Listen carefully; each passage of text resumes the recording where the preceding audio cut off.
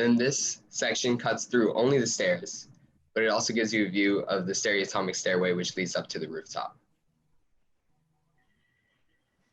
And then my diagrams show progression from the midterm, and I can show you guys my midterm if you like, because it's like right here. Oh, you got your model. A little analog thrown in. Is he coming back? It's right here. So this is the back of the structure. This is the stereoatomic one. And then my tectonic kind of deteriorated, but it's here. Gabriel, I'm just going to interrupt you a minute. Tommy just posted the live stream link in the chat if your dad wants to log on. Okay, thank you. I'll let him know. Okay. So I've put my progression into 5 steps that show the development of the tectonic and stereoatomic forms. And then a partie diagram that shows procession through the spaces. Next. And my renders, which I'm not sure we're supposed to be in color, but they're in color. So at the top right, we have my painting and study space. And so I planned for like the canvas to be onto that elevated area so it could get indirect light while the painter is more towards the doorway. And then in the gallery space, you can see in the bottom under that one on the right, or in the left bottom, I have top-down sunlight coming down where the paintings would be in the far wall. Next. Then my exploded plan week, which shows everything, and I think it looks really cool.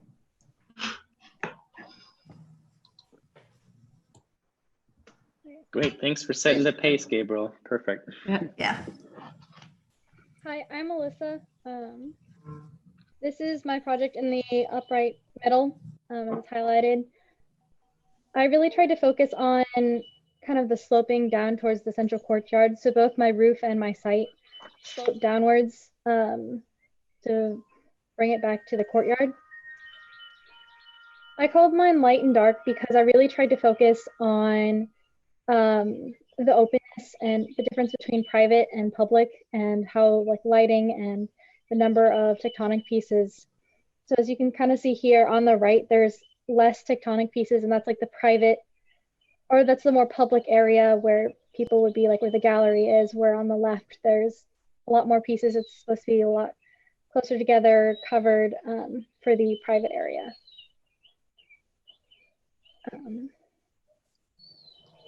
Yeah, so this just kind of shows a little better the openness versus the closed part of the tectonic area. Here on the right is the gallery space. It's supposed to be more open, places for paintings to be put up. It has there's a skylight that could be seen up here in this plan that allows light in, but at an angle, so it doesn't necessarily give a lot of direct sunlight. Where on the left is a small private studio that has an opening to the back, which you can kind of see here on the right, that allows in natural light for them to work. And here you can kind of see the stairs that go up to give a view of the entire courtyard. This is how I kind of showed my process with the simplifying the group work, or simplifying the project, and then the group work of kind of finding all the relations and then focusing on the primary spaces, and then moving to the site and the movement and circulation within the site. Here, I really wanted to show how, like, the different views, I guess. So on the top left is the stairs and what you would see from the back of it. And the bottom left is my tectonic space and what you would kind of see at the entrance. And top right is from the studio, and then also part of the tectonic area, as like you would see as you were going in between the two spaces. And on the bottom right is my gallery. This is my exploded plan oblique.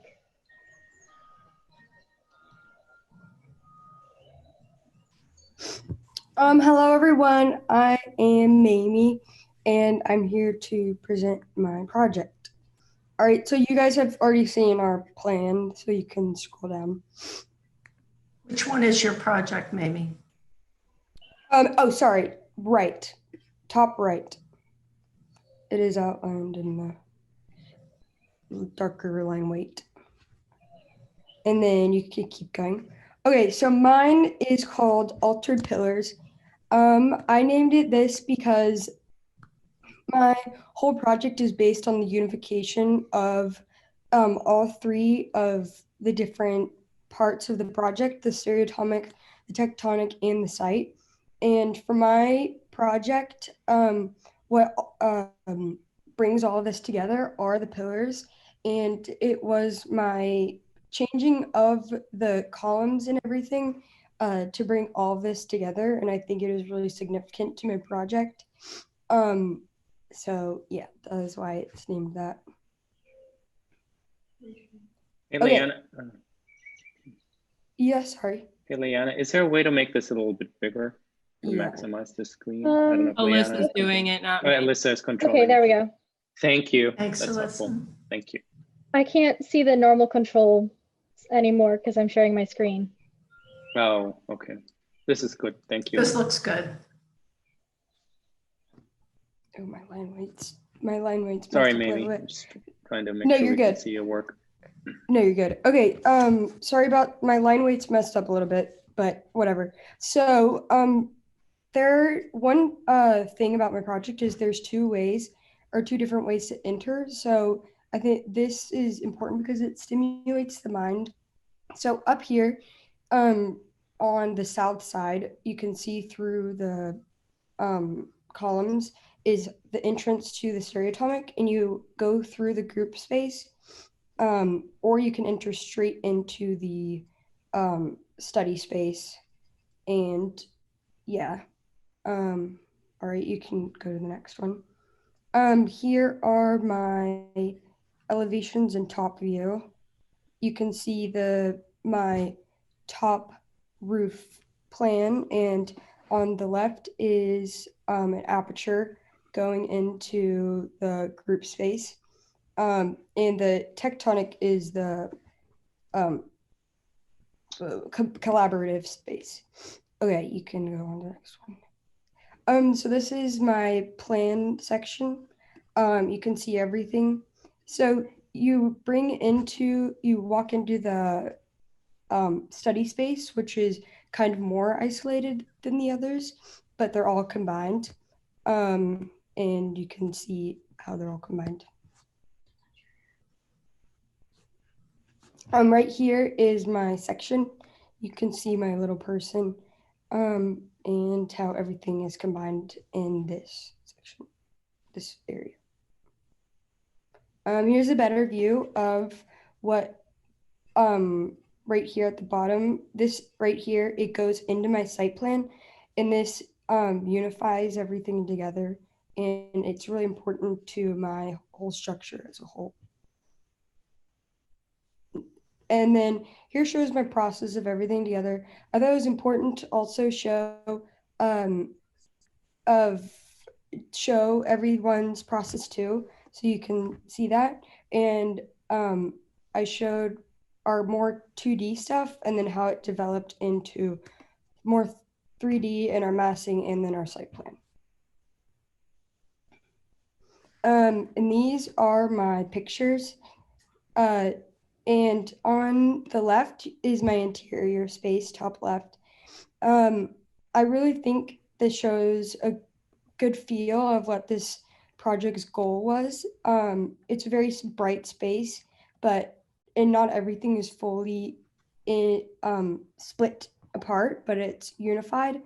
And I really wanted to get that feeling of how the light and the columns have on the whole space together.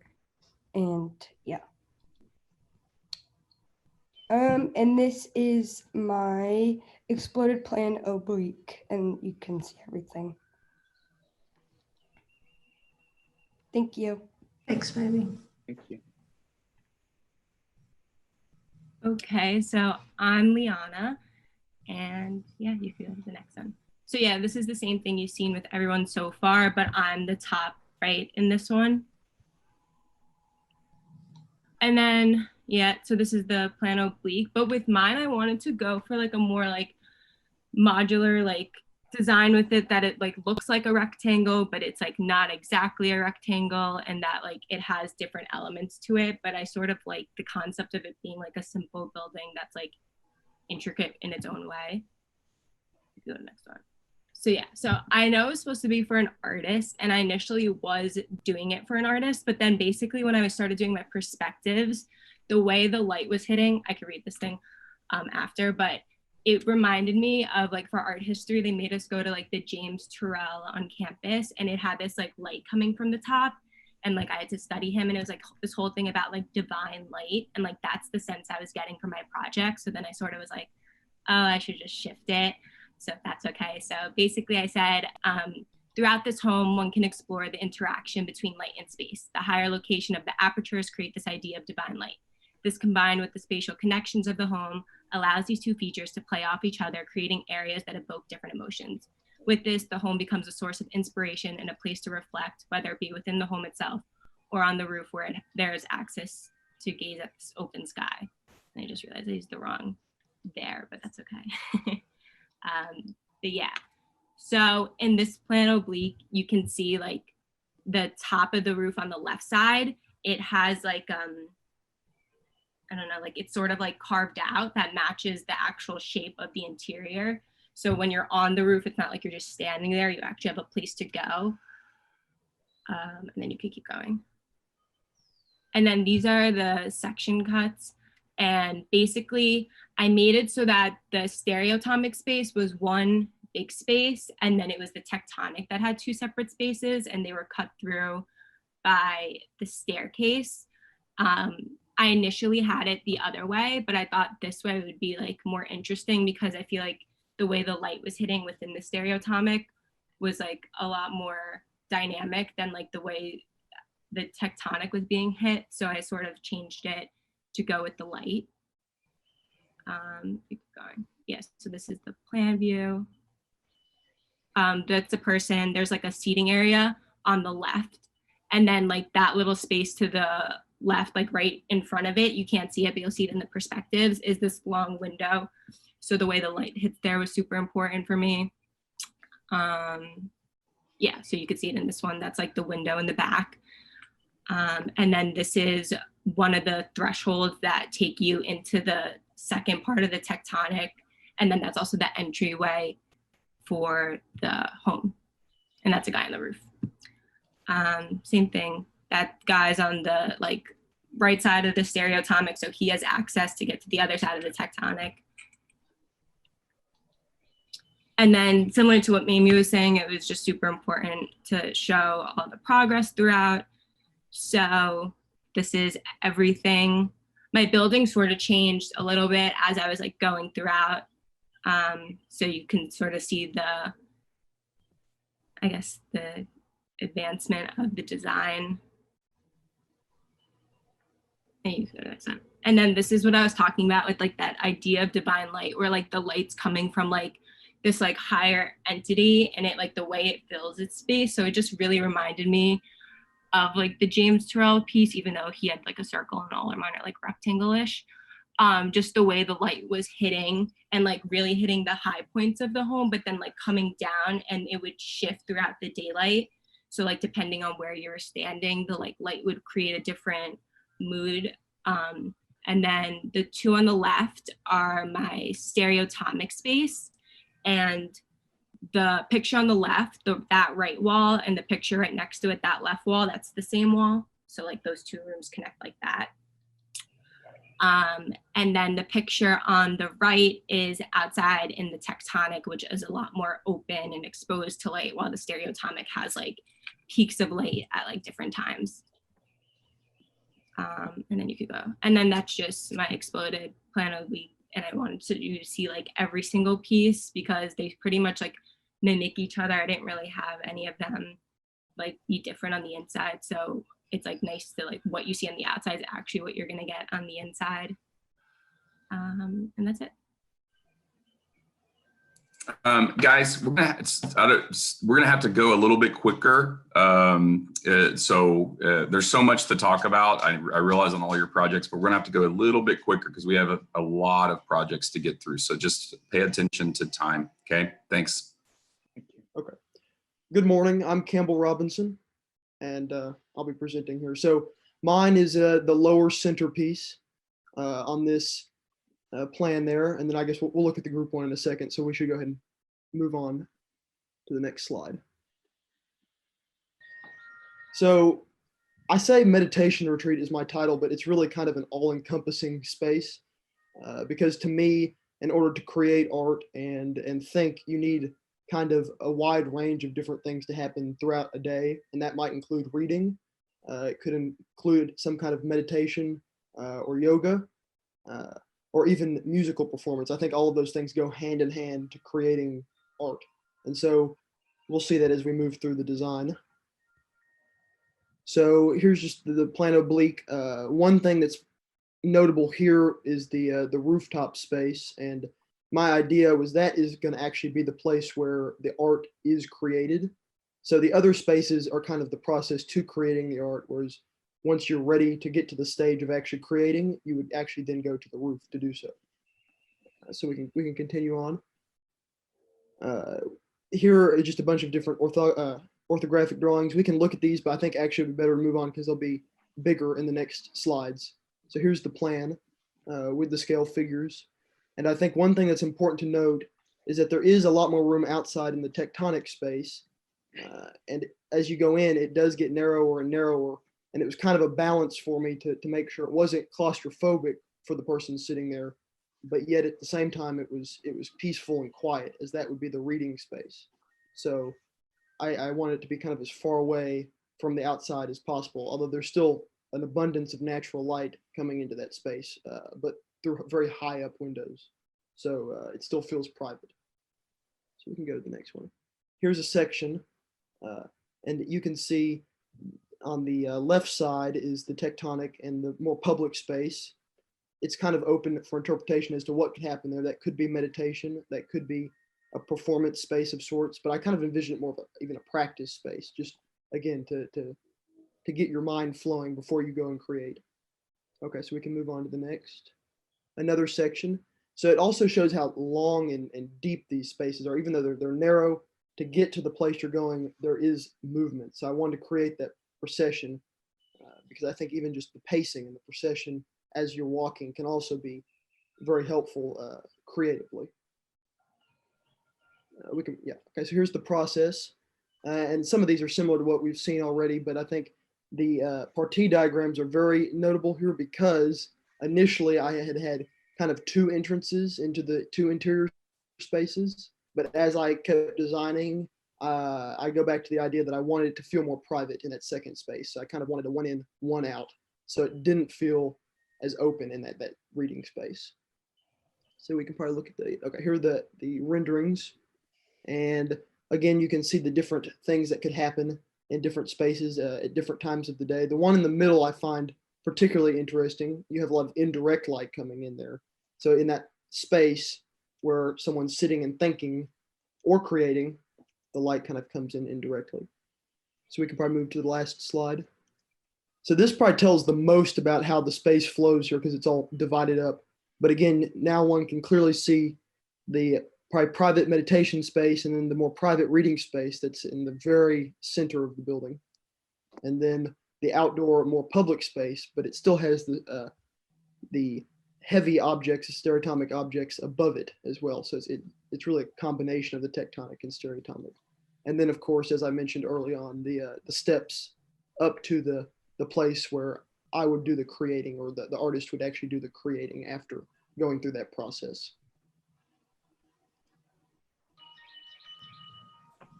Okay, good morning. I'm Olivia, and I'll be presenting the final of 6 in our neighborhood. So Just one interjection, Olivia. Sorry to bust in again. Just a little bit quicker, guys. Sorry.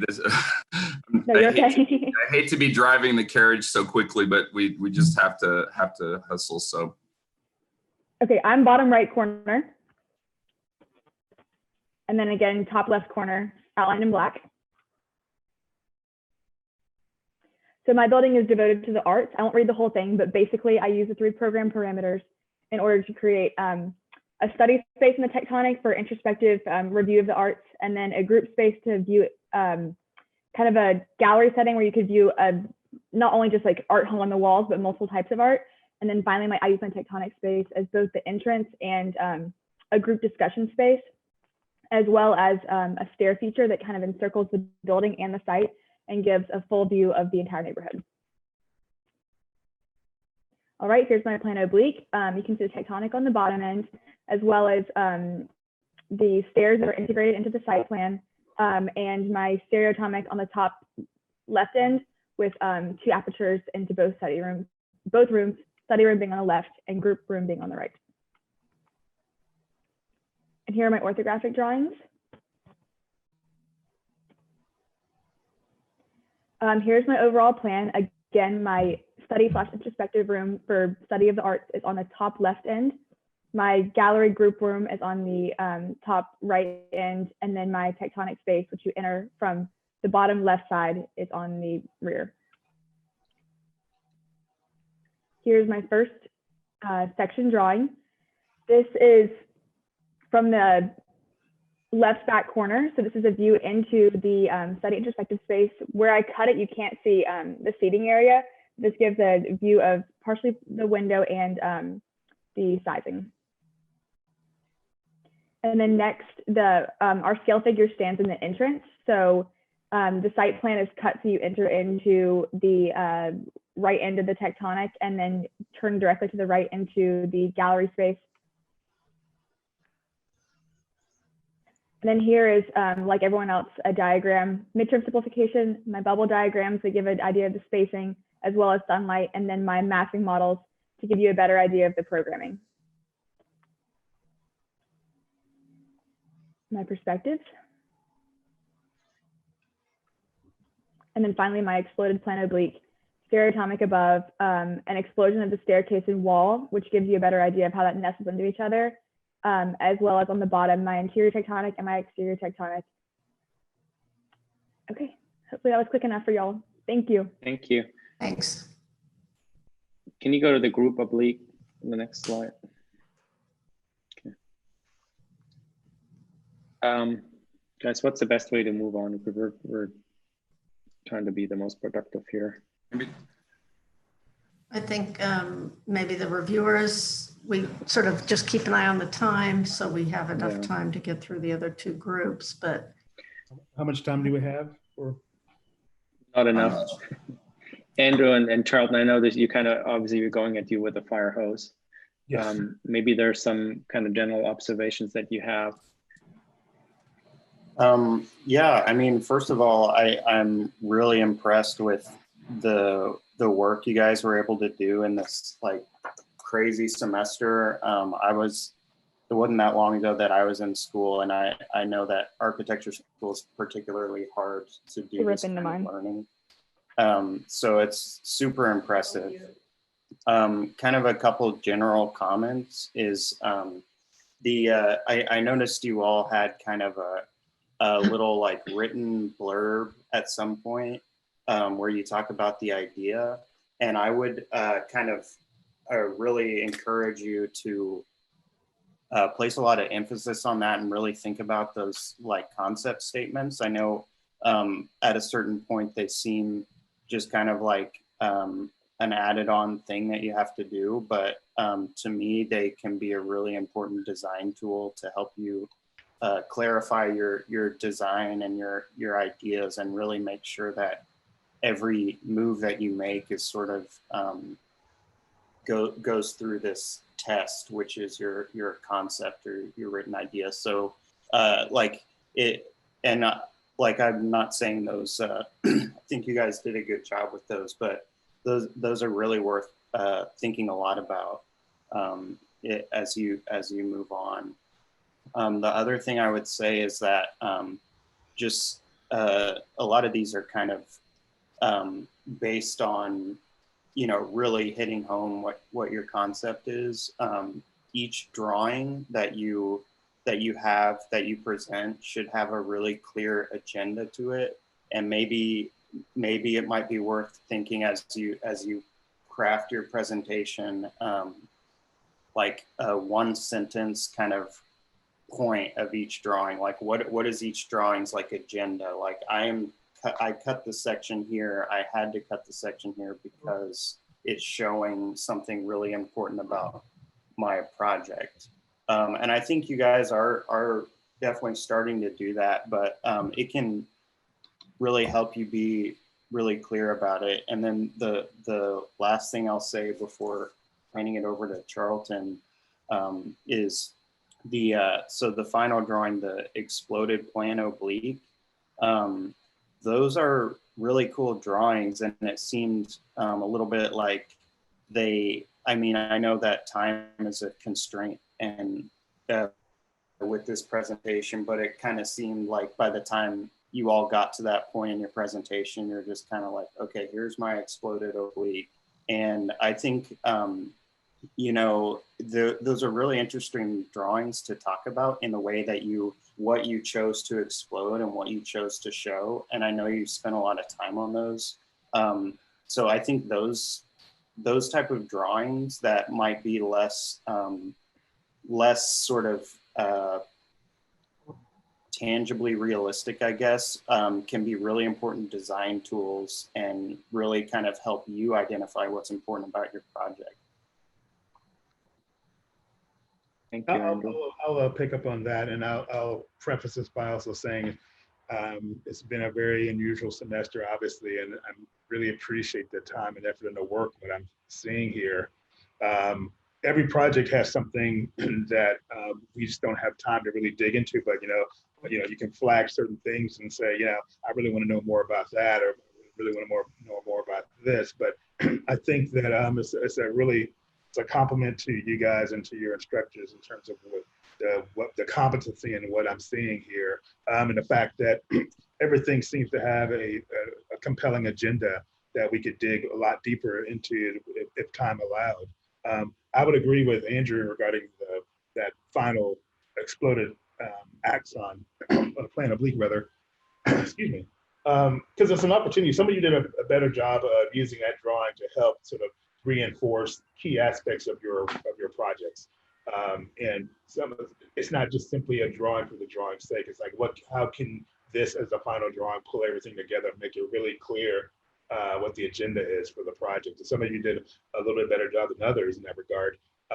And things are running by us so fast that all I'm doing is just trying to rapidly jot down notes or something that says, this is a point of curiosity of interest in this particular project. And I think pretty commonly is sort of like how you assign space in program.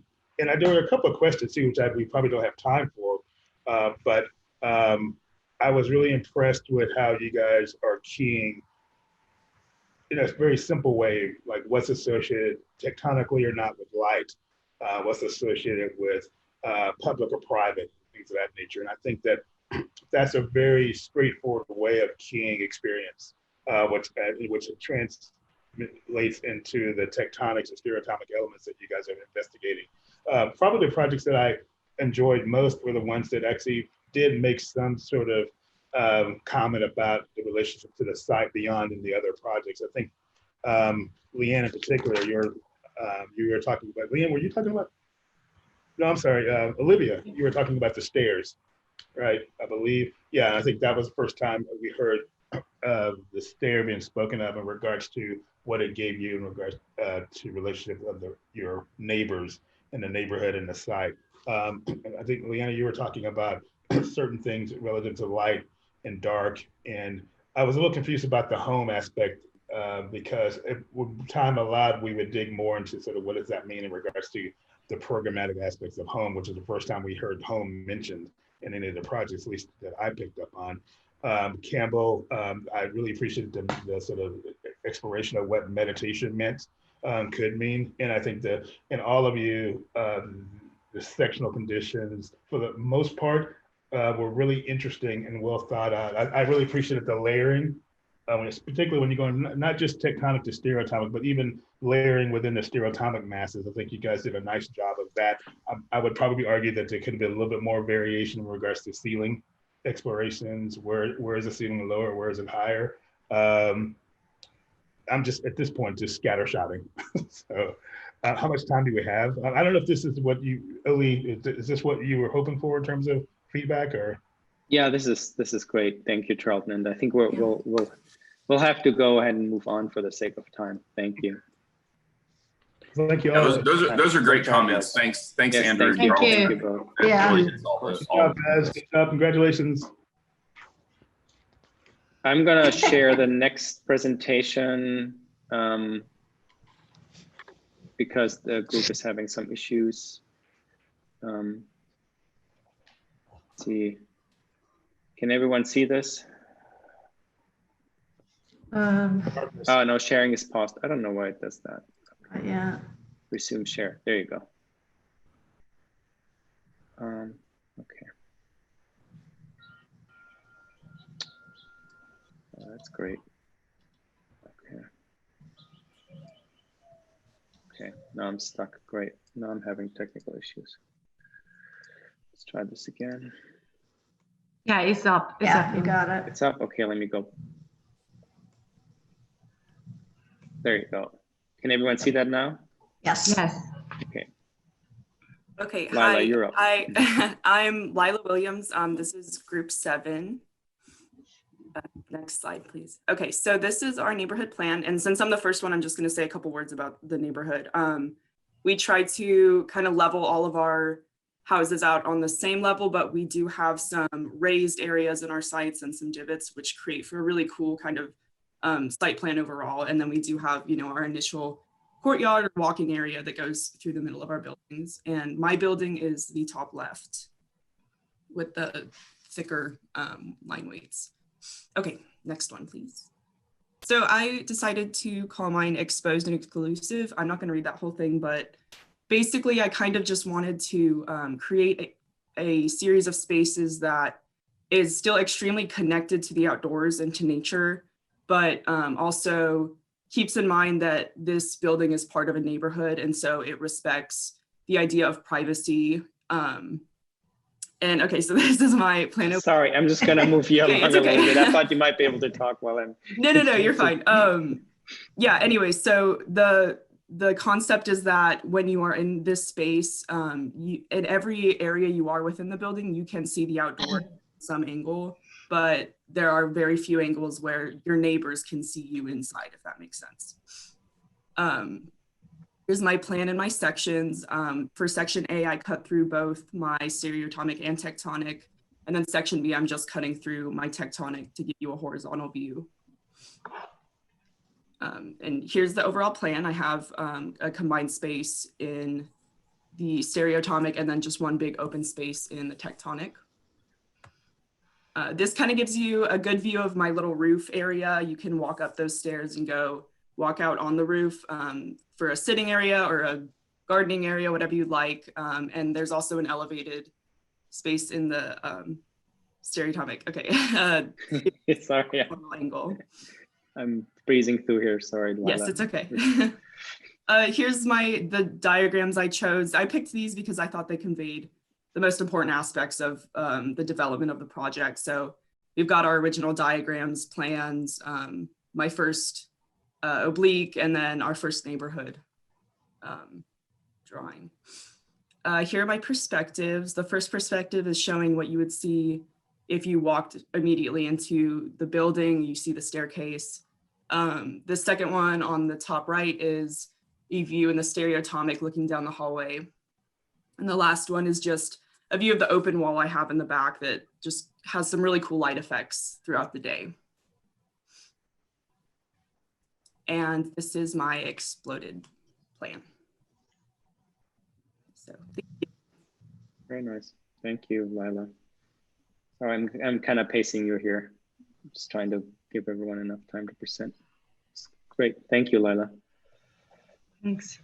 Hi, I'm Caroline St. Clergy, and I'm also in group 7. I think Lila did a really good job of kind of explaining this in a short few words, so you can skip right through this. And then my project, if you weren't able to tell, is on the north side.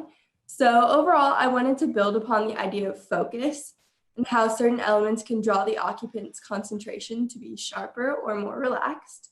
So I decided to elicit deep focus through the use of sharp angles, as seen from, you'll later see in my perspectives, but the fenestration for indirect light has sharp angles as well as the artist's studio shape overall. And then the plan is best shown with these stairs. I believe you can see the vertical circulation very well here. It is wedged between the stereotomic and the tectonic elements. So that's for aesthetic and also shade as well. And then from here you can see in the program 1 with the artist studio, there's a space for work as well as rest. In this section, you can see the program 2, which is the almost like workspace, or I'm sorry, the gallery space, as well as the vertical circulation and how that flows between both the stereotomic and the tectonic. And this is the both programs showing the gallery and the artist space. And I like this because it shows a very big differentiation between the two spaces, as well as how they might be connected through the tectonic. And then this is my diagram and how I kind of transformed. You can see my first mid-semester project on the very top left. And then I went from basic elements, and then from these programs, I decided to carve them out a little bit more to make them feel very stereotomic. And then you can also see my first draft of shading slash my railing element. I really wanted to show movement, but I thought in the end, it was nice to keep it simple. And also for aesthetic purposes, I thought to close it. And then in my programs, in my perspective spaces, you can really see how the light comes through in both of these programs. In the perspective on the very bottom of the left, that is my studio space. And you can see that early in the morning, the light comes through very nicely and it faces the north. So while that light doesn't come through in the morning, you can see it very beautifully neutral light throughout the day, which is great for just overall focus. And on the right is the very angular fenestration that I was talking about earlier that you'd be able to see in this perspective. And this is perfect because it gets nice evening light for any event. And then this is my exploded plan oblique with each element showing, just for a more concentrated view. Great, thank you. Thanks, Colin. Okay, hi, I'm Kennedy. This is my little building. So you can see mine's highlighted in the top row, and it's right there in the midst of that little middle area, and it connects with all the surrounding buildings. And so here you can just see it kind of sticking out amongst the rest of the neighborhood. I called it Artist Retreat because I'm not going to talk too much about this paragraph. I'll talk about it as I go through, but I called it Artist Retreat because I made mine more for painting, drawing, sculpting, things like that.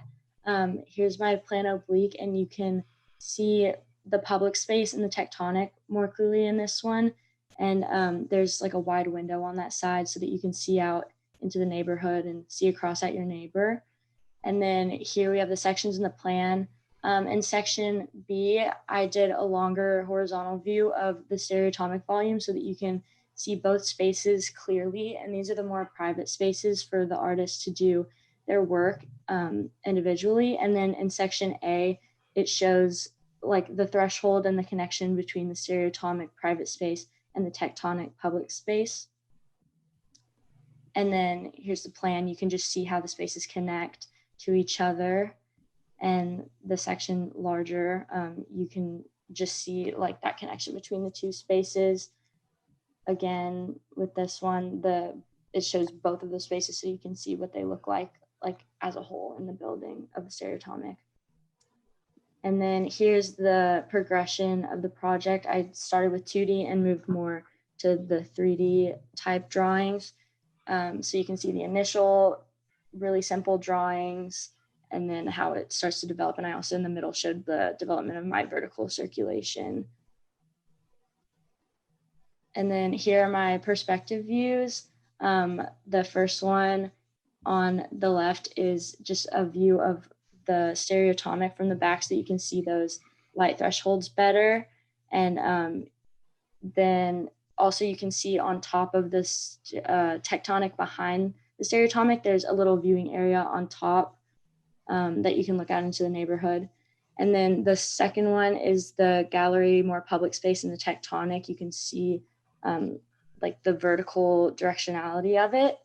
And then the third picture is one of the stereotomic private spaces where you could practice, or the occupant could practice their individual arts. And then here's my exploded plano oblique. On the right, you can see the stereotomic, and I highlighted the private spaces inside of that. And then in the tectonic on the other side, I didn't pull out the smaller space because it follows the exact same shape as the larger one, and you can see in through that little window in the front a bit more. And you can also see the stairs on the side. Great. Thank you, Kennedy. Thanks.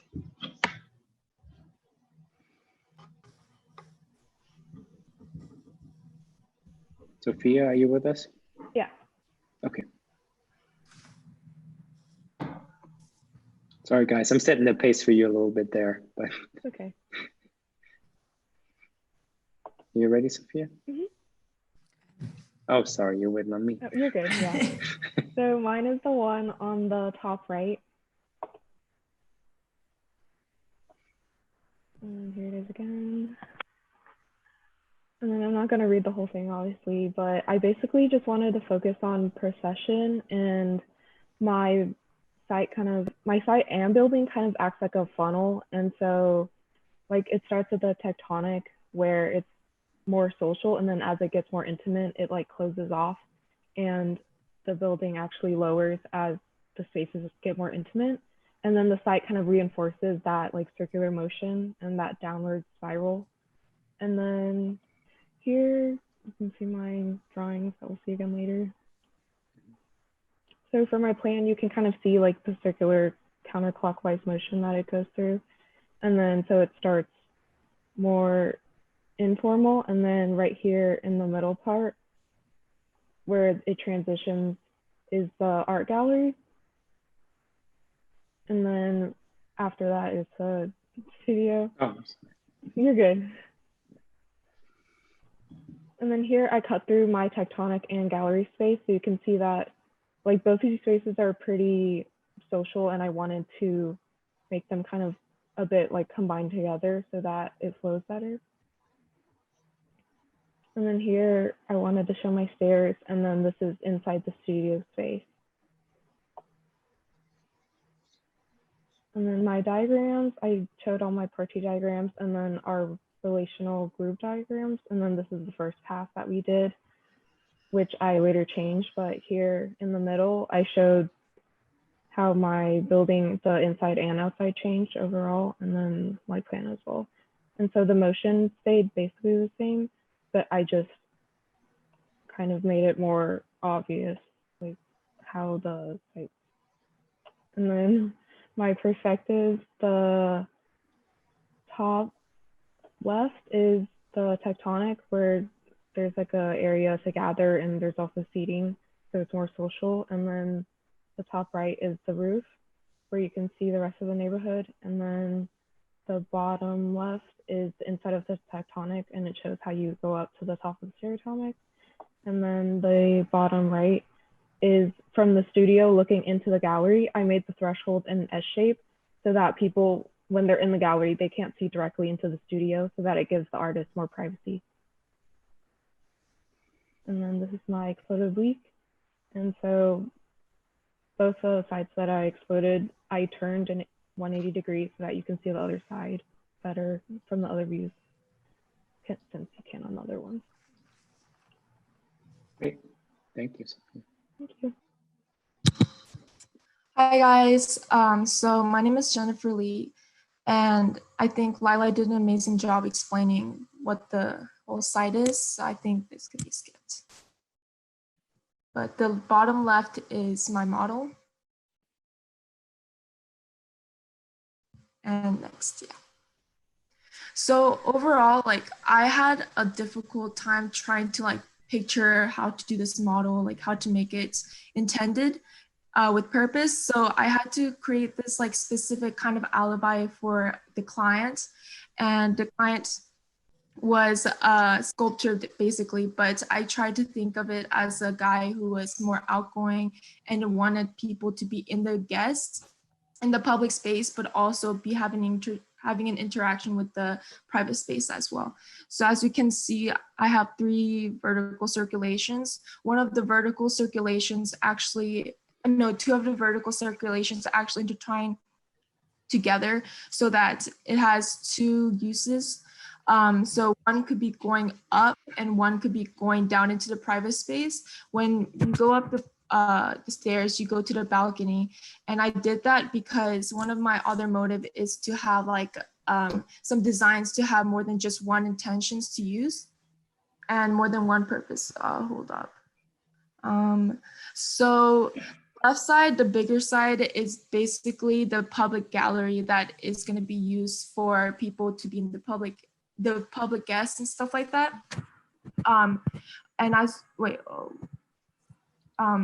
So when you go up, that's the balcony, as you can see, in the tectonic space, and on the farther top, vertical circulation, that's where the balcony is led to, and the larger stairs are, yeah. And here, I thought that even though it's a public gallery, you can have more than just it be public. I wanted to still feel private, so that in that little slot right there where the scale figure is at, this is actually slanted downwards so that the person in the inside could see what's going on the outside of the site, so you can have interaction with other sites, but the other people on the outsides could not have access to the inside of the public gallery. And you can see that clearly on that with the sculptor drawing, yeah. This one right here, oh, and also like this is like a backward information, like backward process of like going from our previous model to like our current model by going from original, orthogonal, adjusted proportions.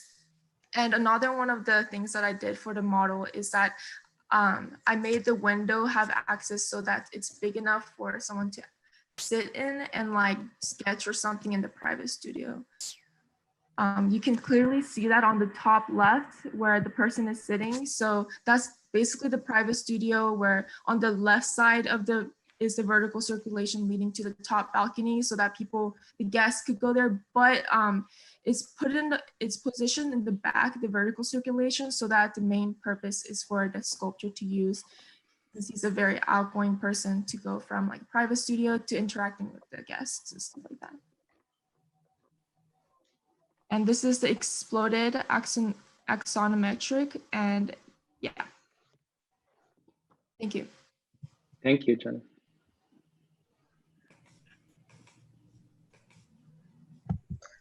Hello, I'm Jade. I also just want to apologize. My computer doesn't have a camera, but my project is right next to Jen's, and I agree. I think you can go ahead and skip over the groups. I think Lila did a good job of explaining it, but this artist retreat is intentionally designed to enhance imagination and inspire individuality. And I really wanted to create several different spaces where the artist can work and have different ideas. And that's why this is called creative continuity, just to inspire and just continue creativity. And I really focused on simple fenestrations to allow for connection to the outdoor environment, but also limit distraction. go next. So these are just a small look at my section drawings and my site plan. Section A was split and cut between the tectonic and stereotomic volume, while section B was cut through the two stereotomic spaces. And so in this section A, you can see the private studio and part of the tectonic volume, and you can see the seating. And I also created a sunlight just to allow for the perfect amount of light while working. And then this one is through both stereotomic spaces. The space on the left is definitely more social and larger for a gallery space, while once again, there's the individual private studio. And there's also another outdoor studio on the roof. And it just so that you can really see all of your outdoor environment and surrounding environment, and to promote more creative work.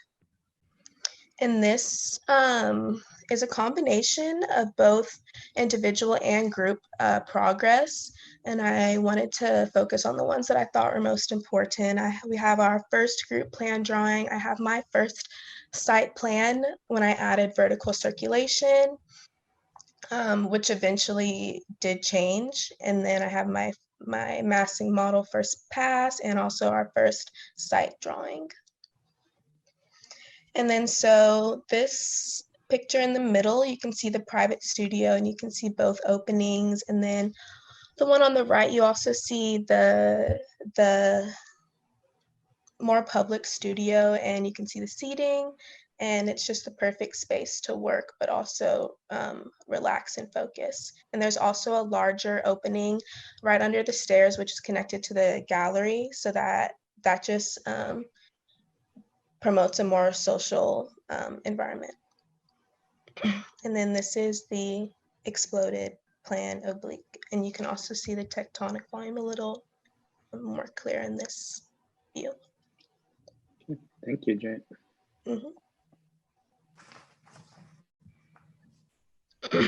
Okay. Hi guys, my name's Jaden, and as you can see, my project is on the south side of the neighborhood. So it's one of the lowest points on the site. So I really wanted to highlight the progression from the top structures to the bottom and create a space where you can still see and be a part of all the other different structures on the plot. So my structure is intended for music creation, and I make music myself, and I know that you need 3 different types of spaces. You need one for collaboration, you need one for personal space, and you need one sort of in the middle, so you have both. So as you can see on my plan, the stereotomic space on the left can only be accessed from the outside. So that's going to be the most private, the most personal space. And then the tectonic space is for collaboration. And then you have one that has access from the tectonic, which is more in between. So this is the plan again. And as you can see, the highest point is on the top part of the site. And as you get towards the bottom, it goes even lower. So it's still going with the overall slope of the site. And in this section, you can see the inside of the stereotomic space, which is connected to the tectonic. And this is mainly going to be used for something like recording music, or somewhere where you need better acoustics and less exposure to the outside. And this is another section where you can see both together. They're both very similar, although one is more connected to the tectonic, which is a whole different aspect and gives a whole different feeling to the structure. So as you can see, the project went from something fairly complex for the midterm model, and then I turned into something fairly simple.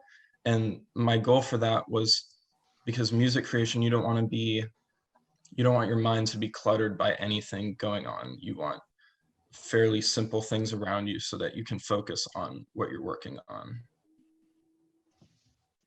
And this is the exploded, so you can see more clearly what those spaces inside the stereoatomic look like.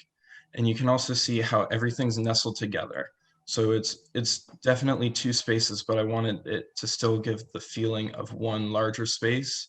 So the stairs are nestled in between the two structures so that it creates a more cohesive feeling. Did I miss here? Oh, okay. There. You have the order. Yeah. There. Okay, got it. And then, so these are my perspectives, and I really wanted to highlight on the bottom right how there's no real landing for where the vertical circulation goes. And I wanted that to be a main focus of the project because you don't have, it's up to the user to decide what they're going to do with that space, whether they want to be on top of the stereoatomic roof or whether they want to just stay on that interstitial landing where they can still see over the tectonic into the other structures that are on the site. Great, thank you, Jaden. Hi, I'm Erin Nolan, and my project is on the far left on the bottom. And then as you can see far back in this view. And mine's called For Artists and Company, highlighting the uses of the different spaces, the interaction and the individual. And I focused on, I had for my stereoatomic more of a rectangular shape that I cut out of, and then my tectonic was a rhombus. And I focused a lot on the interaction between those two spaces. And my more private individual space is in the stereoatomic on the left, and it has cut out so if it was an artist, if it was a musician, it could be heard throughout the space and on the roof. And then on the right is the gallery space, which gets lots of light and can be walked through. And here you can see more of the flow. You would walk in through the tectonic and go through passing the artists working by themselves. So they're not completely cut off, but still able to interact with people. And you would be able to go outside through the stereoatomic and be able to have more collaborative space out there. And you can see the individual and spaces of the gallery here as well. And then this is showing more of the gallery space and the threshold through from the tectonic. And here you can see the progression of my project. I have what I ended with at the end, right before spring break, and what I worked on during spring break. And then more of this semester, how I took it in one direction and then went back to the roots of being more of rectilinear and playing with that again. And you can see in the individual space, the lighting is really dramatic, whereas in the gallery space, it's more natural and gets a lot more light. And you can also see in the gallery space in the middle how many people fit in there, and there will be a progression. And then above that is how you go outside and go onto the roof. And on the far left is the seating area of the stereoatomic above it, which is above the individual space below in the stereoatomic. So if there is a musician in there, their music would be able to radiate out for the people above. And here you can see how the tectonic and stereoatomic interact. It's as if it can slide in or connect into each other, and the vertical circulation. Great. Thank you. Thank you. And then here we have our site plan again, and then our plan oblique.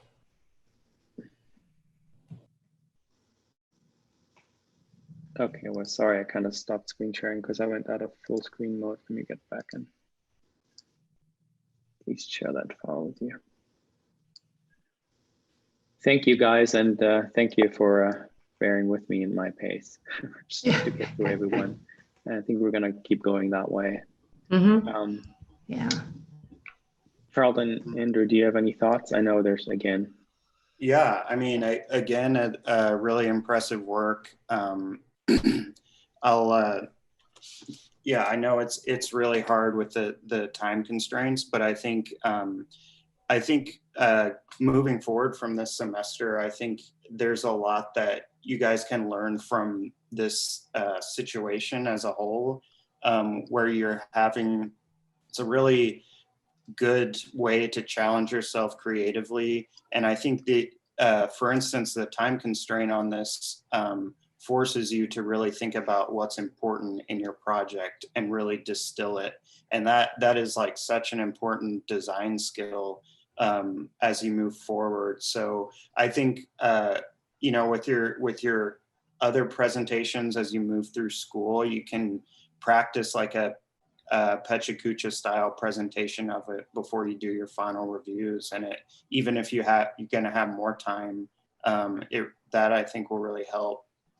The other thing I was gonna commend you on is I saw a lot of ideas sort of make their way down to the detail scale in this. There were a couple things like the way that the window cuts into the wall has a certain angle on it for reasons that have to do with what the space is used for. I think that's a really successful way to think about things. I think some of the, and then to go to the idea of the, I guess the studio is kind of focused on this idea of ensemble and how parts work into the whole.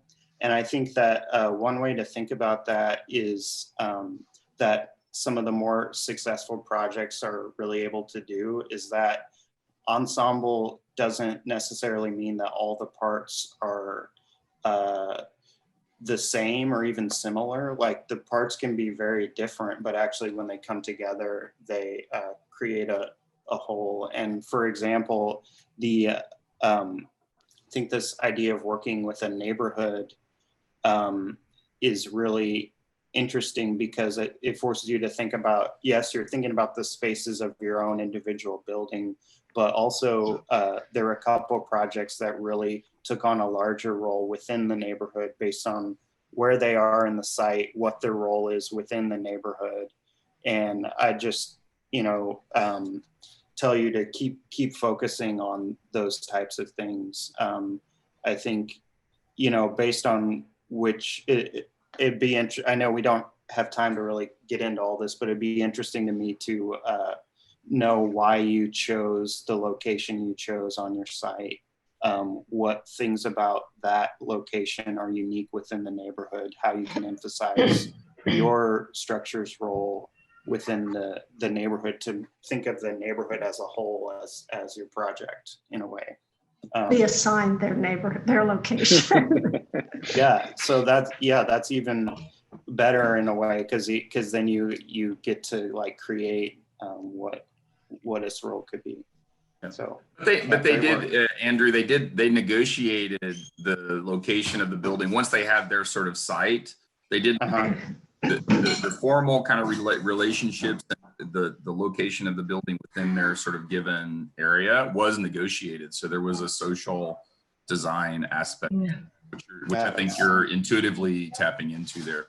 Yeah, I think you can also see, and some embraced it more in regards to how that impacted their details and their projects and their project thinking as well. You know, it's funny because, I'll have my comments speak to the general reaction as opposed to specific, but I think that generally what I saw was that, and this very well could have been the case in the first group, but I think as it happens with reviews, and you guys all know this, and those of you who don't will realize this, is that as a review progresses, the reviewers are more informed, and there's some things we're reacting to that doesn't mean it wasn't there in the first group. It's just that the benefit of experience, so we can start picking up on other things. And one of the things that I picked up, and a couple of the students noted, was that how they adjusted from midterm on. And I think that's a really critical point where you say, you know, okay, am I moving in this direction? Am I simplifying or what? And I think a lot of you benefited from that sort of looking at it over spring break and looking at it after midterm and saying, what do I need to change? What do I need to adjust? What's going to make it more robust, more rich? What is this really about? And that really showed. A funny side note is that one of the criticisms that comes to play often is has to do with like the occupation of the roof. And that's come up a lot in these projects in regards to, am I going to be on the roof? What's the agenda for being on the roof? And sometimes it's just that I got to occupy it because it's there, as opposed to having actually an agenda. And I think it's particularly the last project, the perspectives were quite compelling in regards to the roof having an agenda. and it made us think more about the site overall. So as a concluding project, you sort of say, okay, well, it'll be interesting to see. And I think that you don't want to just let this project go. You kind of want to think about, the compilation of what you created and as a group and as a neighborhood, and how you can look at the pieces and say, in their maturity now, how do they relate to each other? And some might have a more open agenda, a more social agenda, others might not, which is kind of cool to think about. Now that you're at the point of sort of completion in that regard. So I like the projects, particularly ones that had a clear-cut agenda, clear delineation between program, function, tectonic. I mean, the tectonic and stereotomic is pretty clear, but it's not that hard to get them muddled in regards to programmatic responses. And I think that the projects that did a really good job of saying, this is what this is about. And looking at the space between the threshold conditions, whether it's the stair mediating between the two or something like their circulation. I really those projects and how they were being described. And I totally agree with what Andrew's saying in regards to how do you speak towards your project? How do you delineate it? What do you focus on? I think some did a really good job of actually portraying the various elements of the ensemble. Others, they were a little too diagrammatic, I would argue. And so you would look at your colleagues and say, how do my drawings actually compare? And what can I do better, right? You just learn from this as you move forward. But it's quite joyful to take part in the ensemble and your presentations of the ensembles, because the agendas vary. There's a lot of interest in terms of what's going on in the neighborhood, and I applaud you for the variety of responses. Great, thank you, Charlton. Thank you, Charlton and Andrew, for those comments. We're gonna move on to group 5, and assuming everyone can still see this, let me see if I can. Yes, we can see it. I'd like to make this full screen. No, you can't see it now, can you? No. I don't know what it does when it goes to full screen. Let me try this one more time. Doesn't seem to like. We can see it now, Oli. Okay, great. Thank you. Hi, my name is Laura. I'll get through this really fast. We can skip through the group drawings.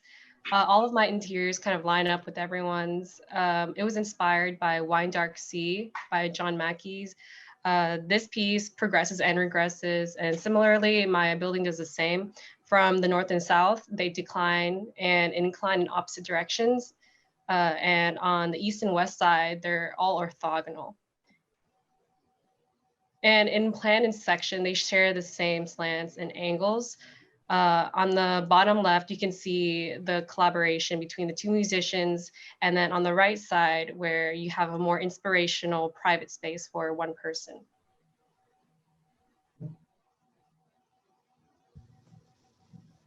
This plan just highlights the collaboration between the open space and the threshold condition that leads out to the north side that acts as a movement threshold as well as a light threshold. Oh, sorry. This just highlights the inclining and declining angles that go in the opposite directions. As you can see, the interiors share the same angle. And then focusing on the smaller one, the light thresholds are more indirect and they give a more spatial quality to the private room. And then here are my diagrams. In the top left, that's where I started at the very beginning of the semester. And then on the right side, that's where we ended. And one continuity is the angles that they share. And then here are my perspective drawings. It reflects the story that I have used where it gets lighter and then darker, or it inclines and then declines. And then I took a different route. I exploded every object included in my stereotomic and tectonic, from thresholds to programs and vertical circulations. Okay. Well, thank you, Laura. Thank you for the efficient presentation. Hello, I'm Grant. And this is just the general site plan. So you can kind of skip over that. The main thing I wanted to do with my project was to create a space where the artist could be introspective and a different space where they could kind of show off and display their artwork. And this plan of week, I think the most important thing that the plan of week showed was the slope of the site, how it slopes down to the middle. That's a thing that everybody in our group did. And so those are the orthographic drawings. The important part of the plan, I think it really shows how a user could circulate throughout the design. Being in the left smaller stereotomic space, being the studio, and then the right larger one being sort of a gallery.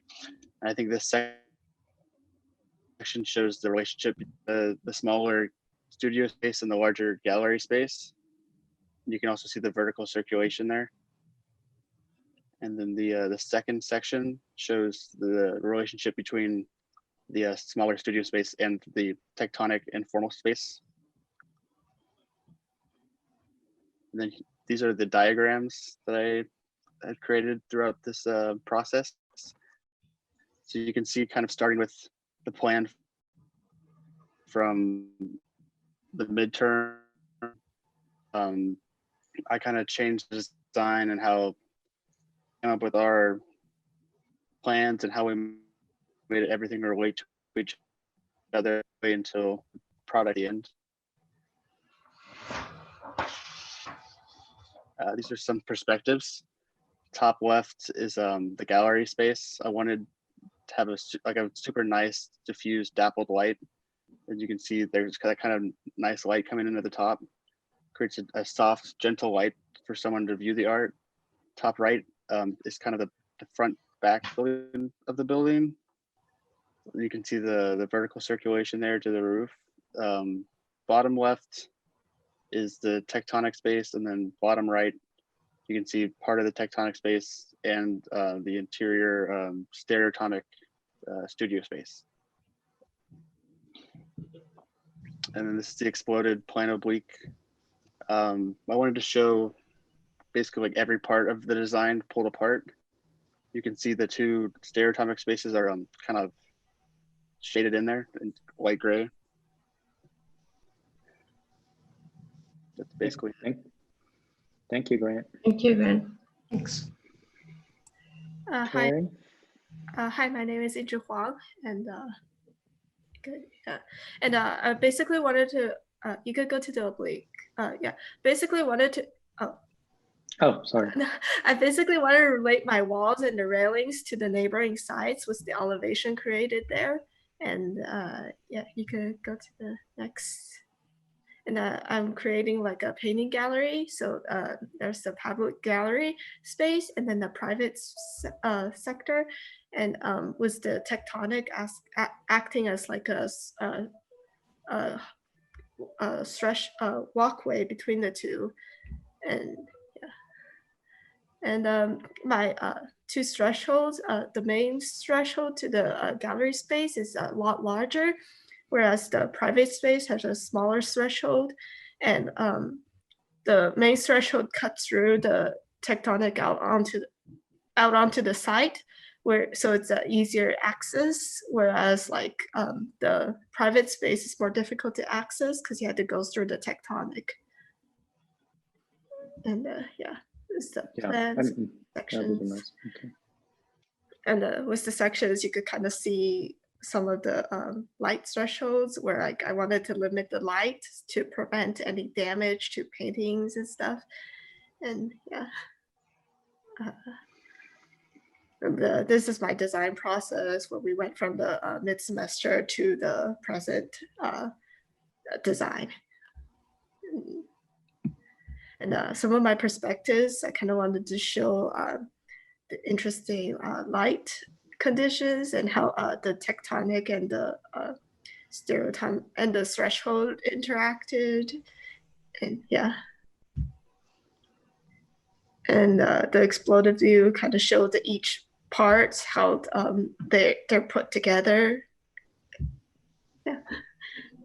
Great. Thank you. Thank you, Carrie. Sebastian.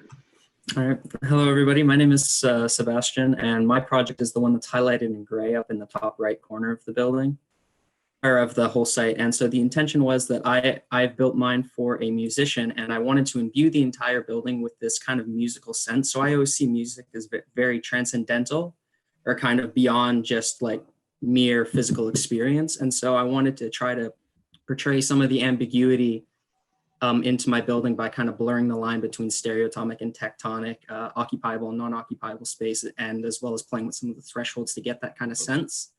And you can see, especially in the plan, if we want to go to the next section or to the next drawing, so you can see them a bit larger. That large space to the north is the large gallery for the performance, and there's a huge aperture taken out right on that south side, which kind of plays on that ambiguity where technically there is a barrier there, but it's still a visual threshold and where it feels like you can pass through that space. In section, you can see a couple other examples of this as well, whereas that back wall of the tectonic section is left bare, so you only see the support, so it gives that illusion to that you can pass through there, even though technically it's not an occupiable space in between the columns. And then as for that play with stereotomic and tectonic sections, I tried to incorporate some tectonic elements into the stereotomic by having some of the beams from the observation deck in the tectonic section flow into the stereotomic space, into the ceiling, to kind of mimic almost rafters. And so to quickly go through some of the progression I made throughout the semester, we have the stuff from midterm on the far left, starting with a very complex shape, regressing it down to its basic elements, and then interacting and kind of being in dialogue with the rest of my group throughout the process until we finally derived into a 3D form. Some of the, what I would like to highlight with these is kind of the ambiguity. Again, you can see on that far right one, those tectonic elements entering the stereotomic, like I mentioned previously. In the center, you can see the exposed columns of the tectonic section giving you a visual threshold into the outside space. And then in the at the far left is an introspective space for kind of practicing prior to performance for the musician, with that giant window on the side to kind of create another ambiguous idea of privacy versus exposure. And so kind of to tie into everything else I've been saying, you can get a very good sense of that. The beams of the tectonic section entering the tectonic section entering the stereotomic section in the upper part where they've been separated, as well as just a division of the spaces. Thank you, Sebastian. Thanks. Hi, I'm Yashna, and so there's my project on the site. The angle of the tectonic relates to Laura's and Grant's, and Carrie's angle of her tectonic, so it really relates to the neighborhood as it points towards the center of our pit area. Yashna, can you get a little closer to the microphone? Yes, I can. Okay. And so I made this project for a musician. Usually I wanted it to be a lot more reflective, and I wanted to make sure there's not a lot of direct light as it could damage instruments. And so I made my fenestrations really thin to allow a lot of thin light to come through. Here it is on the site. With these diagrams, you can really see the public space on the right in the stereotomic. It's a lot bigger than the introspective space, which is on the left. If you go to the plan, you can see all the stairs that go in. So my stereotomic sits in the site. It's a lot lower than the tectonic, and so these stairs allow you to go in and allow you to focus on the music. And so if you go into section, here's the section of the more public space where the musician can perform their music without the direct light taking away from the music. And so when you immediately enter the tectonic, you can immediately go to the public space, or you can go up to the stairs or to the roof. Here you can see how the stereotomic is a lot lower in site compared to tectonic, and how both are really relate to each other. You can see the threshold to the interior introspective space for practicing, and then you can see the stairs going down to the bigger one. Here are the diagrams that show the progression of my project from my mid-semester review. And so you can see how I kind of kept the idea of the tectonic wrapping around the stereotomic. Here are my perspectives. And so with the one on the top left, you can see how there's the fenestration into the introspective space. The one on the top right shows the stairs going up compared to the tectonic. The bottom left shows how that triangular fenestration is above, so the musician can think about how high the ceiling is, but it's not taking away from the focus. And then the one on the bottom right shows you entering before the public space. And then for my plano oblique, I exploded it where you can see the inner tectonic and the exterior tectonic.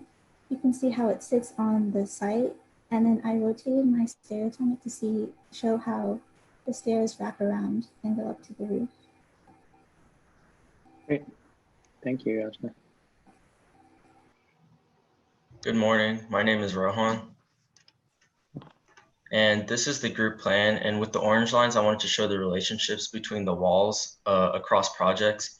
So the main relations I wanted to show are that the walls are parallel with Sebastian's in the corner and Fernando's adjacent.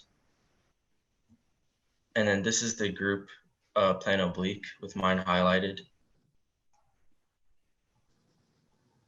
And then my work is called Artist Retreat, and I wanted to create spaces for an artist from the individual workspace to the performance space. And in the group oblique, I wanted to show how in the plan oblique, I wanted to show how the public space is bigger and has higher ceilings, and the private space is narrower and is smaller in comparison. And these are the orthographic drawings. You can go to the plan. In the plan, I wanted to highlight the two stereotomic spaces and how the private space has a more concealed entrance, while the public space is more open on all sides. And in the short section, I wanted to highlight the walkways into the public space and also the inside of the private space and how there's a seating outside, but also two walkways to go through.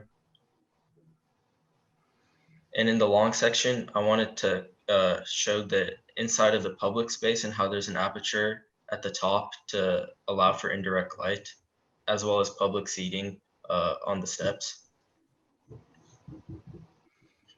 And my diagrams show how my project has changed through the second half of my semester from a rectilinear form to the final design, showing inflections and translations.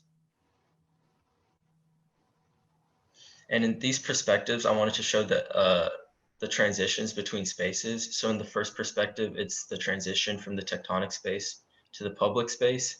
And in the two other perspectives, it shows the entrance into the private space and how once you get through that first section, it opens up into the actual space with the aperture revealing the entire site to the viewer.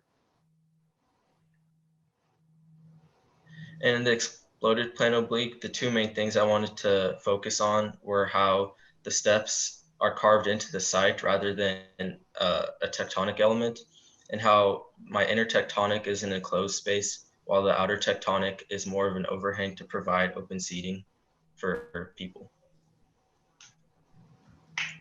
Thank you, Rohan. Thanks. Thank you. All right, good morning. My name is Fernando Flores, and I'll be presenting mine. All right, here's my group. I'm in the lower right beside Rohan, right there highlighted. I think we can move on. Right there, I just wanted to emphasize how my tectonic has a big opening that emphasizes our big communal center in the middle of our neighborhood at this lower elevation. Obviously, I'm not very creative with names, but it's a house made for a brass musician specifically. And with this, I wanted to emphasize sunlight and try to like define my spaces between each project. And right here, I wanted to emphasize that. I wanted to emphasize the site, how my whole building is at a higher elevation, emphasizing that lower pit area we established as a neighborhood. Going on to our orthographic views, I think we can move on to highlight with the bigger views. Okay. Here in plan, I wanted to like emphasize the two separate distinct areas of my stereotomic that are obviously different in size, but with their apertures, I wanted to create like an angle. So like from your tectonic entrance, you're pushed, you're lead to like go into the space because you're not quite sure what's on the other side of that threshold. So you wanted to like, it brings you, invites you into with the distinct angles that they're at. And with this section, I wanted to emphasize how narrow the tectonic is at the entrance of the building and how it leads into a bigger performance area, which allows for bigger, since for a musician, you wanted to allow for bigger space to let your sound echo. And with this, I also wanted to emphasize the horizontal flow of motion you have from tectonic to stereotomic and how there's a vertical circulation going on top of the building as well, leading to the observatory. And it gets a whole view. Here, I want to emphasize my both sections, ones that are obviously very distinct in size, but from here, you can see that the apertures, you still don't have a clear view of what's going on in the tectonic. So again, that angle emphasizes, and you can see the different lighting conditions that are occurring here. For like those small private place, you have this like two apertures that have no views.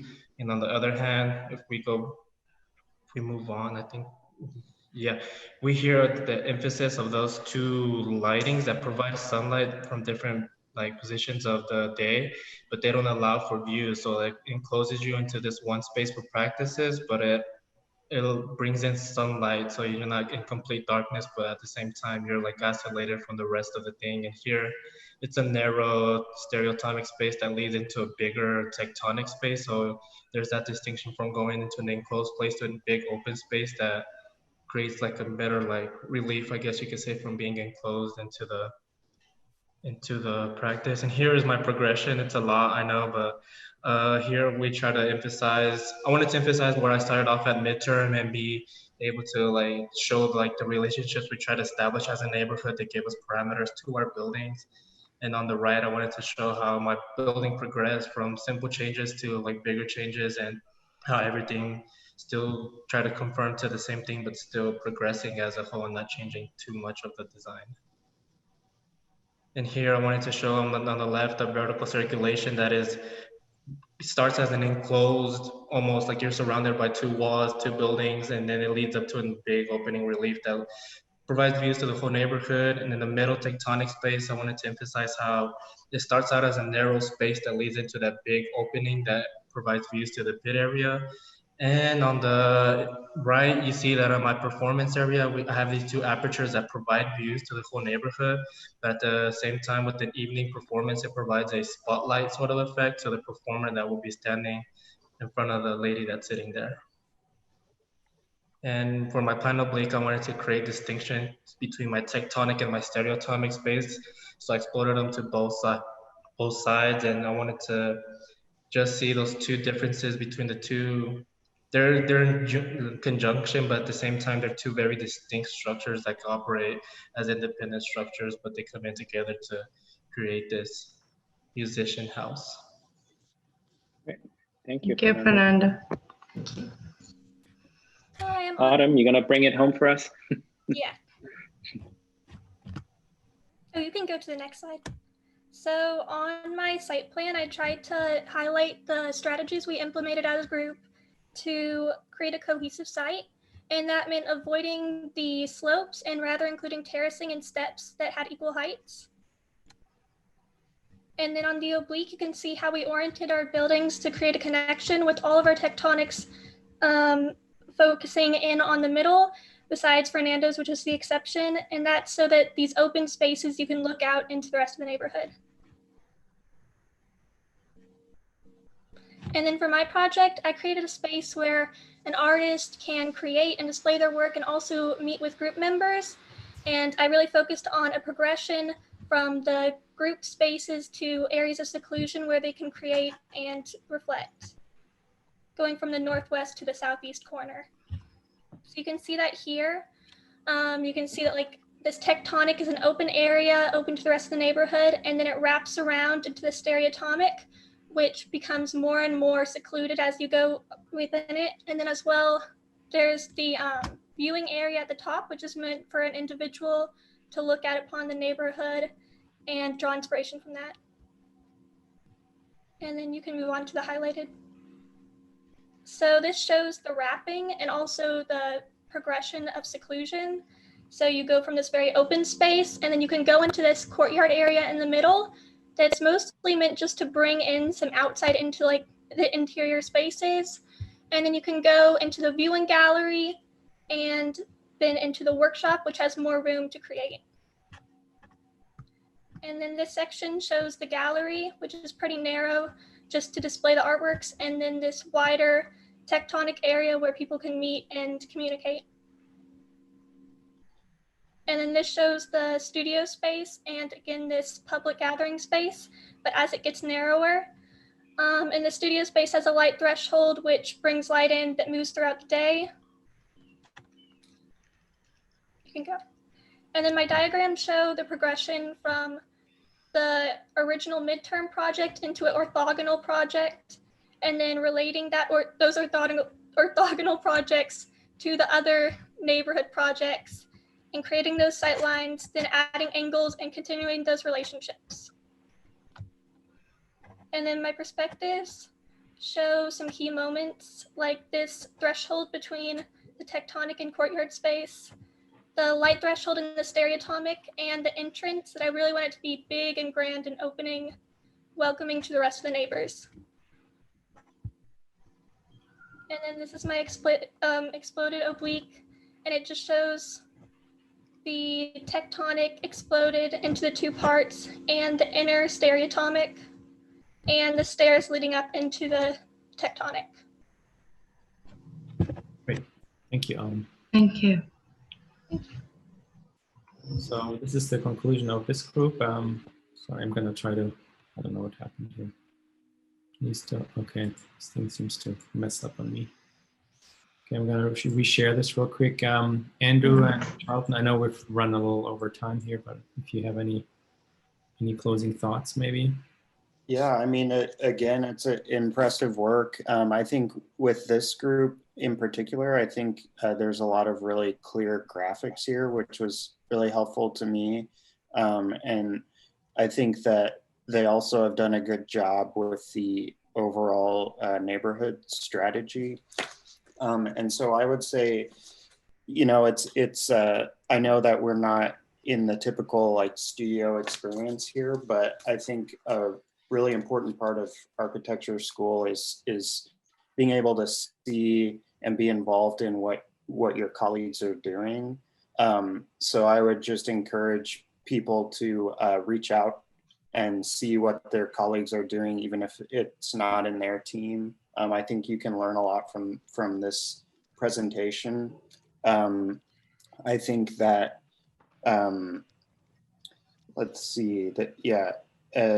Also, I kind of keep going back to this idea of storytelling and the language you use. I think it might sound kind of hokey, but I think it's really important. Like some of the really successful projects are people who thought about light in terms of almost like a personification, like I want the light here to be gentle, or I want the light here to be soft, or kind of using like the way that you frame your project in your head will start to spill out into your design moves. And so I think it's a really good learning experience, all the different ways we learn to communicate our designs. That's one of the really important parts of architecture.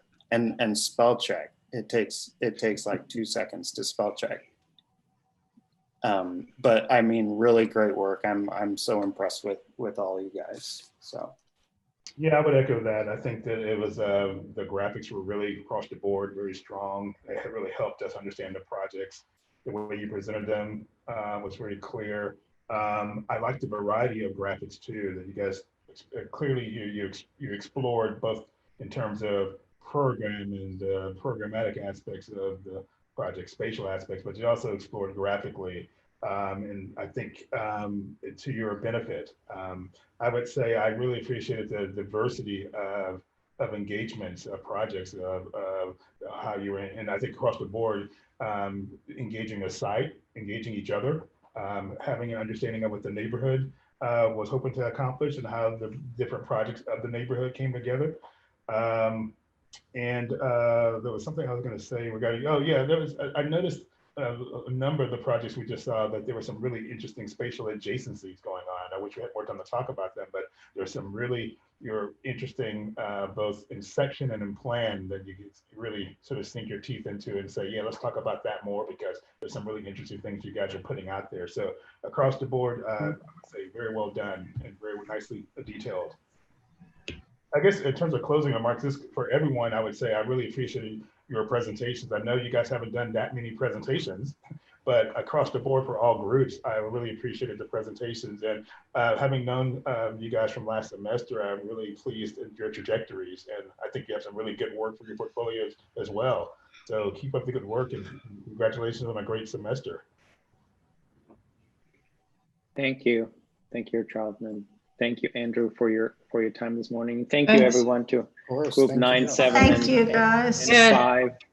I know. Thank you for bearing with me and me letting you throw your curveball in terms of how the best way to go about it. But we'll try to stay on track and kind of continue. We've got. I know we're a little bit behind, but we've got our other 2 reviewers that have joined us already. We have Pirjana Mazoka.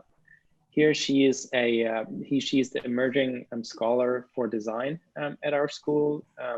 She's just finishing her first year here. This is a 2-year visiting position. And she's previously taught at Michigan, right? And Rice. And at Rice. And then she's taught seminars, not at Rice, not at Michigan, I'm sorry. just at Rice. And she teaches mostly advanced studios and seminars. And then we have Corey Beek joining us as well, who is the graduate advisor for architecture. And you'll get to know him better next semester when you're going to be taking Viscom 3 with him, but also really interested in computation. And so Corey and Pirjana, we've got 3 groups that each are I'm gonna control the screen so I can try to keep them on track. We have like 6 students in each of those groups. They're gonna go through and do a brief presentation. And then there's, after each group, there's gonna be time for some comments. Let me open. Hey guys, I'm bowing out. Have a great summer. Thank you. Thank you, Thanks. Let me just open those 3 files here so we're not watching me open them later on and potentially have any hiccups. Okay, I think everything's looking good. So I'm going to start my screen share here. And it's probably not going to work the first time around. It doesn't seem to like the full screen mode that I'm trying to get to. Let's see. You probably can't see this, right? It's just thinking. It's thinking. Okay. Yeah. Has the clock there. Okay. Well, it says it stopped the share, and I'm trying to resume it, but I don't know. No, it looks like it's still. It has a clock there, so. It seems to work when you drop out and then push it back. I know. It seems like I always have to drop out and come back in for some reason. I think I have to go in, go into here full you go. screen. Well, that's not the full. Let me try it one more time here, so we don't have to deal with the menu. Anyone? No, not yet. Oh, this is frustrating.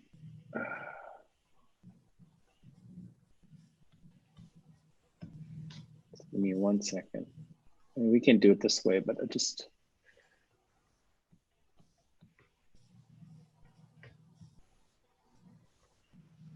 try it one more time here. Okay. Just want to optimize our viewing experience here. Anything? Not No. yet. Its clock is showing. This is frustrating. Give it a sec. Okay, well, this is not working. Yeah, it is No, now. we go. It is. I don't know what's going on there. Okay. Okay. You have to give up and then it comes back. All right. Lois, are you ready? Lois, are you ready for us? Maybe it's muted. If you're talking, There he you're is. muted. I think you're muted, Lewis. Yeah, not anymore.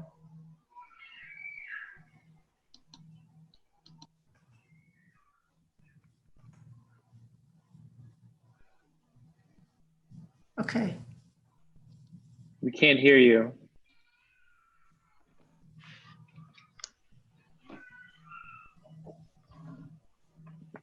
Okay. He's disappeared. He's walked through the wall. Just give him It's one the way second. to handle a review. Exit to the back wall. Yeah. He's getting the new. back door. Okay. He's getting some headphones. Now you're muted. So if you unmute yourself, maybe it'll work. Hello? Yes. Yes. Good.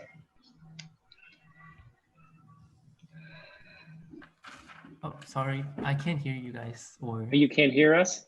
Okay. hear anything. Can you hear us? We can hear you. Oh, okay. Yeah, sorry. I can hear you now. Okay. Okay, Sorry. great. That's sorry. okay. It's okay. So our project is a result of a further developed program project from a previous semester. And in the first diagram, so in the diagram, we can see how the program from the first semester's project transformed into the second semester project. And on the side, you can see the 3D perspective of how each project correlate with each other. And this one, you can see that the site is more elevated than the other sites, because I wanted to create an effect that the building is planted into the site, blending it into the nature, and also mimic that the building is inside the hill. And here you can more clearly see how the building correlate with one another. So how the south facade of my south facade mimic the plate tectonic of the of the north facade of the second building. And my building is called Rock Cut Hill because here you can see that the exterior of the stereotomic has a texture that mimics the landscape. And this is to further blend into the landscape. And this is also one of the reasons why I named it Rock Cut Hill. And here you can see the exploded plan and how each of them fit into one another. And here on the bottom right, you can see there's a exploded section to give a better perspective of the gallery. And the plan of the building shows the movement and the flow of all the programs. And then in section A, you can see that the opening is on the far right, and then there's another opening on the far left, but you can only see the wall, a part of the hill, and this is to give a more obvious sense that they're underground. And in section B, you can see that the movement from the gallery to the steps leading to the roofing deck and the top of the hill. In section C, you can see the open roof area, and the open roof area allows the artist to have exposure to natural light and also maintain a sense of privacy. In the first and second perspective. The first perspective shows a narrow gallery and also the open roof area, and the second perspective shows the tight air stairway. And these two confined spaces promote like self-awareness and an atmosphere for self-reflecting. And then in the last perspective, it shows the when you're on the open rooftop, and this shows a contrast to the tight spaces. And on the bottom, we can also see the open roof area. Oops. Sorry, Luis, you had the order a little bit different, so I jumped ahead. Okay, great. Thank you, Luis. Appreciate it. Kais? Hi, I'm Case. Case, sorry. No, you're good. This is our group site plan. My building's the highlighted one, obviously. You can move on. We created like a middle communal area, and all of our buildings are set a little above it. You can continue. So my building's called Creator and Created, and based on the parameters I was given, I created a space that contrasts the individualism of a studio and combines the social application of a gallery space to create a unified relationship that also contrasts each other. And you can, the tectonic area is a transitional area that serves between the interior and the exterior and between the two programmatic spaces. And the gallery spaces and the gallery space and the studio space both have light apertures that lead a visual connection to the central site, so that there is that connection between individual and public space. You can continue. And here are my orthographic drawings. In the plan, you can see the movement between interior and exterior and both the programmatic spaces, where the gallery space is on the left and the studio space is on the right. You can continue. Here you can see better the both programmatic spaces. I set the studio space a little lower just so it creates a separate room to emphasize the individuality of that one area. And there is a light aperture towards the top so that there's ample amount of light for an artist to create. You can continue. Here in this section, I showed both the transition between interior and exterior by the staircases to the left, and then the transition between the transitional area and the studio space there in that threshold space where there's another staircase leading down to the studio area. There's also a light aperture towards the left that draws that connection to the neighborhood and its surrounding buildings, just so it can serve as an inspiration to the artist that is working in there. These are my diagrams. I showed my progression from the mid-review to where I am now, from how we transitioned from a more complex building to an orthographic, to the angles that related to each other, to each of our buildings in the neighborhood. I'll go to the next one. The next slide is just more diagrams of how I went from 2D to 3D, and then other alterations that I had to my building, continuing on to where I ended up. And my final. These are my perspectives. In the top left perspective, you can see the entryway and the hallway, and you get a view of the gallery room and how this is taken from the site. So you can see that connection between the site and the building. The bottom's a transitional space, that hallway that leads to all the other spaces in the building, the gallery, the studio, and the staircases leading up to the rooftop. The bottom right shows the rooftop and the staircase. From the staircase, you get a view of the studio space and you get a view of the hallway, and then it leads up to a more communal rooftop area that connects to the rest of the site. And then the top right is just a studio space that I took from the threshold leading into that area. Thank you, Case. Thanks. Michael. Hello, my name is Michael Donovan, and this is my presentation. So here my project is highlighted in our site, and something I wanted to create was a sort of passageway between my project and the project directly below me, and I think that was pretty successful in that there's there's a little passageway, and then you go down to the sunken area of the site that's kind of communal. And then we have the plan oblique, and you can see the same thing. And behind that structure, there's that passageway, and then that leads down to this communal space.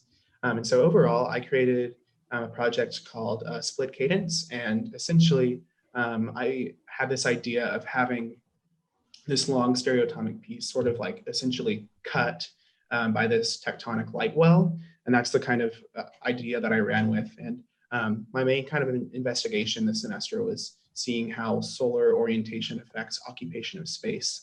And so in the morning, you can see on the eastern side, there's this more individual space, and the morning sun streams through that tectonic screening and gives a nice lighting effect in there while, you know, someone could be rehearsing.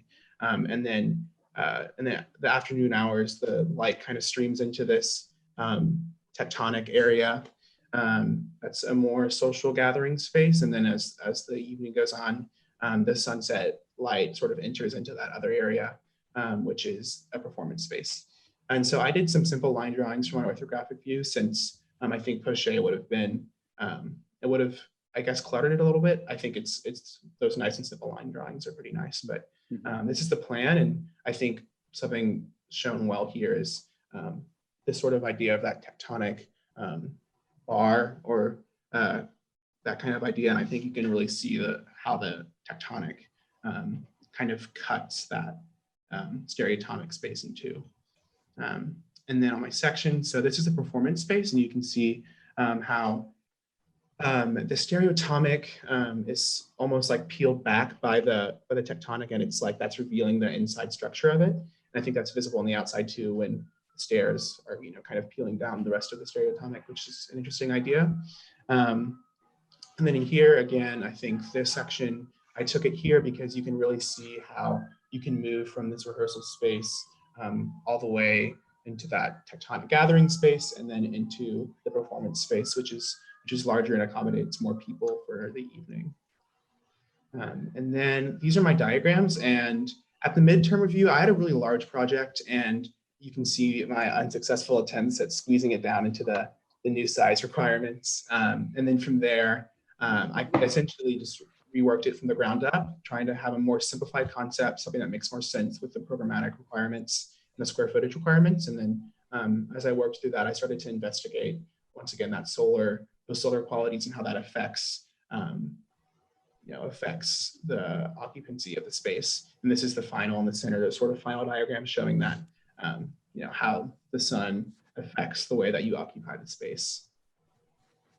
And then finally, these are a set of renders, and I added a little timeline because I think obviously since I'm studying this sort of solar qualities affecting occupation, I think it was really important to show the time of day in these renders. And so as you can see, the sun sort of streams through the tectonics at different times depending on what the people are doing, which I think is a really interesting idea.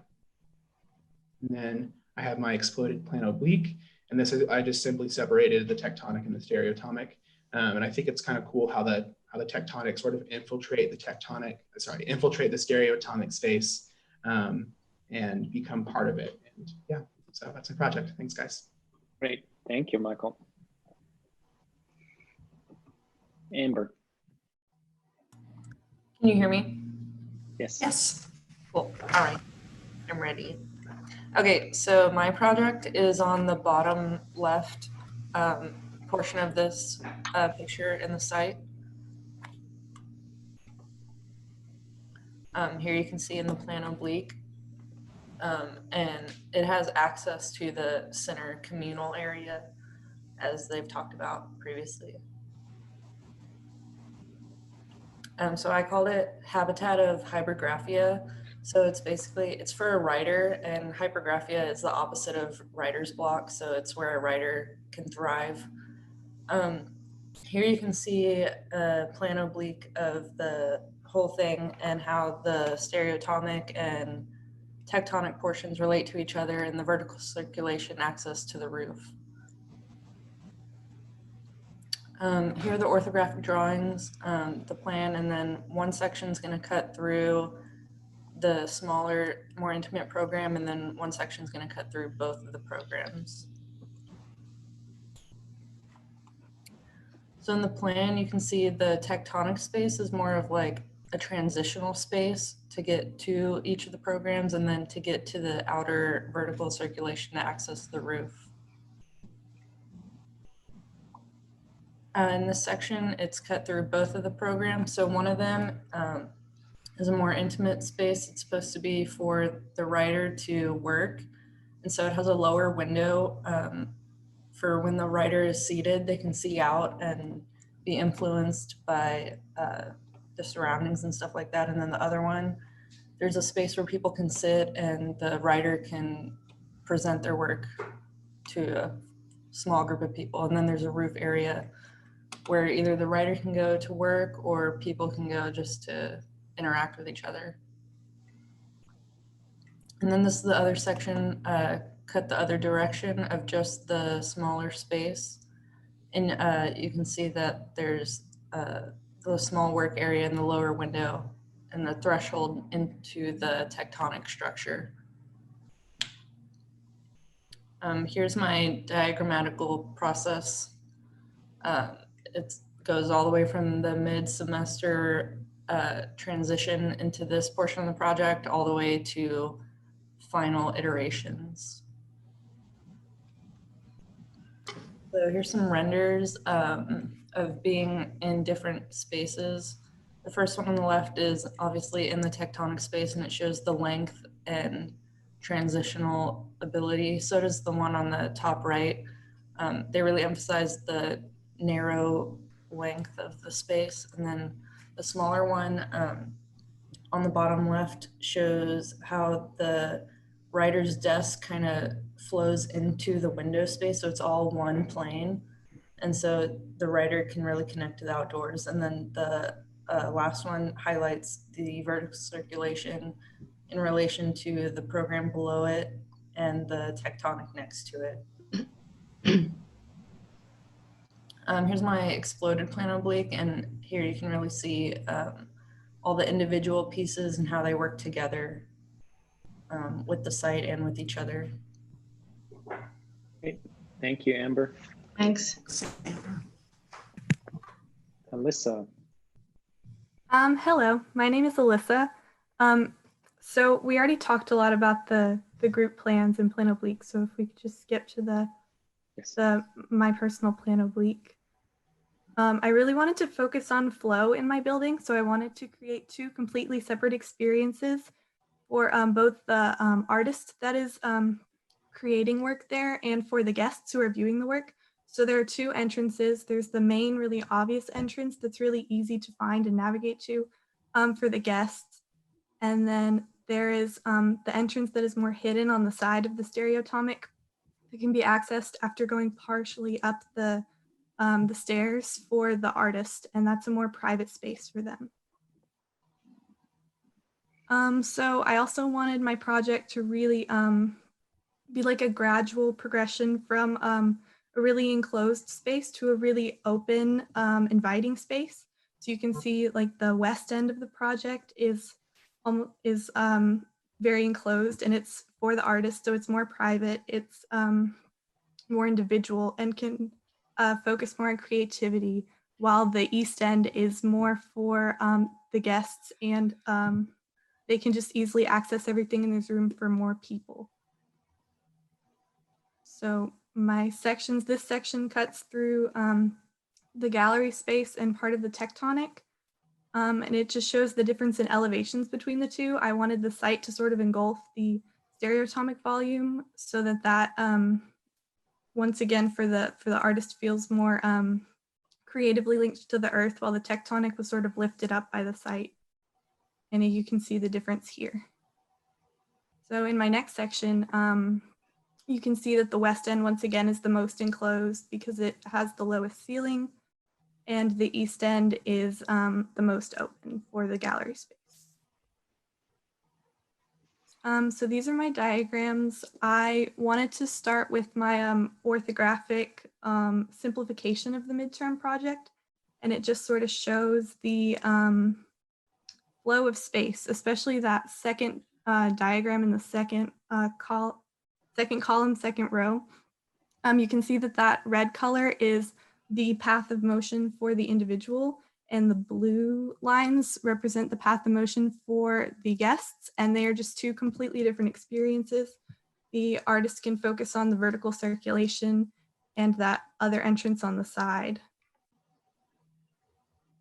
Oops, hang on, sorry. There you go. So here are my perspectives. Here I wanted to showcase the light at different times in the day. You can see the first one showcases the open space with the gallery on that door to the right, and the big open sort of social space, which is also sort of blending the tectonic and stereotomic elements of the project and creating like a mixed ambiguous space there. And then the second perspective shows the individual space, which is of course more plain to allow for more creativity from the artist. And it is completely private. The threshold that leads in there is very dark and hard to find and navigate to, but the individual who is living in the building can use it. And then the last perspective shows that entrance into the individual space of the project. So here's my exploded plan oblique. You can see the stereotomic versus the interior of the stereotomic. You can see the two thresholds, and you can also see the outer tectonic and its relation.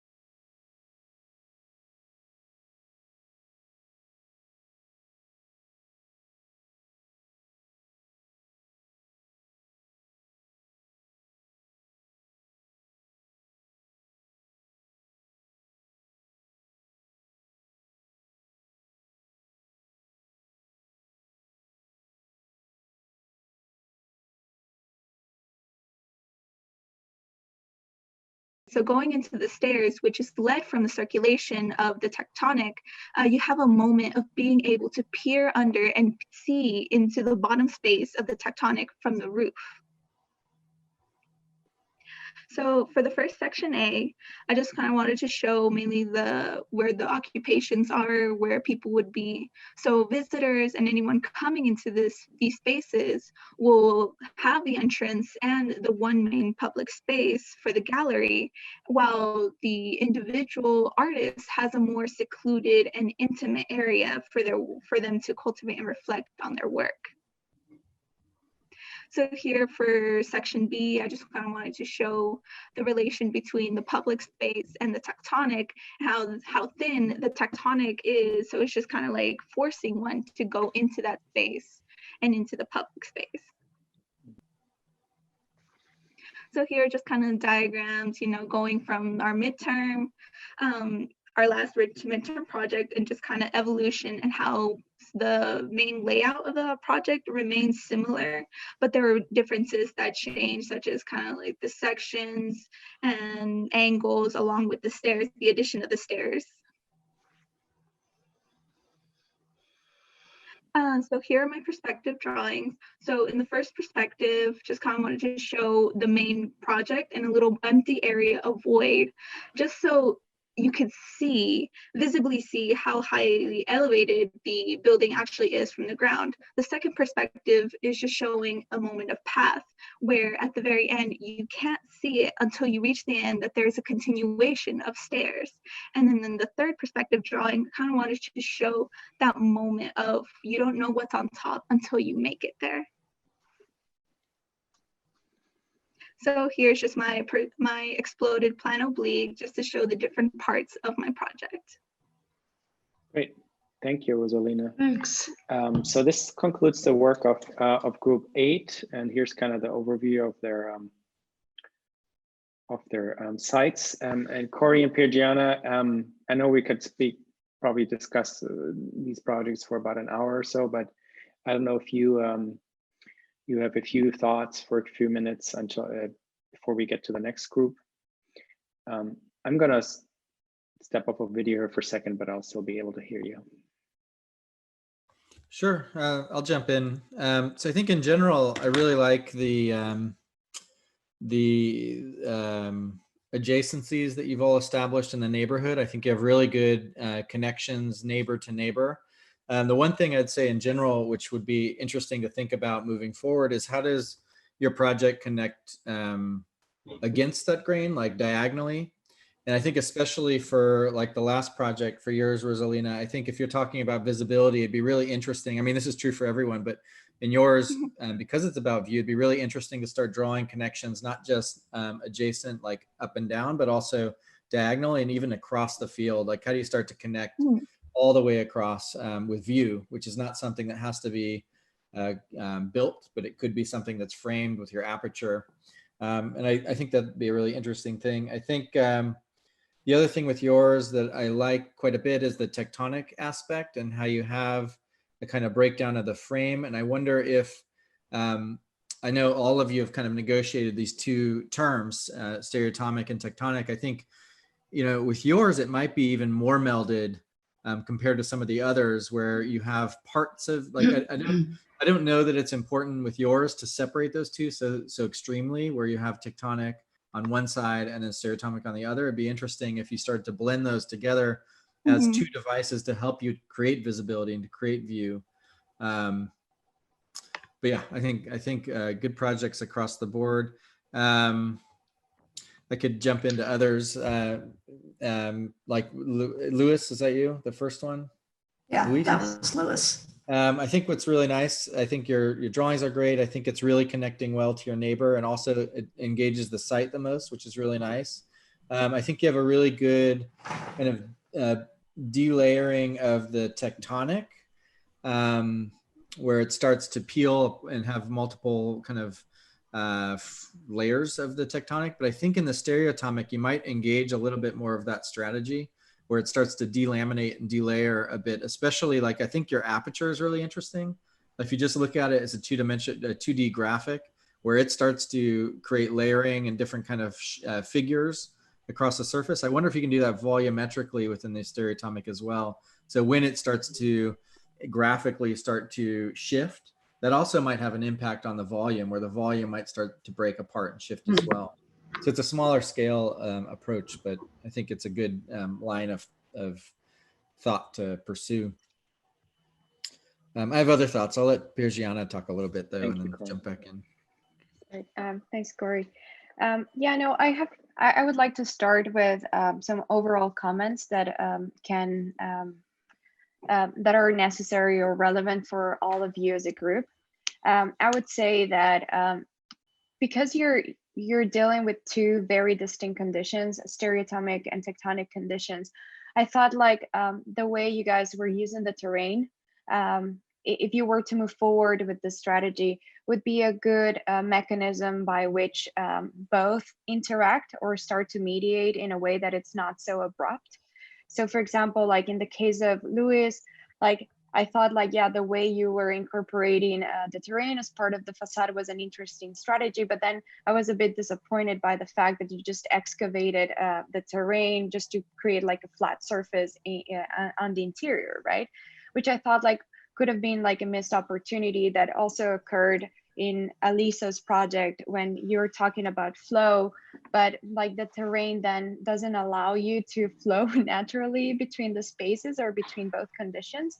So I thought like for all of you, it could have been great to maybe take a moment of understanding how that ground condition could have helped you guys to create like less awkward transitions between one or the other.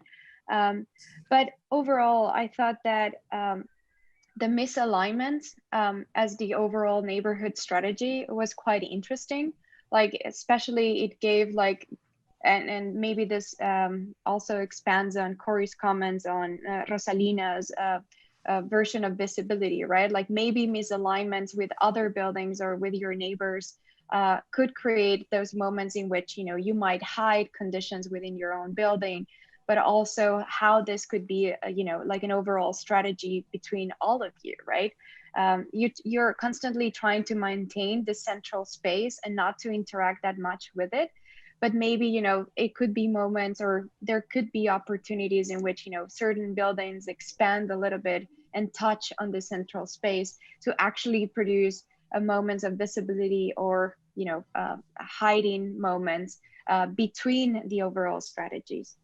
I think that something similar could have also been, you know, tackled by Kais when you were talking about this transitional tectonic spaces in which, you know, your surfaces could have been, you know, just that, like to help you create those transitional moments. Like I love the way you were using the rooftop and creating like a sitting area, but then you created seating elements, right?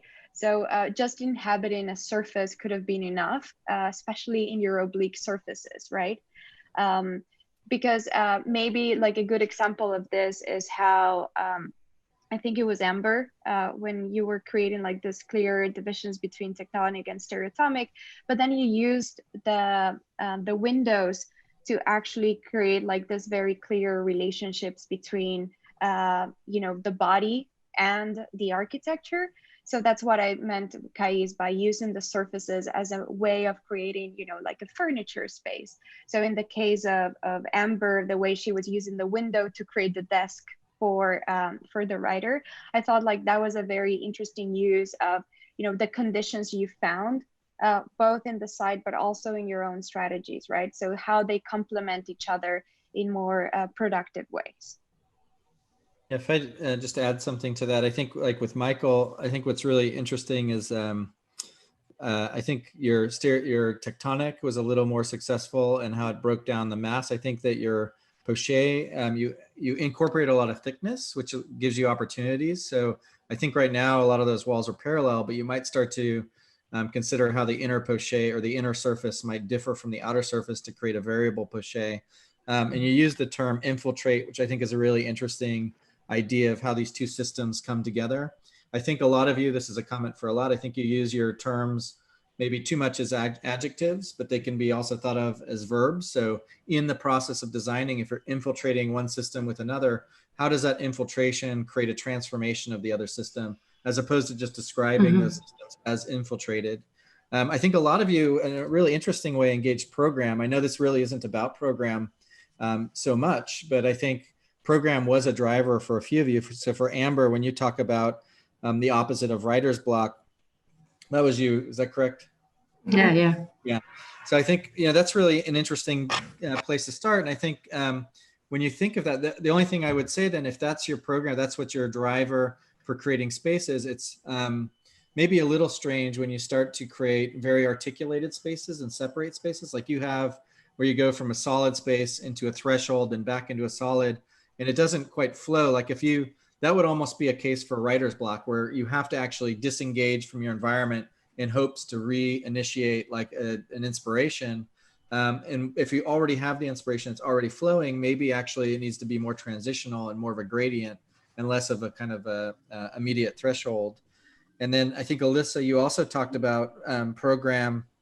And I think one thing that was interesting with yours is like the smaller space is the individual space, the larger space is the group space. And I wonder if you might exaggerate those even more to the point where, because they're so exaggerated, it actually creates the program. And what I mean by that is maybe it's not an artist painting, which is a sort of traditional artist, vision of an artist. It might be that it becomes so small that the art itself has to change and be influenced by that space. And I think of people like Matthew Barney, for example, who does like the kind of drawing and space art installation and performance at the SF MoMA, where he took that space and created art because of the space. And I wonder if you were to start to create more extreme programmatic scenarios because of the size of the volume of the space, it might actually influence that program, so the two kind of drive each other simultaneously. I think, Case, you did a really good job with that in the sense that you articulated the space by including the step down. And I think little moves like that might create interesting thresholds as well. So I think just one step down creates a different kind of articulation and volume that has an effect on program. But I think overall, very good job. Great. Thank you, Corey and Pedro. Those are all great comments. Thanks. And I think everyone can see this, right? Yep, we can. Because it only takes me about 3 times to get it going. Well, we're going to move on with group number 6. Benyon, are you ready for us? Yes. So this is our overall neighborhood plan, and we come to disagreement that we're gonna create 2 communal space between like, there's like a narrow pathway in the middle, but there's like 2 communal space on like the 2 ends. And then there's like there's another pathway that you can go around the all the big buildings in the neighborhood. As you can see, mine's on the left side corner. And I have this private courtyard that I did intentionally so that it's like separated from like the communal space in the neighborhood and allows more privacy. I did mine for like a musician, and it's mostly focused on light and shadow. So if you look at my stereotomic building, I have this like opening. I have a really big opening for the window, and then there's a doorway. You can walk through and then walk through this stereotomic structure and into the tectonic structure and into the courtyard, which is like a more private space. And I have my, so for the stereotomic, if you look at the sections, I have a more private, the more private space on the right, and then more like a public on the left. So for the left one, like the more public space, I have this pathway to allow more interaction, while on the right, more private space, it doesn't have a opening that faces the neighborhood, so it avoided interactions. This is the plan. You can see how I have only 1 opening for the doorway on the right side, and then another opening towards the tectonic, which is away from the neighborhood side. This is my section. As you can see, for like the right side on the more private room, I only have an opening on the top, which only allows light to come, like minimum light to come through from only the top. And then for the more public space, this is shows the interaction between the stereotomic and tectonic. You can see there's like a, oops, sorry. There's like a pathway you can just walk through to the tectonic and also to the courtyard. This is just a diagram that shows the progression throughout this semester.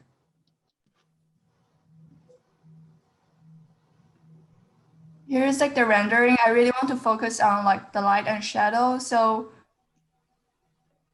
on the tectonic side, the middle one, this is like more towards the morning, and you can see like the light and shadow, how they contrast each other. And on the left side, this is the public space, and you can see there's like 2 huge openings that allow light to shine through.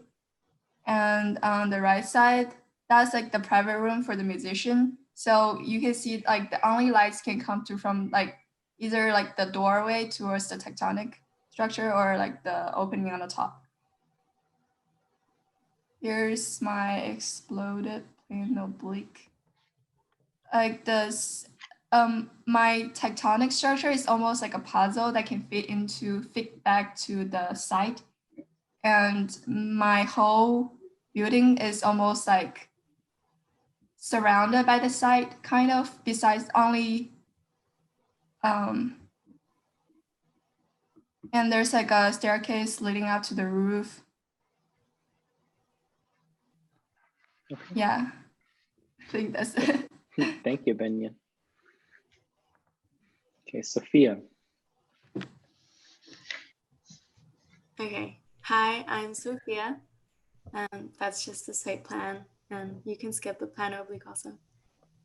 Okay, so my project is called For an Artist in Bloom, and I really focus on designing a space where an artist can comfortably create or reflect while still providing an adequate space for an audience.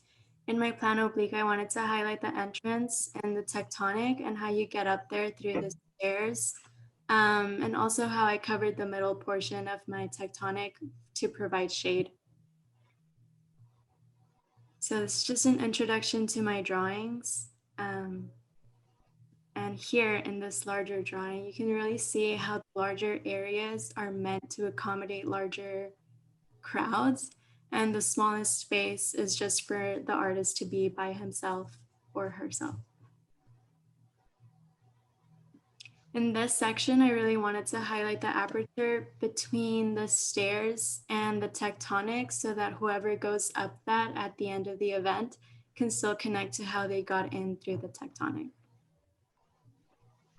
In this section, I wanted to highlight the movement in the left space, which is the gallery, and how the right space, which is the introspective space, is buried into the site to create more privacy for the artist.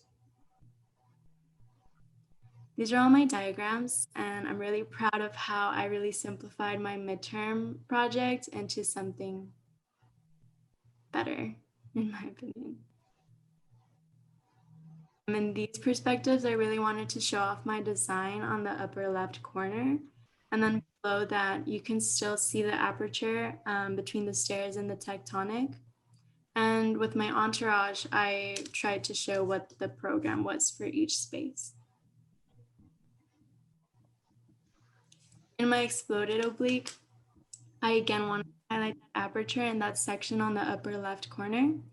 And I also wanted to show how the stairs are hidden behind a wall, but still open on the top so that it doesn't cause too much anxiety as to where you're going. And that's it. Great, thank you, Sophia. Thanks. Eleanor? Hi, guys. Okay, so my project is the one in the top right corner. And you can see here that it opens directly onto the eastern of the two courtyards formed in our site. Okay, you can skip to the personal plan oblique. So it's titled A Painter's Space because it's based entirely around the way that a painter creates and displays their work. In this view, you can see part of the staircase that leads to a rooftop viewing platform, which looks out over the entire site and is a great space for like outdoor painting. And you can also see the apertures into the gallery and studio.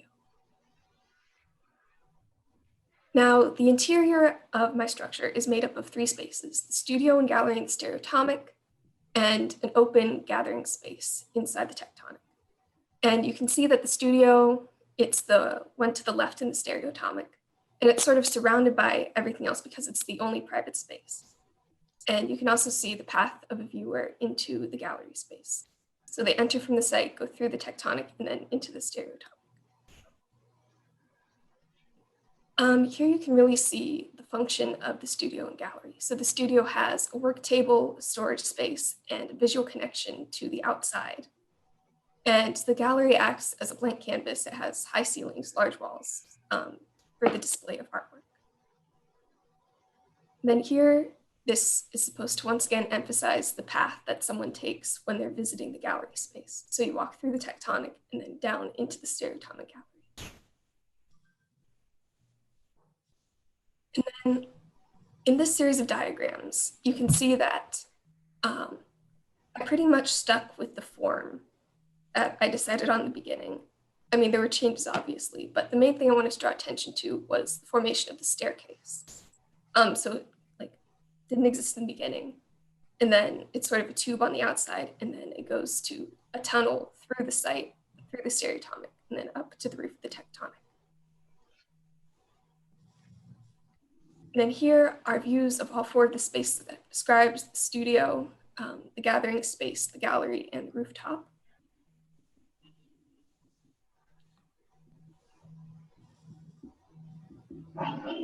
And then here I pulled everything apart so that you can really see the interior gathering space where people would be and the thresholds that provide movement between all the spaces. Thank you, Eleanor. Thanks, Eleanor. Christian?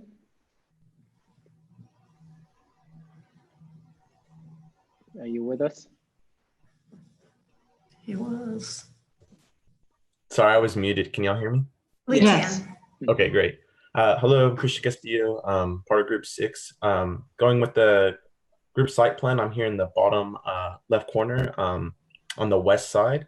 I think as my group mates were explaining, there was just a clear pathway through the center of the site, as well as 2 communal spaces that I tried to play off with binions to the upper and my adjacent building as well with Abby's.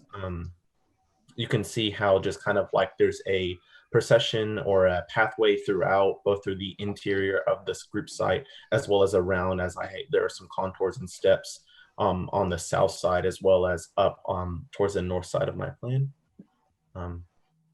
So my title was Natural Creation. The basis of it was essentially to try to make it feel as natural and like built on other relationships throughout the group.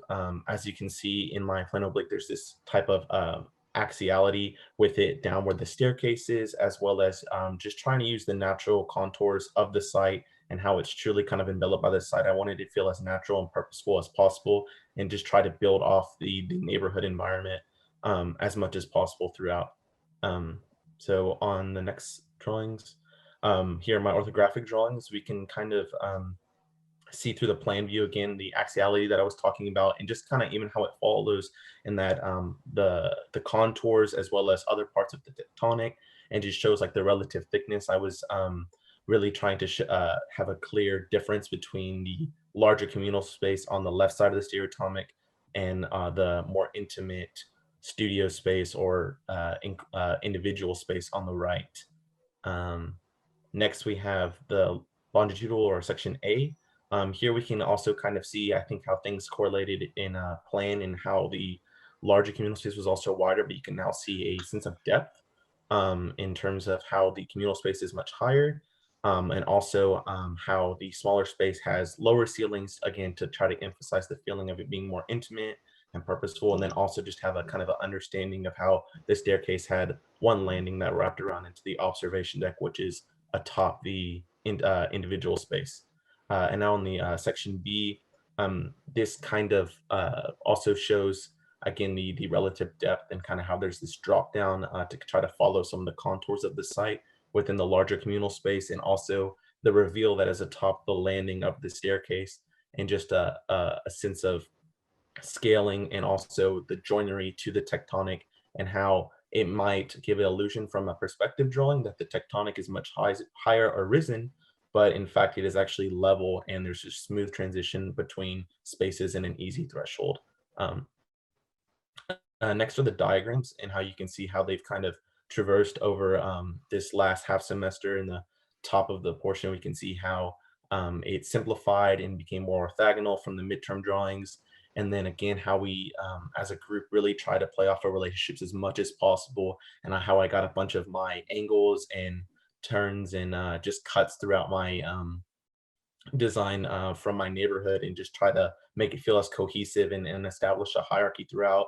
And obviously the bottom left isometric and massing, and then some of our first group drawings that showed the natural, like the topography and the relationships, again, just the emphasizing a collaborative effort there.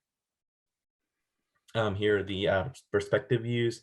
I really want to emphasize the aspect of the threshold and also the lighting conditions. I was really fortunate to be on the bottom left corner of the site, which has the nice western setting sun. So I get some really interesting lights. Again, the top left one there is from that reveal from the staircase, which I think is really interesting. And then also in the larger view, you can kind of see how in the gallery space, you get a view into that courtyard that we've been discussing, and just an interesting viewpoint throughout. So.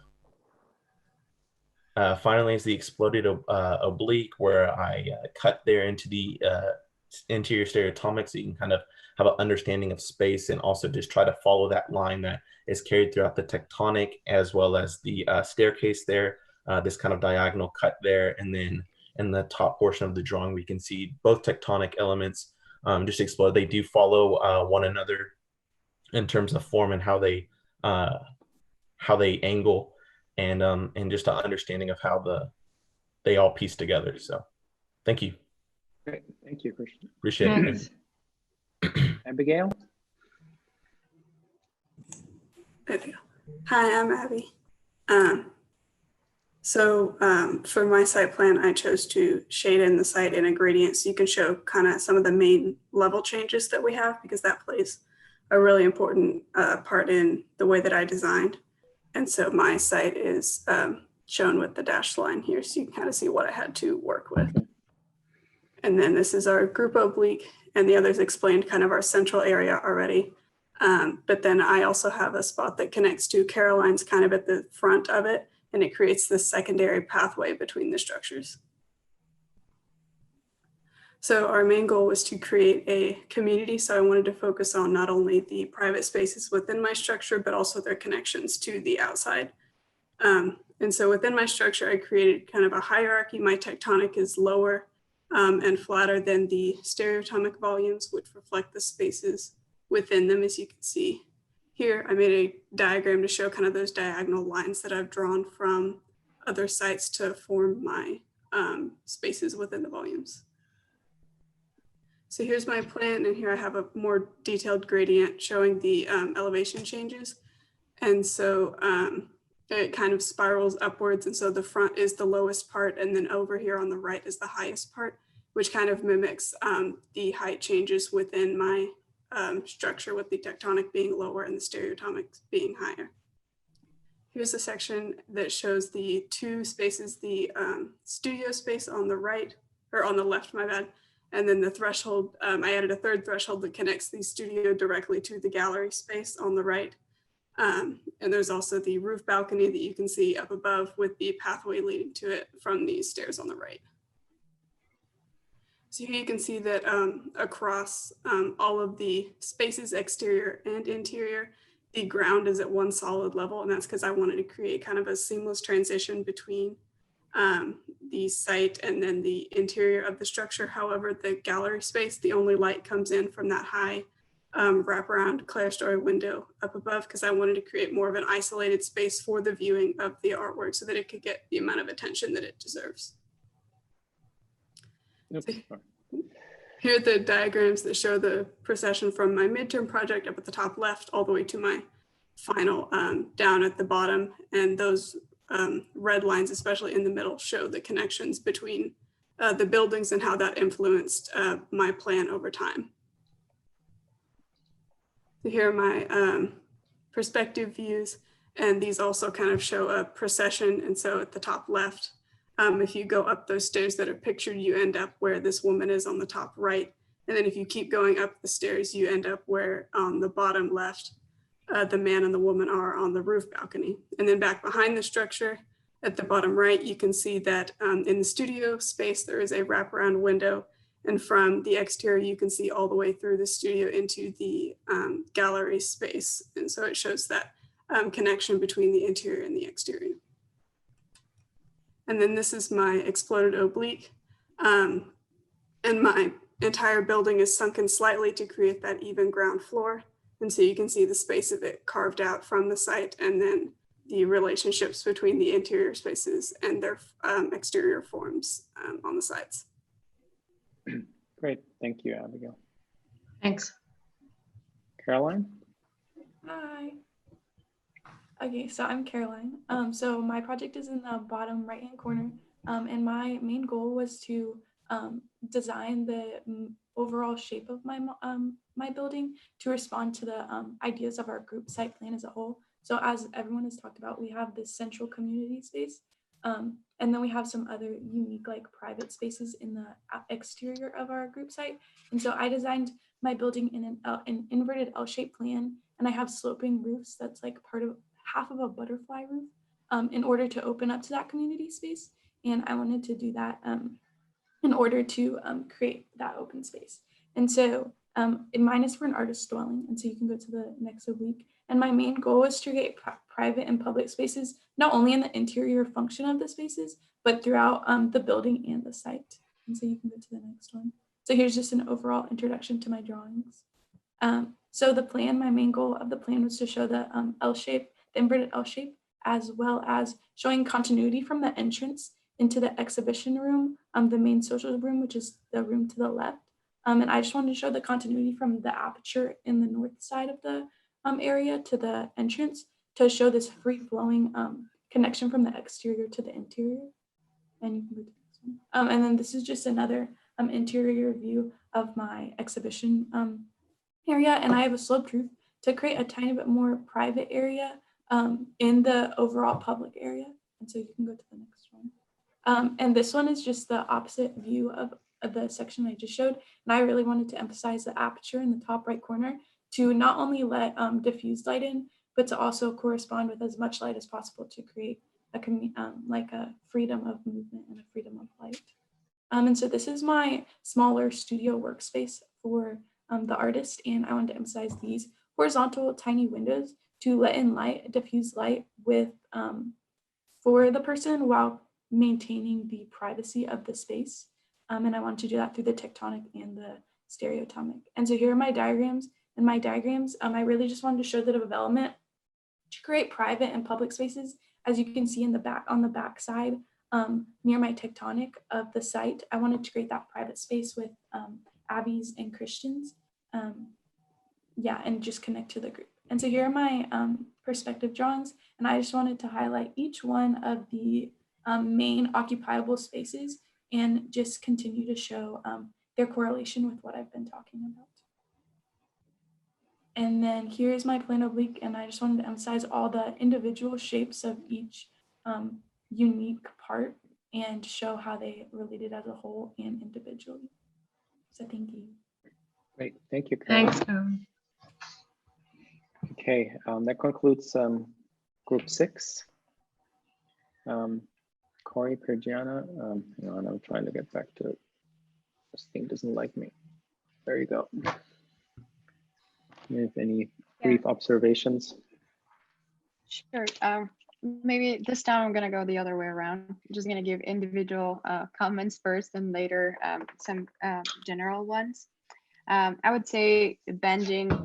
I liked how at the beginning you're talking about the relationship between music and how that translates to light and shadow. So during your presentation, I keep wondering if, if the tectonic could inform the stereotomic in a more, seamless way. And because you're using like music as a metaphor or as a way of, jump starting your project, I keep remembering that music is, made out of notes, but also like moments of silence. So they're, instead of, clearly dividing the stereotomic with the tectonic, I wonder if there could be like a more playful interaction between both. So in that way, the light and shadow moments are also informed the way these two parts or subdivisions of your project could, interact in a way that it's more productive, and in a way in which you also emphasize this display between light and shadow in more productive ways. So I thought like it was curious how then, you can use in a more productive way even the metaphors that you establish for yourself. Then for Sophia, I really enjoyed the quality, the sectional qualities of those double height voids that you had in your short sections. But then during your longitudinal sections, I wonder there was one room in which you used the terrain, you excavated the terrain to create like this sort of void. But I was curious to know like if actually this could be the case for all of the rooms, so that the sectional quality of having this large voids and that create like this super interesting moments of great intimacy could, you know, be also enhanced even further. And actually, well, I would like to commend you on that, because I thought like it is interesting how we tend to think about private spaces as this, you know, super confined or enclosed spaces, but I thought like it was nice how they were still enclosed, but just because of their sectional quality, the way they connected with those voids above, instead of just, you know, subdividing them with a bunch of walls, right? So I thought like that was very productive and very interesting. Then Eleanor, I thought that the splits between the tectonic and the stereotomic, where you created the pathways between one and another. I don't know, like, well, I'm gonna use my hands to show what I mean by this.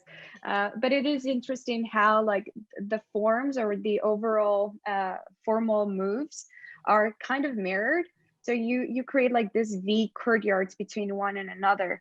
And I thought like it was a missed opportunity of not using those courtyards themselves, which are, you know, just a residue of those two, you know, very initial formal moves, to use them as the entry points between the stereotomic and the tectonic, because I thought like those could, you know, be used in a more productive way, but it could also become more of those threshold elements that you were alluding to.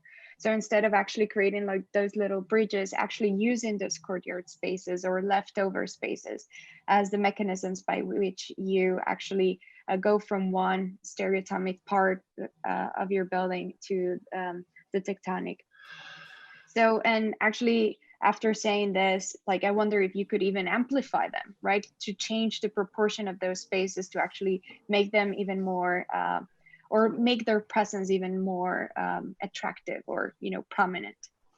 Then for Christian, I mean, this, I don't know, like I saw your project and I couldn't stop but thinking about Peter Eisenman, how, you know, there is like this, you know, huge move at the beginning, this actuality that, you know, overtakes everything.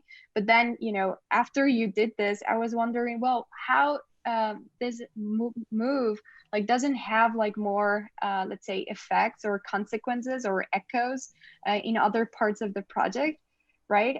And like the most obvious one is how by maybe changing the orientation of the members that make up your stereotomic party, right? Like if they could correlate to that, let's say, to that actual member or move. So I thought like that could be interesting.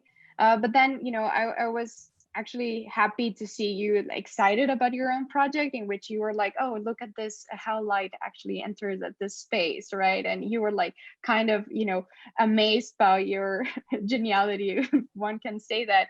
But I thought like, you know, if, you know, after you recognize those moves, and maybe this is something that could apply for everyone, like after you created like a series of models or a series of representations of your model, if you find something that you like, can then that start informing the process in reverse, right? Like how can you make more of this, or how can you use this in a more, let's say, nuanced and clear way, right? So that it's not just something that ends up happening, that actually you control a little bit more, right?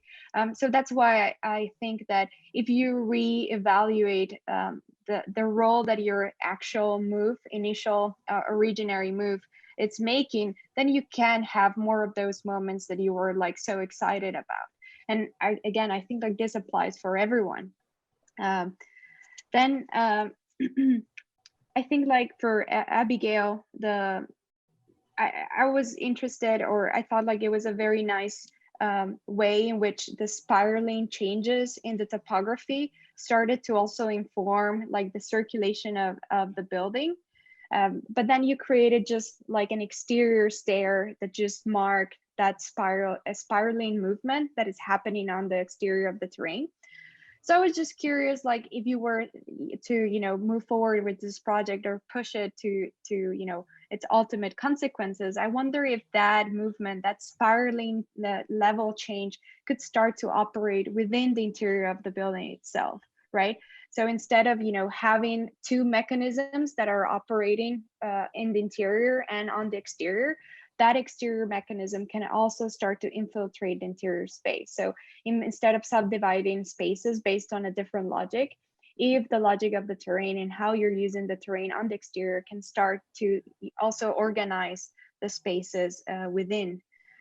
So anyway, so I thought like that could be like an interesting way of approaching, your ideas of procession, right? Like you use that word constantly and in various moments within your project or within your explanation. So I thought like, well, if you really want to have like this procession, that procession should also start to happen in the interior space, right? So I thought like that could be also very interesting to, in the same way as I was mentioning before with the previous group, how you use the terrain in a more productive way, so that it's also allowing you to create like some leveling ground that not only negotiates the presence of the other projects or your neighbors, but also within the rooms themselves. So I thought like that could be something interesting. And then for Caroline, I thought that the project has this very interesting way of dealing with different scales at different moments. So how the form negotiates different scales, how the roof itself also negotiates different scales.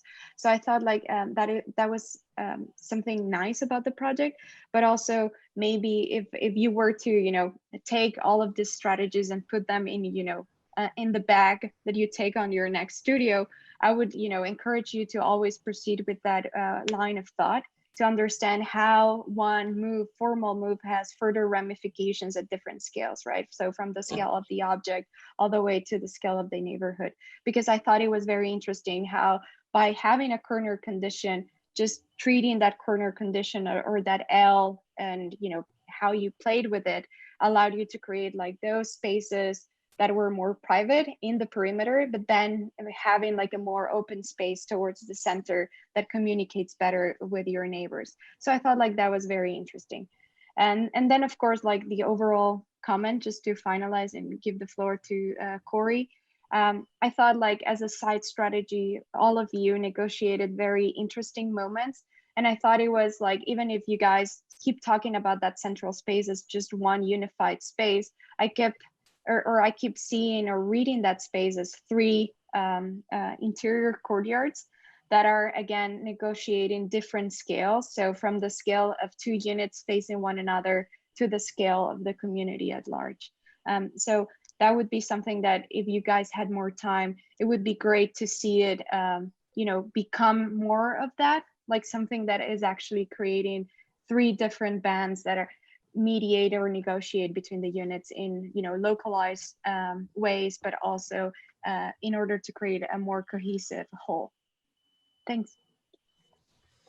Great. Yeah, I'll just kind of add to some of those comments. So Binyan, I think it's a really nice project. I think I really like the relationship of the tectonic to the stereoatomic. I think it's one of the more interesting tectonic approaches. I think there's a really interesting superimposition that happens between two volumes, which creates then a pattern.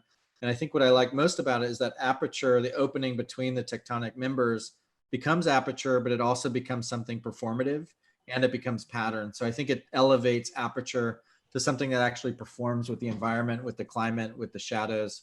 So I think that's a really good approach to the tectonic.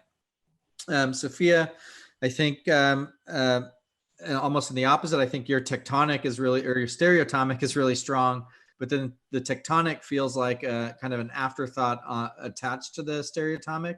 And so I wonder if you could address maybe more like, what does that mean to have a shield of this more kind of lightweight structure that encompasses the stereoatomic? Then how can you let that perform and actually create a threshold around the entire building rather than just an entryway kind of into the stereoatomic, to wrap more as a wrapper, less as kind of an edge approach? And I think your diagrams for both those two are really strong for Sophia and Binyan's. Eleanor, I think yours is maybe the most interesting site relation. I think what I appreciate about yours is this transition that happens from one side where it feels more fluid with the landscape. There's more of a kind of stepping, almost an organic integration with the landscape. And on the other side, it's more stereotomic. And it feels like there's your building is transition between those two. So it's actually something that's situated in the site and allows that transition from the more stepped organic terrain to a more carved kind of terrain. And I think Piergiana also mentioned this, where maybe on the interior that is emphasized or kind of recycled so that you have the more transitional relationship between the tectonic and stereotomic that references those two kind of site conditions that you're dealing with. I think Christian and Caroline, I'll talk about yours together because I think they both use that big move, that kind of operative strategy to develop the project. I think with Christian, yours is the axiality. And then with Caroline, it's the angle. And I think with both of them, I think Christian, with yours, what I really appreciate is that it's one of the first projects to also treat tectonic as volume and as mass. And so yours, instead of one continuous system of tectonic members, it actually creates 3 volumes and then has tectonic within those volumes. I think that's a really interesting way to treat space and volume as a tectonic approach, not just as a wrapper, as a kind of shield around the more carved elements of stereotomic. So I think I really like that the axiality is being treated in a similar way to both tectonic and stereotomic. And I think you can kind of integrate those even more. Caroline, with yours, I think the fold is such a huge move that I think it's really interesting, has a lot of spatial implications on the interior. It separates space without actually creating a wall. So by creating a fold, you pinch the two and then create kind of 2 separate volumes within one larger volume. The one thing I would say is it feels a little bit like, well, it also sets up a hierarchy. And I think when you set up a hierarchy, in this case, it feels like you only have kind of one level of that application, like it all happens at one scale. But I think you can think of it more like a ripple within water, for example. So you have the fold that occurs, and then as you get more distant from that primary operation, that primary move, it might have less registration as you move further away. So if the fold happens within the stereotomic mass, by the time it transitions to the outer layer of the tectonic, it might have less of a direct influence or transformational capacity on that tectonic, so that the tectonic can be slightly separated from that operative move. So you still have fold as part of the language, but it might start to break down and have might do some kind of transformations that occur local to itself and not totally dependent on that larger move, if that makes sense. And then I think Abigail, I think with yours, one thing that I think is really interesting is you mentioned that the tectonic sits below the stereotomic. So in some ways it almost structures the stereotomic. And it's a really interesting approach. Like when you think of stereotomic, you think of that as the mass, that is the structure. It supports all of the little elements. But there's actually quite a line within architecture where people have reversed or flipped that organization, where the pilotis or the tectonic actually supports the mass. And you'll get into this later in your studies, but modernism was very much about that. Like Corbusier introduced the pilotis in order to separate it from the earth and allow the mass to hover below what he kind of, and all modernists kind of considered like the grime or the pandemic of the city in a way. I mean, a lot of it was to separate in this really clean volume from everything else that was horrible about the world. And so I think, that's a more political approach to it, but I think you can still use that as a strategy of isolating mass from ground. It doesn't always have to be linked and directly embedded in ground, but can actually reverse those two conditions in a really interesting architectural way. I think in general, very, very great buildings, nice set of diagrams. One thing I might just say in general, like, hopefully we're not in this format for all that much longer, but I think it's important that with the diagrams, they're like so dense and so rich that you might think about next time, like if you have to present in this format, to break those down into multiple pages, just so they're like a little clearer to see. Because I think really beautiful drawings, and on the small screen, it's kind of hard to see all that's happening in there. But great work. Great, thank you, Corey and Piergiana. These are really great comments. Yeah, I mean, this is kind of a happy medium of a final presentation and documentation. So we were kind of pretty firm on the format, but your comment is well taken, Corey. Let's go to the final group of the session, and we're obviously hopelessly running behind. So I'm gonna speed you guys up a little bit more because the comments from our reviewers are so great, and really, you know, they obviously, you know, address the individuals, but they really also apply to everyone's project, really mostly. So I'm gonna see if I can make this work. Takes me like 3 times, like I said. You can't see that. Not yet. No, it's, I don't know what's going on. There we go. Oh, yeah. Well, yeah. I'm trying to do this a certain way. Okay. Just 1 second. This is not helping.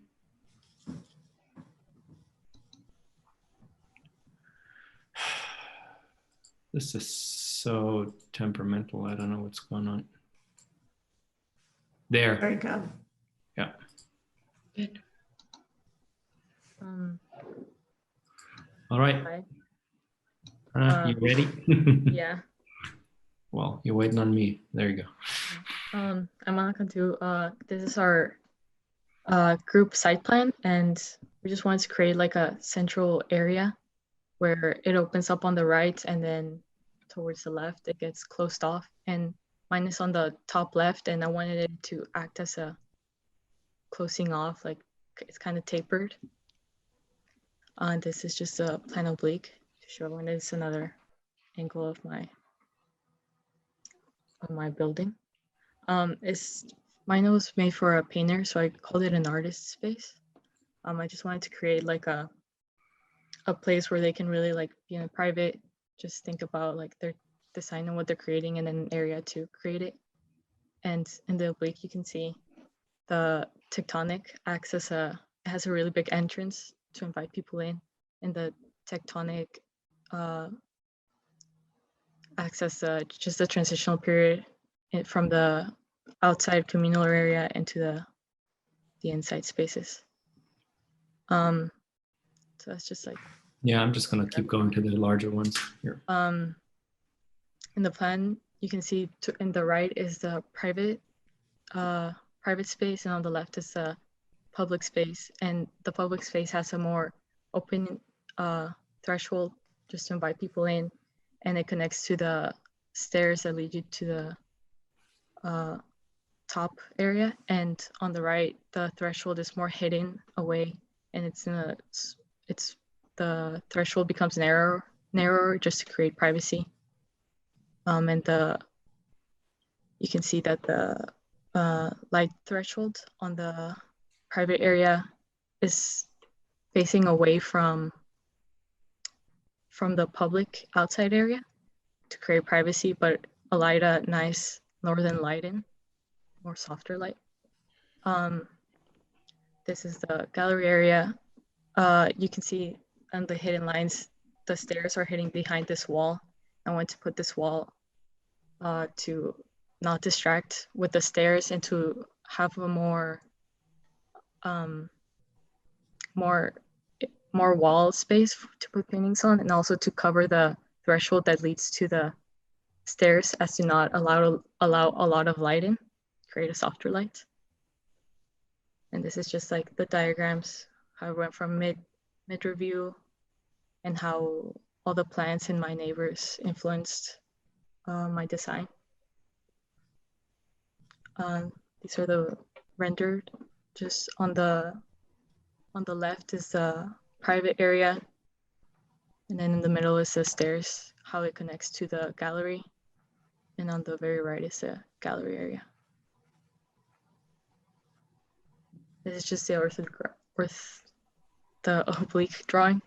On the top is just, I wanted to separate it, the stereotomic, just to show the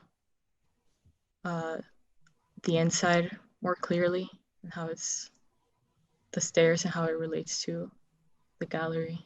And just on the tectonic, I separated the inside from the outside, just to show it more clearly. Oops, sorry. Thank you. Thank you, Anna. Eric. Hello. Yeah, I'm Eric Hayes. I was the north central structure in the neighborhood, and as such, I wanted the primary goal of this building to be kind of to cultivate the public space and really like welcome in the neighbors. So that's the basic reason behind the form. The secondary goal was to create private space for the artist to be able to produce, and the third goal was to mediate the public and the private in an effective way. Here you can see the plan oblique. You can see the clerestory windows in the gallery and the deck space on top of the studio. It's called the Brookside Artistic Retreat. I wanted it to connect to nature to the north while connecting to the neighborhood to the south. There's a brook to the north that the artist can use and just sort of experience and sort of be in nature, part of the retreat aspect of the structure. Here you see the elevations on the bottom. I included these because I wanted to show the way that its neighbors would perceive the structure. And then you also see the development lines, which is like part of the process we used to conceive the building, was like bringing lines across from our neighbors. So those were the main lines that I used to develop the form.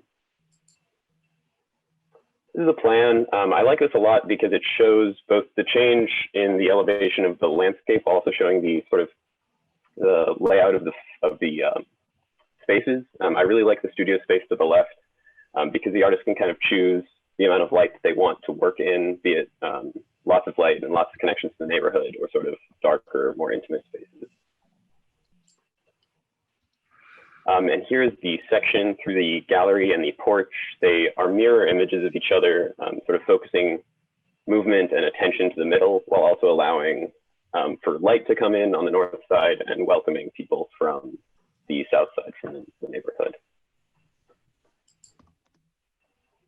This shows the gallery and the studio where the artist can work and where they can display their work facing towards the neighborhood. It shows the courtyard in the middle that I used to organize these spaces and the sort of covered portion of it. I really developed the courtyard with the intention of having it be a space that mediates between both the gallery and the studio and the private and the public aspects of the structure. The diagram page I used to show the many iterations I went through. I spent like a week staying up until 3 a.m. every night trying to make as many models as I could. And then Professor Rosner was nice enough to go through them and help me trim the fat. So this was the process that I went through, kind of just throwing as much paint as I could on the project and then slowly cutting things away. These are some perspectives. I really like the one on the top left because it shows the sort of dark, intimate aspect of the studio and contrasts it with the sort of much more light-filled porch and the courtyard. This is my exploded plan oblique. It shows the shape of the courtyard as well as the relationship between the interior and the exterior of the studio and the gallery. I really wanted it to sort of illustrate how everything just came together. Thank you so much for your time. Thank you, Eric. Thanks, Eric. Thanks. Jordan. Good afternoon. My name is Jordan Smith, and this is my project. So mine is the one to the northeast of the on the site plan. And then you can see it on the bottom left corner of the plan oblique. Anna and Eric did a good job explaining it, so I won't really go into it. So the title of mine is Practice, Transition, and Perform, because I really wanted to delve on the idea of procession and also the idea of being together, although separate. So you can see in my plan oblique that you start from the left-hand side, which is kind of like the practice or more private and introverted space, and you transition into the public space, which is on the top right corner, which can better be seen in my orthographic drawings. So I have my roof plan, and then I chose to show the south and west elevation just to get a better view of things that weren't quite seen, like the pattern of the tectonic in the south elevation and the stairs in the west elevation. So this is my plan that's cut through.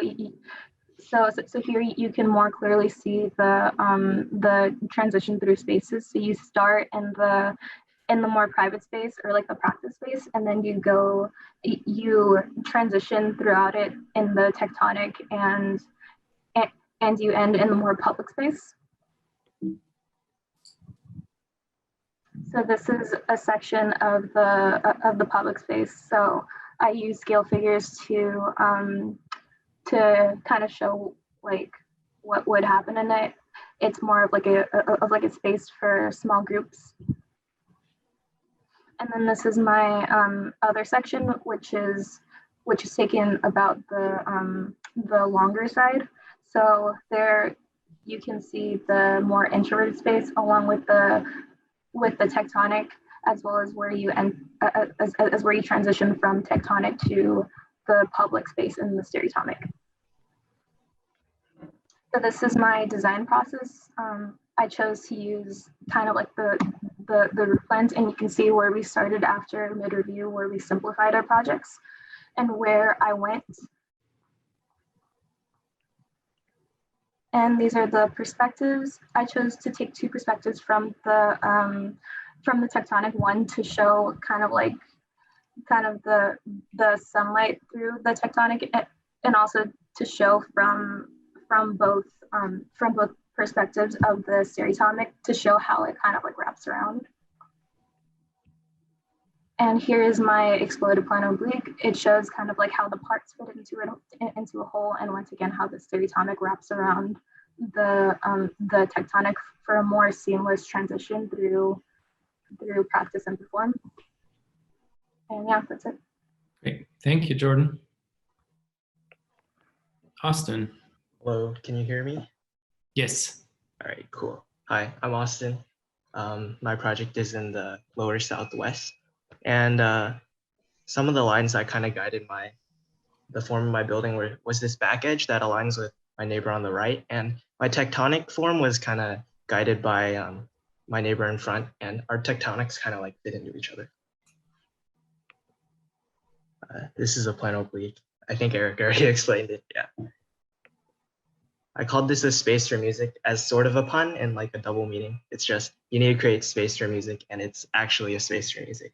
But this is my plan oblique, and it gives us a good view of my apertures on my tectonic. And these two apertures overlap where the threshold into the gathering space is located as like the more public space. And on the left here, there's that private exterior space that we'll look in the plan. Yeah.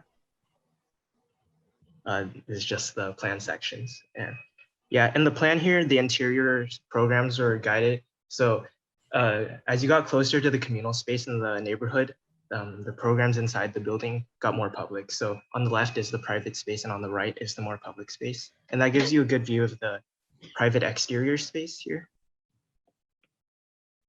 And this just cuts through the public space. And I just want to point out the aperture on the top, and it brings in direct light at around midday. And this is like a performance space. This cuts through both stereotomic spaces. And there's an increase in the elevation of the private space because I wanted to separate it, and it kind of goes with the site. As you go out from the public space in the neighborhood, it gets higher up. So this room is higher up, and it kind of separates it too as like two distinct areas. This is my diagrams, and on the top left here, that's the simplified version of our mid-review model. And I realized I wasn't using the space efficiently, and it just wasn't like appealing design-wise. And so I extended the space, and I really like using bubble diagrams because it kind of shows you where spaces could be located. And you can see as you go down the progression of how I changed my design. These are renderings, and it's kind of how you would walk through the building. So the one on the left here is when you first walk in and you look down that hall, you can see all the way to the end. The middle one is that performance space, and that's that aperture I pointed out, and that's the light that's coming in. And then this is the last one on the right is where you're standing in front of the private space looking back towards that private exterior courtyard. And this is the exploded plan oblique, and I just want to point out the two thresholds and the differences. The public gathering space, the threshold into that is a lot more open, while the private one is a lot more closed off and it doesn't allow as many people to fit into it. And you have to go upstairs and it creates that like private feel. Great. Thank you, Austin. Ken? All right, so yeah, my name is Ken Gossett, and this is my project. I was in the center middle below Eric's there. And from this angle, you can see the cladding on my exterior tectonic. It kind of makes it look like the stereotomic is wrapping around a little bit. I did that to create a little bit more cohesion, a little bit more unity between the two volumes, maybe so they're not quite as separate, but they're, you know, look like they're meant to be a single project. And I simply call mine Space for Artists. I didn't go into it with any specific artist in mind, but the way I approached this, I saw art as basically a reflection, a representation of an artist's mind. So as a result, you have the stereotomic spaces that are kind of more isolated, a little bit more buried. As you can see, the apertures on the south side there. One to the left is a little bit higher than one to the right. If you walk around that counterclockwise from south to east to north, you can see the horizontal apertures get progressively lower. And that's to mirror the progression through the project where you enter in at ground level on the left side, go from left to right, switch back right to left, and then you finish on the roof there. Oops, sorry. There you go on to the next one. Okay. And so you can see in plan on the right-hand side, you see the threshold to the workspace a little bit, a bit of awkward kind of, you know, twisty kind of shape there. That goes back to the theme of you know, artistic representation. It's a representation of emotion. It's a representation of feeling. It's never going to be like super straightforward. And so that's basically to reflect that concept, to create a little bit more intimate space. As you can see, the stereotomic space is set a little bit lower. Again, going back to the whole idea of being a little bit more intimate and private with that representation. Here you can see the two programmatic spaces, the non-tectonic spaces. And on the left, that small gap between the walls there, that's the same level as the aperture is on that on the workspace, which is shown with the dotted lines. Mm-hmm. And this is basically just a progression. I only included the major iterations from mid-semester part T to where I am now. And so on the left perspective, it's a bit of a crucial moment in the procession. It's, on one of the stair landings, you're transitioning from the more closed off tectonic space into the more open air stairwell and a roof. And then on the bottom right, you have the gallery space. Oh, sorry. You have the gallery space with the light coming in. It's on the south side, so you capture a lot of the afternoon light there. And that's in juxtaposition with the left edge of that image, which shows the brightness of the tectonic space. The workspace apertures are southeast, so it also captures a lot of the morning light as well. And on the top right, sorry, you go back one. I'm sorry, I'm a little trigger happy here, I guess. Sorry, I'm trying to go as fast as I can, but on the top right, you have a view onto the roof here. And on the top right, as you see the tectonic form rising up above the rest of the roof, and that's more of a formal visual indication or motion toward Austin's project, who has like an edge sticking up on the northeast. It doesn't match up completely, but it's more to like kind of draw your eye kind of away from what you're standing on and more out over to the rest of the project. And that raised portion also acts as a bit of a clear story.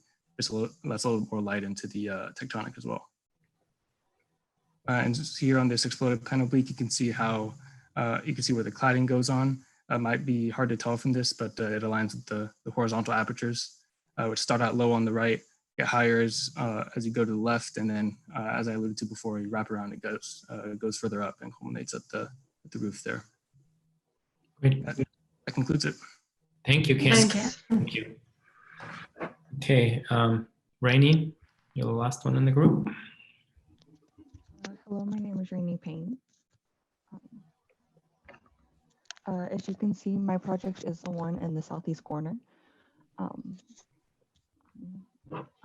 Being on the corner, since we wanted that more central gathering space in the middle, I was really to use the two edges to kind of wrap around, especially my stereotomic, but my site in general. Thank you. So I call mine the painted space. I wanted to make an area for an artist. As you can see in the plan oblique, there is the stereotomic that kind of faces that central gathering spot that leads into the stereotomic, and on the left side there's going to be a studio space, and on the right side more of a gathering space. Rainey, if you hold up your microphone a little closer to your mouth, that'll help. Yes, sir. Sorry. It's okay. It's okay. That's better. So here's the next picture. Yep. Sorry. So here's the plan. On the right side, you can see the more individual studio and working space, and on the left side, you can see the bigger gallery viewing space as well as the stereotomic that kind of connects them.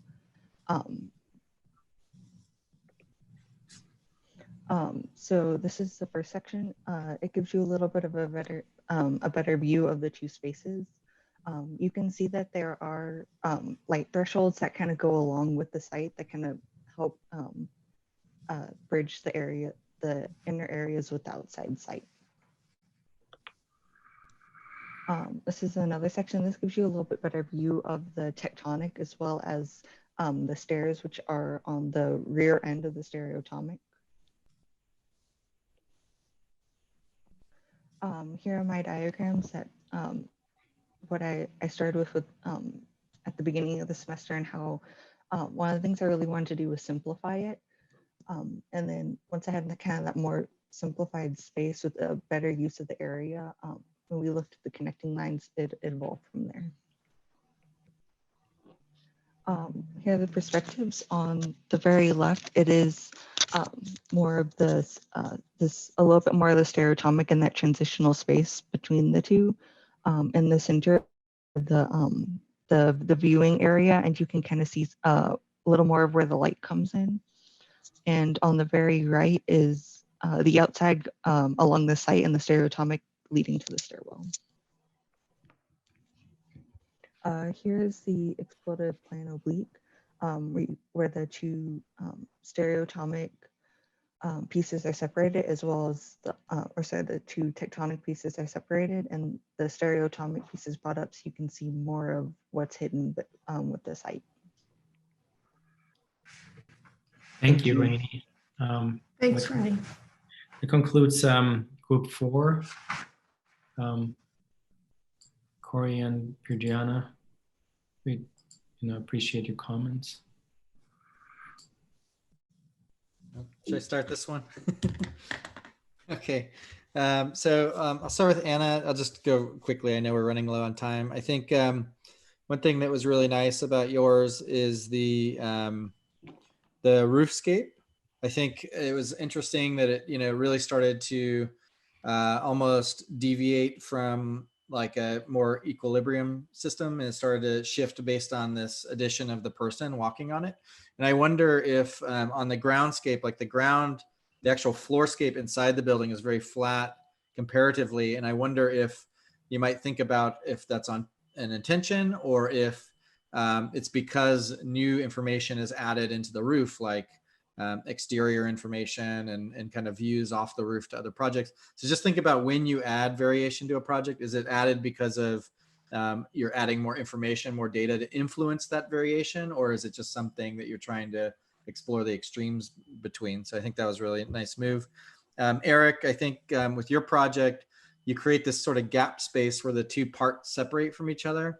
And I think that void space is a really interesting moment. Where you might actually, take a little more advantage of what that is and what that can actually lead to.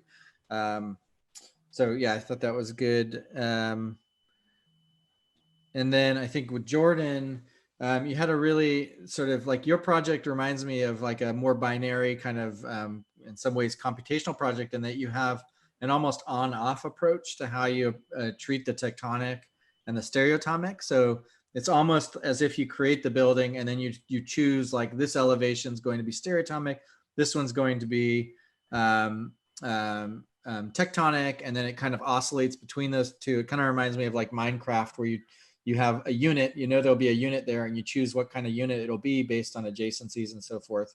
I think though, what's really interesting is in that section where you show the roof and the ceiling, that's where it all kind of breaks down and becomes conflated, where the tectonic and stereotomic start to mingle. So it's interesting at a larger scale where it's an on-off approach, but then as you get down to the detail, it starts to mingle and create a merging of the two. I think that's really nice.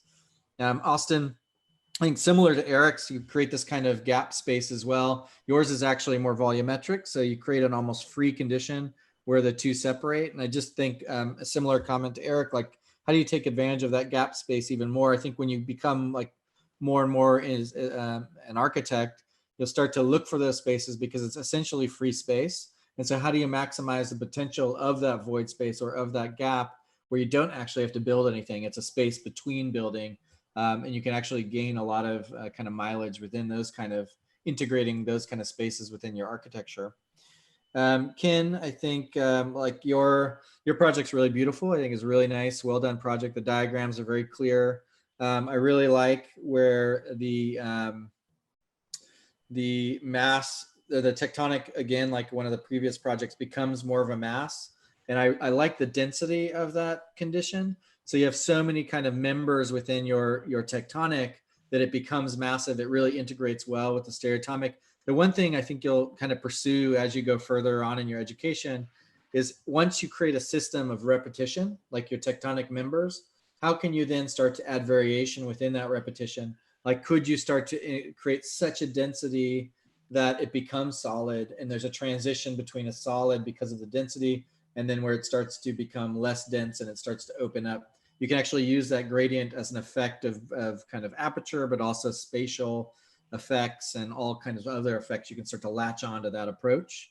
I think the other thing, I mean, it also connects with your idea of progression. You talked about progression where it goes from one space to another. I think you can treat that same concept with the surface, with the skin, with the tectonic. Like how does it progress from a kind of loose aperture to a dense solid mass? So I think that's really well done and could be pushed a little further, but I think your kind of project in general is really beautiful.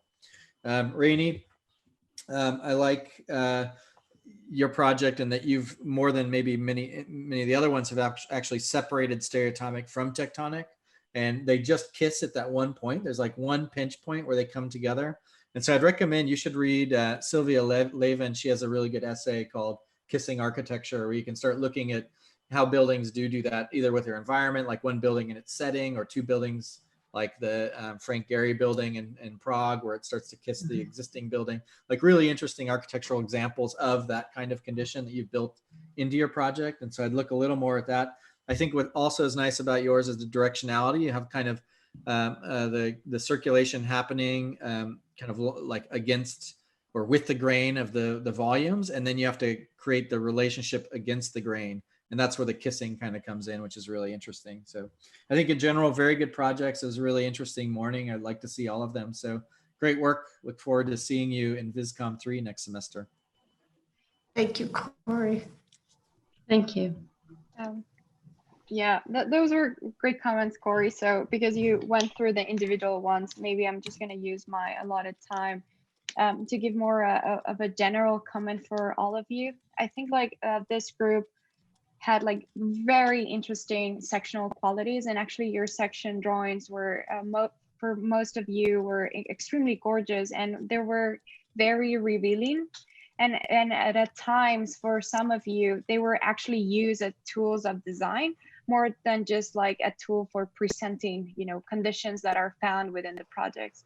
So like a good example for me of that came in Austin's project, where it's not just how, you know, the interaction between the tectonic and the stereotomic was an interesting condition, but just also how they were able to interact formally, and how that play with geometry and form allow to also organize interior spaces. So I thought it was interesting because that helped to create this cohesive whole.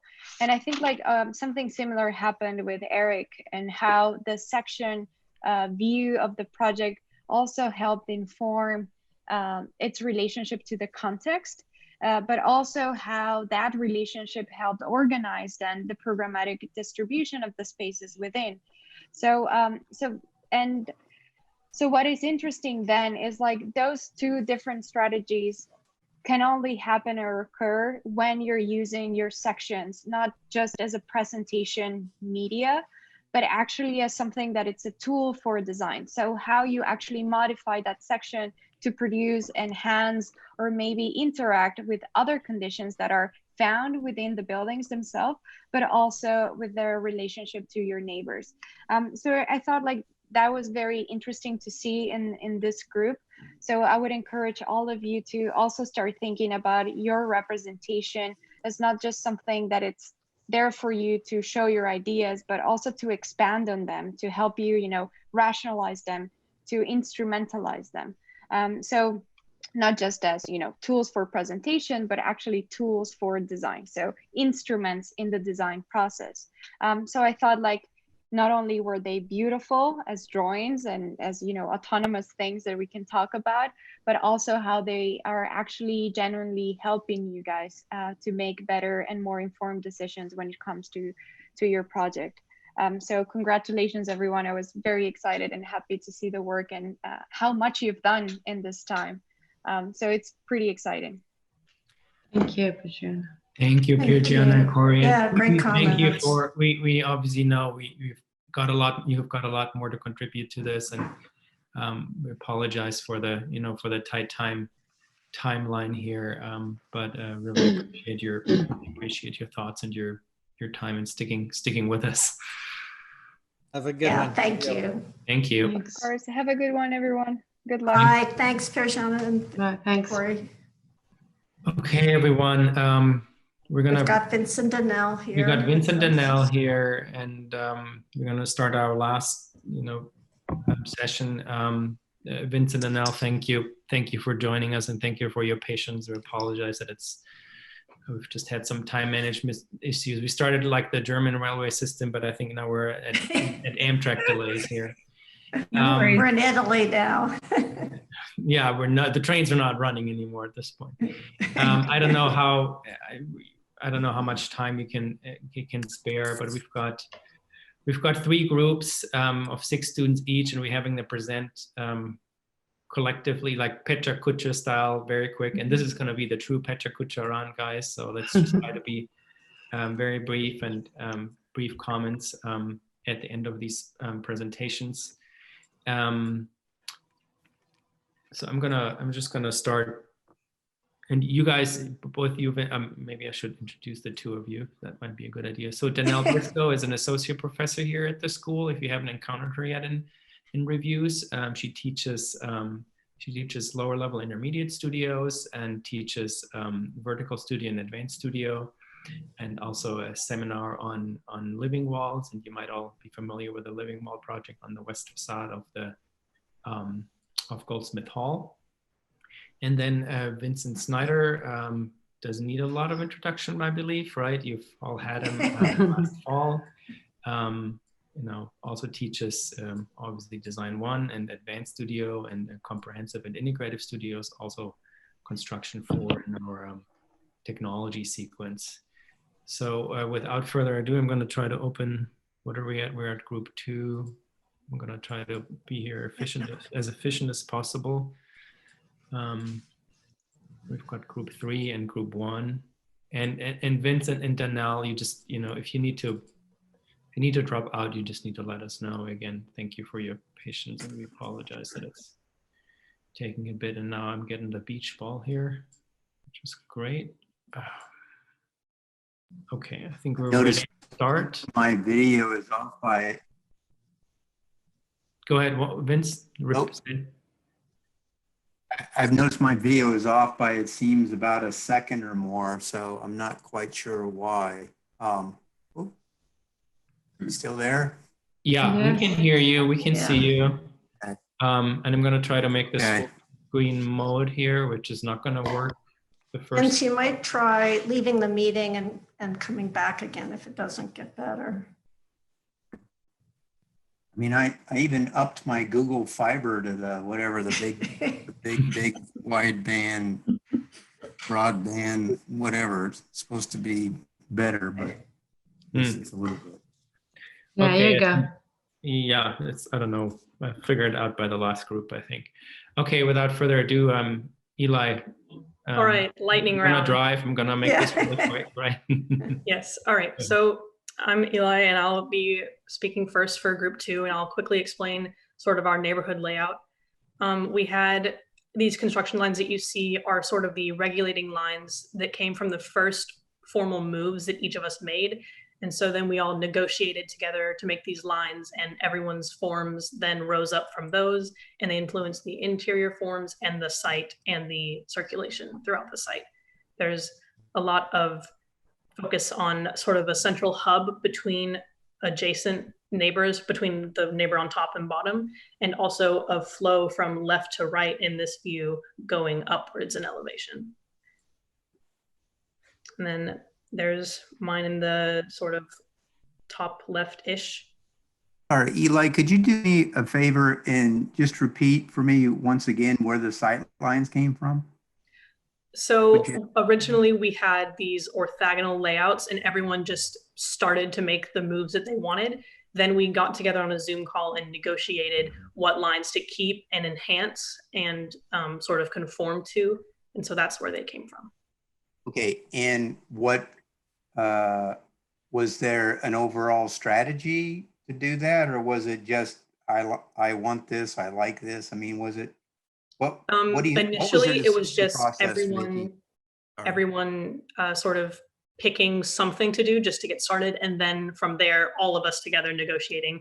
I like how this feels, you know, the edge conditions, a lot of us on the corners, we had sort of a more of an inclination to use lines that would bring our focus inwards toward the center, and the ones that were in the middle sort of had the opposite, where they were trying to relate to their side neighbors. So that's where that was influenced. Super. Thank you. You're welcome. You can go ahead and go to the personal oblique. I'll just skip the words for now. We don't really have time. So I just was trying to incorporate mine into the site a lot and really focus on how different times of day create light that is of a very different quality, and how that light can be conducive to a private space versus a public space. Like, what sort of light should a public space have that a private space might not need as much, and that sort of idea. We can go to the plans. What's the title of your project? Just for an artist, very general, any artist, a poet, a painter, anything, just to inspire sort of reflection and have a gallery space for their work or a performance. On there you can see the sight lines that my building specifically was influenced by, the guidelines. And then each of these sections, I'm sorry, I tried to cut at the most informative spot. You can go to the section pages. This section cuts through the more public gallery and viewing space. And I tried to show how the site, this goes to the hub between mine and Ben's project, and how people might move between his and mine upwards and into my stereotomic element. And then this section is trying to show how the site elevation changes. I tried to incorporate them into having sort of a step up or a step down condition into the various spaces. The private space over on the right, you can see it was cut ahead of the stairs, so you can't see, but there are a few steps down that you have to take to get into that space, and it's quite isolated. And the light threshold up at the top, it tries to catch the morning light as the sun rises, and so it creates this really warm, diffuse light in that space. This is the diagram going from the simple diagrammatic from the mid-review, simplifying it even more, and then building it back up again through talking with our neighbors. I had these circulation diagrams. We were really focused on, you know, if someone were to enter the site from any point, how might the site guide their movement into a project, and then the project guides their movement further. And then these are all of the programs at their prime time of day, I suppose. So the private space has its best light from the early morning to about noon. And then the semi-public space that is in the tectonic has very good light all throughout the middle of the day. And then the public space, you get this really nice diffuse light from the evening that I feel like is really nice for a public space. And then this is my exploded plan oblique. I tried to just show how everything was put together. Okay, thank you, Eli. Thanks. Samantha? Okay. So my project is in the top center. And here you can see the kind of lines that influence the project as a whole. So here you can see the way that my project is in this center elevation, where the ones on the very left were at the lowest part of the site, and the ones at the top right were at the highest part of the site. So as a focus, I tried to focus more on making sure that my project was cohesive with all my neighbors, but also making sure that I created a distinction between my more public areas and my more private areas in the stereotomic space. So in my plan, you can see the overall circulation of the spaces, where you have the entrance in the right side of the tectonic moving onto the threshold in the left side, and the connection between the semi-public space in the stereotomic and the private space, also leading to the stairs that are on the very right. Here you can see the connection between the semi-public gallery space and the tectonic, where you can see they're on the same level to create a smoother transition between the two. And in this section, you can see the transition from a semi-public gallery space downwards into a more private space that is used for artistic activities that require less space because it is quite small. And you also have the option to go into the stairs from the private space to the roof that can be either used as an observation space or as a working space. Here in the diagrams, you can see the way that the project was simplified from the midterm, and then we added back complexity once we established the lines. And then in the diagrams, you can also see the progression of the stair location, where we made sure that the stairs were part of the design, but that also abided by the initial lines that we established as a neighborhood. So that also took a lot of negotiating and making sure that you thought of your project as a part of the community and not just as an individual. Here in the renderings, you can see the tectonic space in the morning that creates some interesting shadows. You can see the public space that has quick access to the tectonic, which is on the right side. And then on the left side, you have the hallway that leads down into the private space, which is the one on the top right. And you can see that it is quite small, which is why there is also a access to the rooftop, which is the space at the bottom right that gives a view to the neighbors. And then in my exploded plan oblique, you can see the way that the stairs are exposed to the tectonic, where you can see the tectonic elements as you're going up. You can also see the threshold and the light thresholds that are attached to the spaces and that bring attention to specific parts of the structure in the stereotomic. Thank you, Samantha. Thanks. Jordan, you there?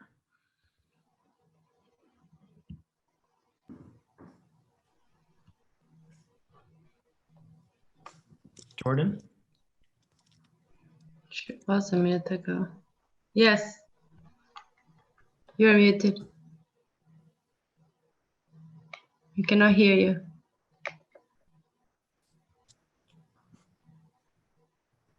No. Do we have Jordan? Yeah, we do. She's talking, but we cannot hear her. We can also. Could we run through her presentation? I mean, obviously her words would be helpful, Jordan, but we can we also might just see. We can also what skip you've you done. real quick and come back to you. Yeah. You want to try that? I'm gonna skip to Ben, and I can see him there. Yeah, Ben is here. Yeah. That was Jordan's presentation. Just kidding. Okay, Ben, Okay, so go ahead. this is my project. I'll try to be as efficient as possible.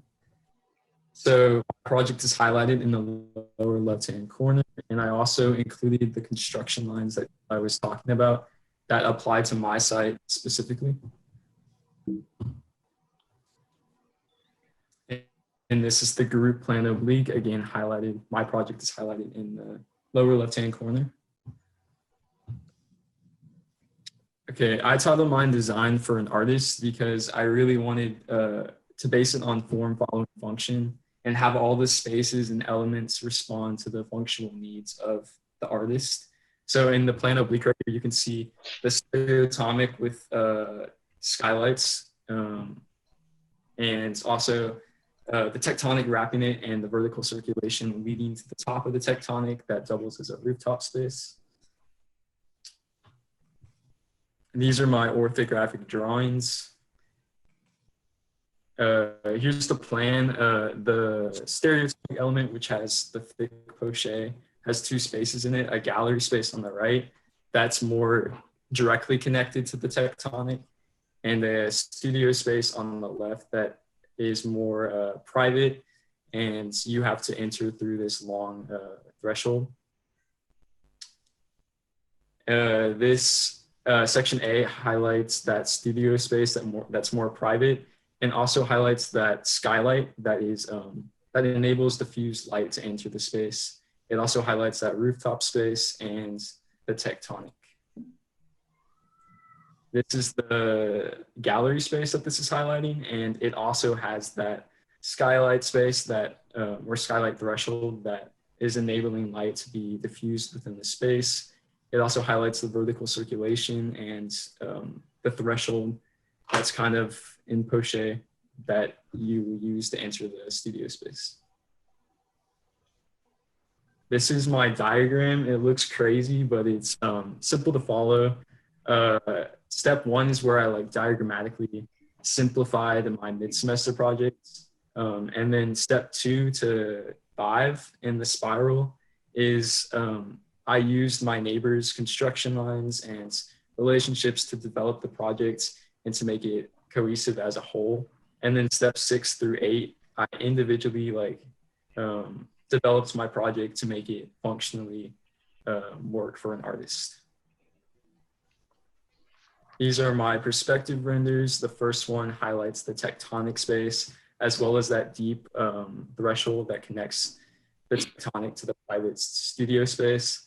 The second one is the stereotomic gallery space, and it highlights the light threshold in the back that allows for diffused light to enter the space. The third one is the rooftop space on the tectonic, and it highlights that flow of the tectonic that connects to the stereotomic, and it also highlights the thresholds, the light thresholds of the spaces. And the fourth one highlights the studio space, and again, it has that diffused lighting. And finally, this is my exploded plan oblique, and it has lots of different elements to it. It shows the stereotomic with its 2 different spaces and the carbon skylights. It also shows the tectonic in 2 different views to show that it's very lightweight in contrast to the stereotomic. And then it also shows the threshold and the vertical circulation, as well as where the structure is planted on the site. Yeah. Thank you, Ben. Jordan, do you have sound, or do we need to just keep going? I don't. Can you hear me? Yes, we can. Oh, perfect. So let's just backtrack here for a second. There you are. Jordan? I think there she is. Okay, are we all good? Yeah, we can hear you. Yeah, I can hear you. Okay. Yes. Yeah, we can hear you. Okay, so this is a site group plan. Mine is the top right. It's at the higher end of the site. So yeah, you go on the next one. There it is again in the oblique. Okay, so here's my plan oblique individually. For my tectonic space, I used it mostly as an informal like entrance into the other two study spaces. One for individual thought, I guess, and the other for group. You can see in section B, it has the individual space cut through and the study space. This was for musicians, so the bigger space is for like if you're rehearsing with others and collaborating with others. And individual, the threshold through there. This is the plan of the site. There's nothing really to say there. Can you go to the next? Sure. Yeah. Section A again.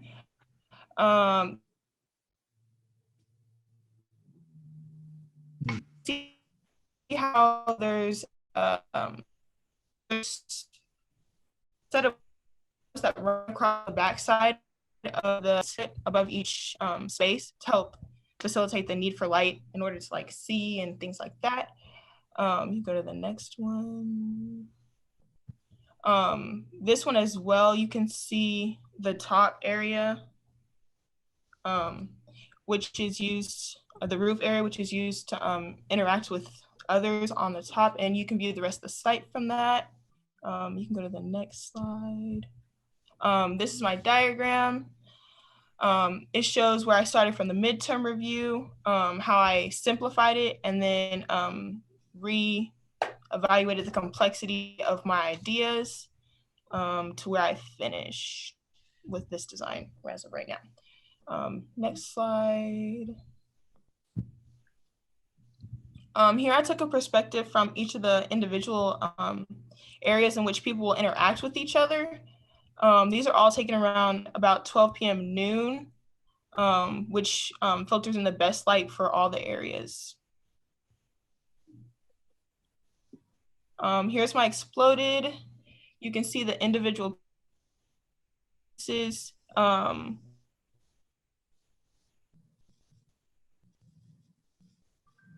Connect to them and connect to the tectonic, which invites people into the space to see what's going on or to interact by themselves for whatever reason they may have.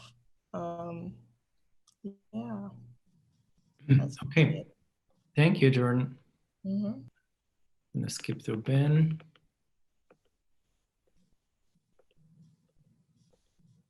Kayla. Hello. There's my project in the bottom in the center right there of the site. We already talked about the site as a whole, so we can move on, but you can see the lines there that kind of inform the shape. And it is in the plan oblique, and you can see how we kind of developed the site with the communal gathering spaces. So my project is titled A Musician's Facility because it really just focuses on accommodating the work of a musician and creating a dialogue between the project and its surroundings. So being the other projects, the site and the sun and how light comes into play. So here in the individual plan oblique, you can see the two different programs in the stereotomic volume and also the transitional tectonic entryway and also the staircase that leads to the roof area. And we can skip to the individual drawings. Okay. So here's the plan, which really just highlights the circulation between all the different spaces. And you can see how the tectonic is sort of nestled into the stereotomic volume there. And then this section just highlights the differences between the two stereotomic programs and based on their function. So the left is the more open public performance space for the musician, and on the right is the more personal introspective rehearsal space. So, and also in the back wall, you can see the light threshold that's there that gives you a good view of the communal gathering space outside. And then this section just gives you a better idea of the performance space and how it transitions into that tectonic form. And also you can see the light threshold at the top there that allows in light to be diffused down that right wall. Here are my diagrams that just shows the evolution of my project. So starting at the left with my mid-review project and its evolution into the simplified orthogonal form. And then you can see how the lines there sort of influence the form to respond to the other projects. And then from the middle to the right, you can see just the evolution of my models and how I just developed the inner spaces. And then here are my perspectives. So on the left, you get a view of the southern side of my project. So it really just highlights the way the staircase engages with the tectonic form, and also how I chose to expose some parts of it to where you can see inside the tectonic in order to see the motion that'll be occurring there. And then in the middle, you can get a good feeling of what it's like to be inside that tectonic space. And it also highlights the boarding there on the walls that just emphasizes the upward motion of the staircase that's happening on the outside. And then on the right there, you can see inside the performance space, which just highlights the light that comes down those two walls right there. And then finally, here is my exploded plane oblique, which just shows the individual components that all work together. So on the left, you can see the stereoatomic volume and the two different programs. And then on the right, you can see the inner and outer tectonic space. Thank you, Kayla.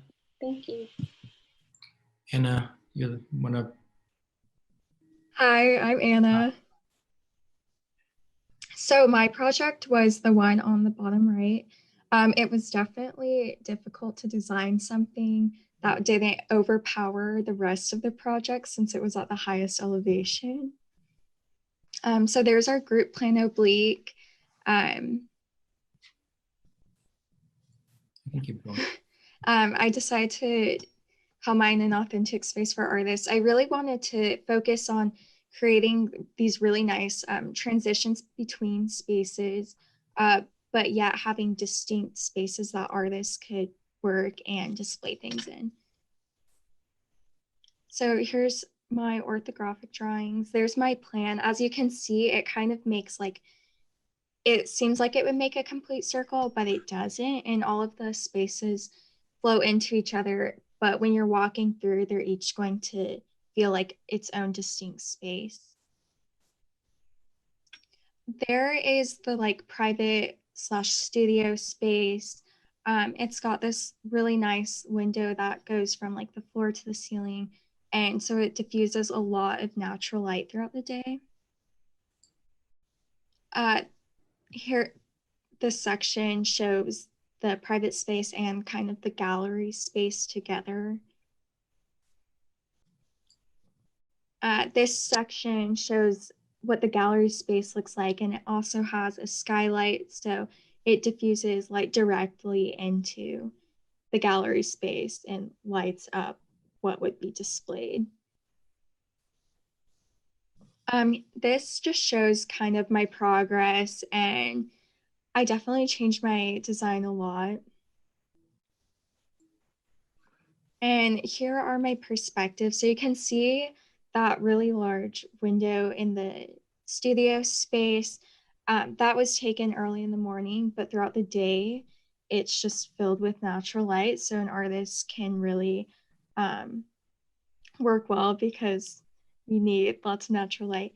The gallery space, you can see my abstract drawing, but the skylight really just helps to open up that space. And then you can see through the outer threshold and tectonic and then the inside the tectonic. I really wanted to play with the lighting there, so I created a tectonic that had started with very spaced out columns, and then they increasingly like got smaller. So it really helps to like play with the light. And then that is my exploded plane oblique. And you can just see the distinction between like the threshold spaces and then the studio and gallery spaces better, and how they all connect. Great, thank you.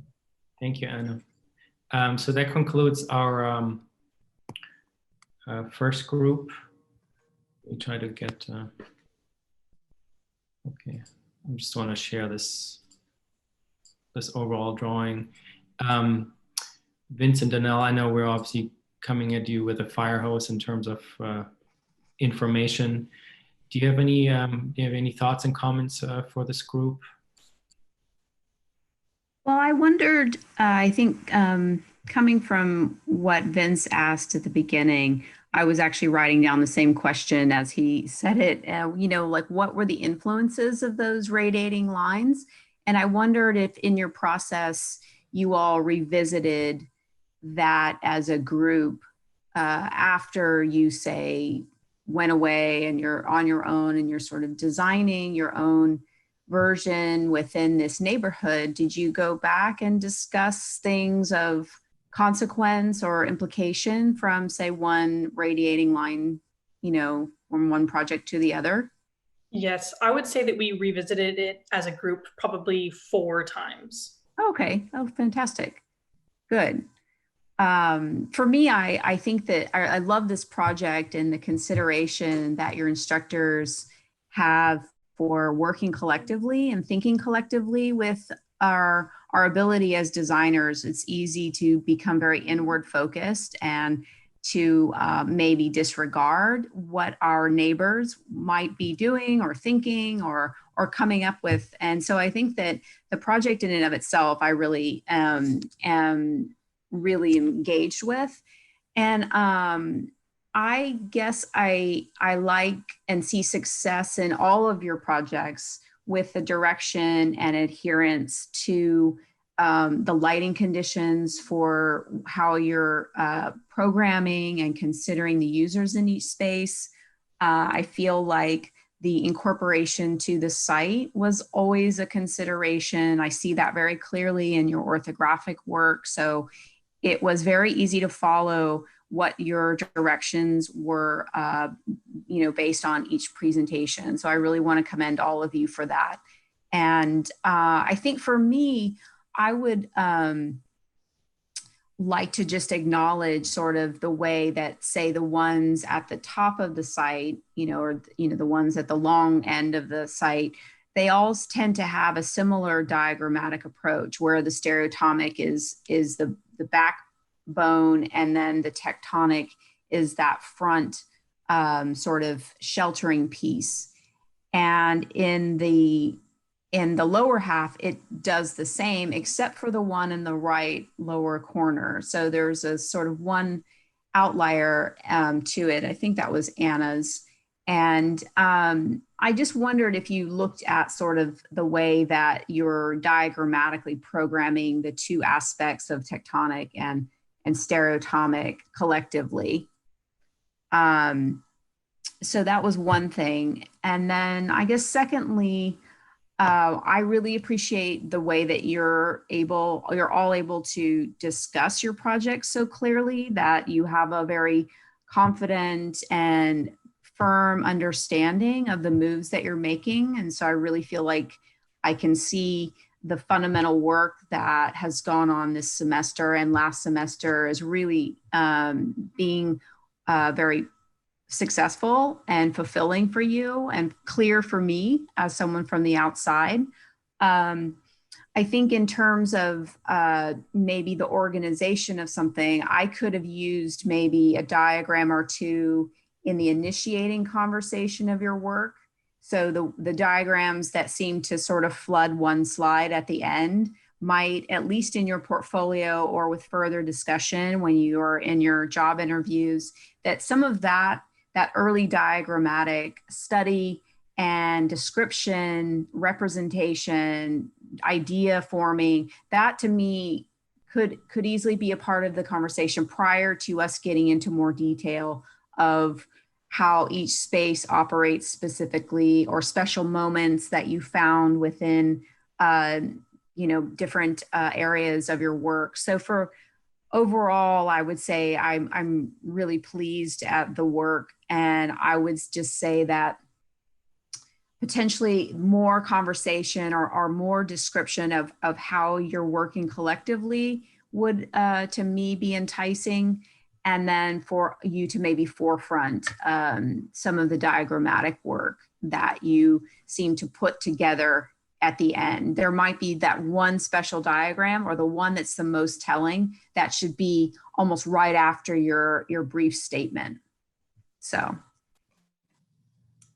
And Great, thank I you, just Lina. want to commend you all for this work with the time that you were given and with the situation at hand. It's really, really advanced, I would say, for second semester, first year. So you should all feel very glad about this and the motivation that I see and the clarity of work. I really want to commend you. And I'm sorry that we don't have the ability to talk to you maybe more individually about each of your pieces. But I think that, you know, in the future, when we are able to be a community in physical contact, you know, you should make some time for yourself to talk to someone about it again.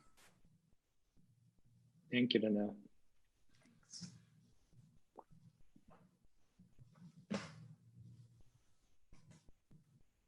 Vince, I think you're muted.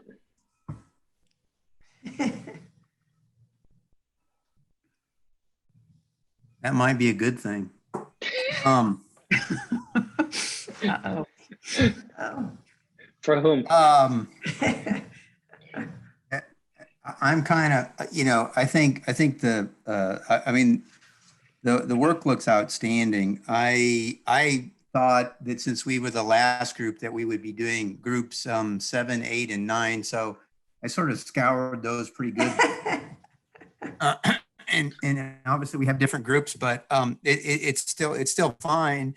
It still brings up for me a lot of I'm trying to figure out how, you know, given the energy of this group and the quality of work, which is quite high.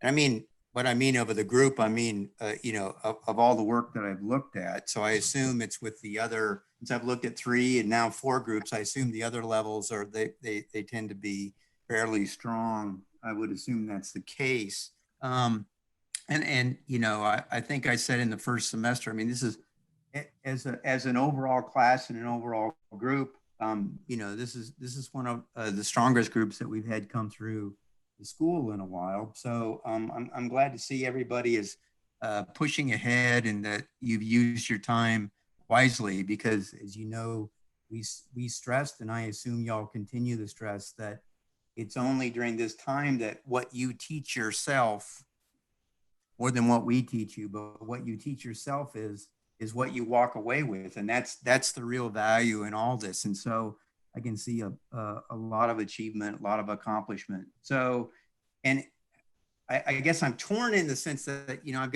got some minor comments for each one, a group of the 6, and maybe I can do that in return in a generic sense. You know, everybody has improved this semester that I can, of these 6 for sure, and of the other 3 groups, but for sure. And so I would say, just because I know we only have time to probably get one quick thing per project in there.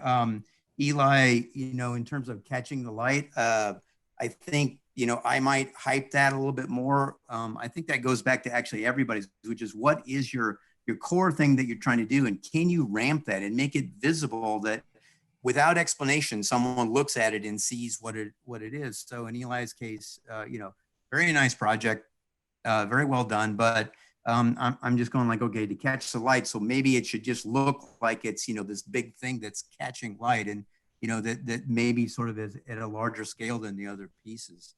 I think that Samantha's was pretty consistent. I think, and this is something that I always look for, is the relationship between plan and section. Do they look like they're from the same project? And Samantha, that was done quite well. I think that project, along with Kayla's, had something in common in the sense that, I don't know if you're both aware of it or not, or if you were just doing it intuitively, but it's, on one hand, you're dealing with forms that were gable-like, and then you're using the inverse of that, which is a butterfly. And so it, of course, is talking about, you know, the thing that we understand is domestic, a domestic scale, which is the gable and the inversion of that, versus the flat roof. And so, you know, what's the dialogue between those two? I would say, and so anyway, I think that was done, and particularly in Samantha, I thought the section in the assembly of the pieces in section was quite good. Ben, excavations were, I think, very, very strong. The kind of thing that I'm wondering is that what I like is that, is that you can see that they're again of the same nature, the excavations are, but they give a certain, because there's the little niche on the same end. What I'm wondering is do you actually want it, do you want it to be directional like that in both cases, or does it become inverted in a sense that I think when we look at like Anna's project, which was that there's as well as Kayla's, there's a balance in the plan in that they sort of, you're not really actually aware of the fact that they face one another because there's so much material that's in between them. But as you sort of circulate through, there's this sort of, change in direction. And so I think it's being aware of how you're directing a focus, whether or not someone sees that or not.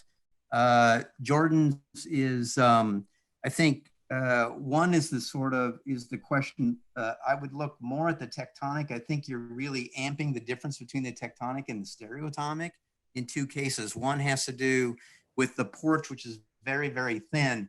And I know you all spent a fair amount of time on assembly and construction this semester, more than we did last time. And so that's something to revisit, because I think there's some things that are too thin that you're not actually able to construct it in that way. But you do have in section, you have a thinness that is very much a Terrell type section, which gives that thinness at that point. I don't know if you were looking at Terrell or someone directed you there, but that's a good example of how you sort of get the, an idea about thinness, but it still has a structural soundness, which I think the porch could benefit from something similar to that. But again, the stereoatomic and the tectonic fit pretty well together. And again, sort of just going back quickly to Kayla's, there's a couple of things, which is that, again, sort of like, I think where the section's taken through, there's one little part that sort of flips up, and I can't tell if that's, reinforces the overall shape or if it's an anomaly, but really there's a sort of convergence of everything, again, from the gable to the butterfly towards the center. And what I want to know is that sort of compression, that sort of pressing down where everything meets, is that significant? And I wasn't able to catch it in the plan if in fact that was a sort of an aha kind of moment, or if it was just a place where formally things collected. And again, Anna's, I think, was very, very clear from a diagrammatic standpoint. I would suggest you might want to look at the painter Stuart Davis doing a lot of the same kinds of formal things, which is sort of these pieces fitting within another piece.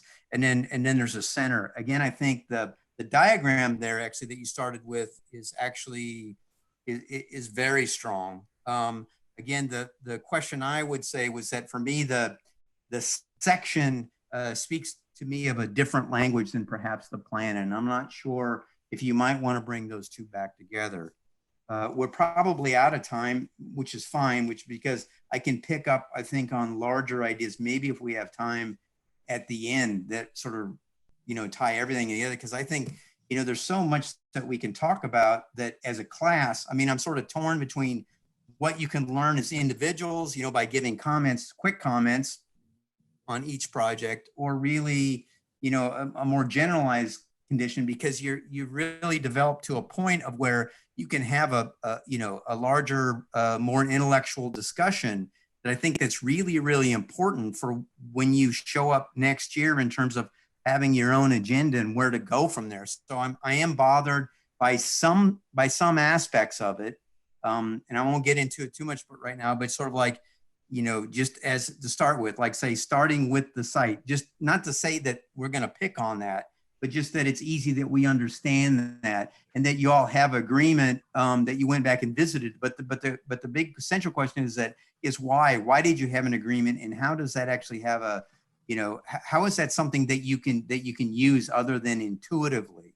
And I think that's the thing, is that really what I want to talk about as we maybe get on is that how do you use this to actually so that you're really in control? Because it seems to me as though you've done a good job, you know, picking up the languages and the, you know, touching upon the concepts and sort of having a strong feeling for the spatial formal concepts. But how do you start to make them more your own? I think we need to move, right? Yeah, thank you, Vince. Yeah, I think we need to move on. I think Dangel has to drop out. Well, and I think Vince does too. You both need to drop. Okay. At 2. At 2 p.m. I'll have to. Well, let's keep moving then. Let's keep moving. Sorry, No. I think Vince, you need to drop at 2 also, don't you? Let me see if I can get this. We should be good to end before 2. Okay. Okay. Hang on, David. This is just trying to maximize the view window here. Bear with me.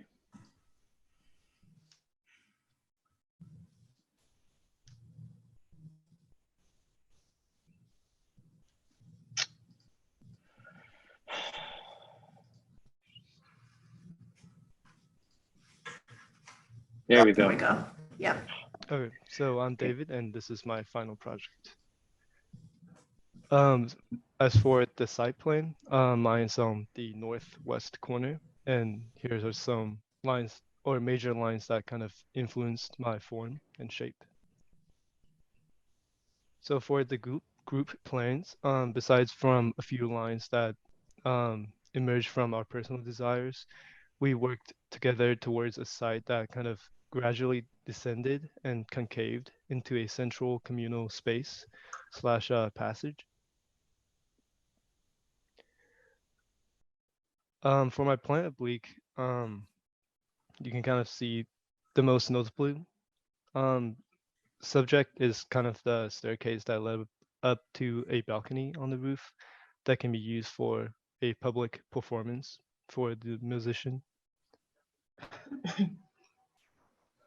And here's the ortho drawings. For the plan, you can see kind of in the stereotomic space, it's got a more private and personal space for practicing, while the tectonic space holds a more fitting space for a small gathering. Section A was taken across both the stereotomic and tectonic sections and kind of showcases the relationship between the more lofty hallway of the tectonic and the more personal space. Section B is taken transversely through the stereotomic and kind of showcases the two space inside. While section C was taken transversely across the tectonic space.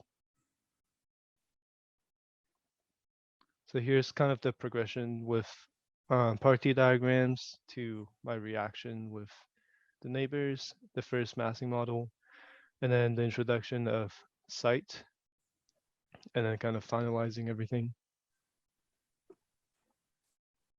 Here's some perspective drawings. One is kind of the overall perspective, one inside the stereotomic, and one kind of looking into the tectonic section.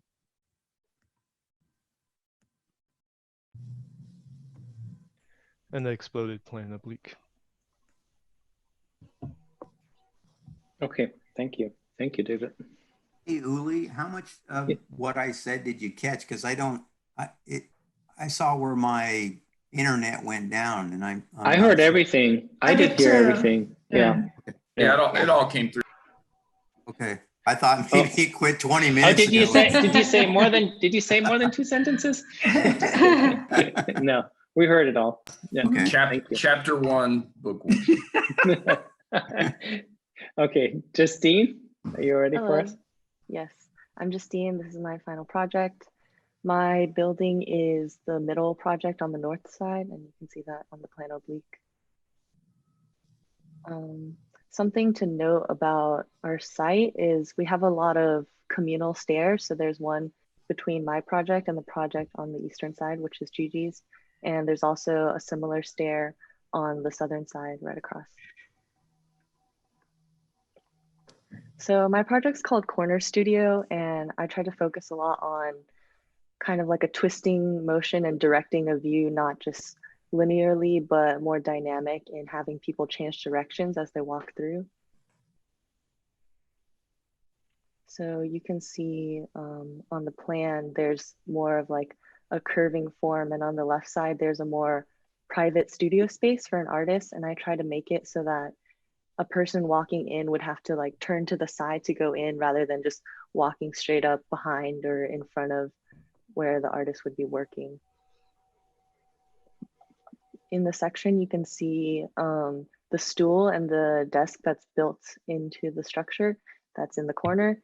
And you can also see there's like a skylight on the private space that lets light into the studio.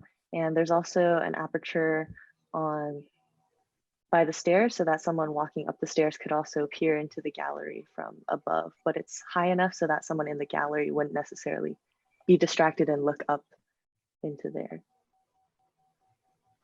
So this section is taken across both the tectonic and stereotomic. And you can see that there's a bench or a seating area inside the gallery space, which compels people to walk around in a circular motion rather than straight down the middle. And there's also, you can see an aperture, sorry, on the right side, which is angled upwards to let in indirect lighting, which would help add a diffuse lighting and not direct sunlight, which might damage the artworks. So in my diagrams, I tried to highlight specific moments in our process. So in the top right or top left, there's the project that I made for the mid-semester. And I have a partie diagram showing how the spaces were laid out and the kind of directionality, which has a similar like turn into the studio kind of angle to the private space.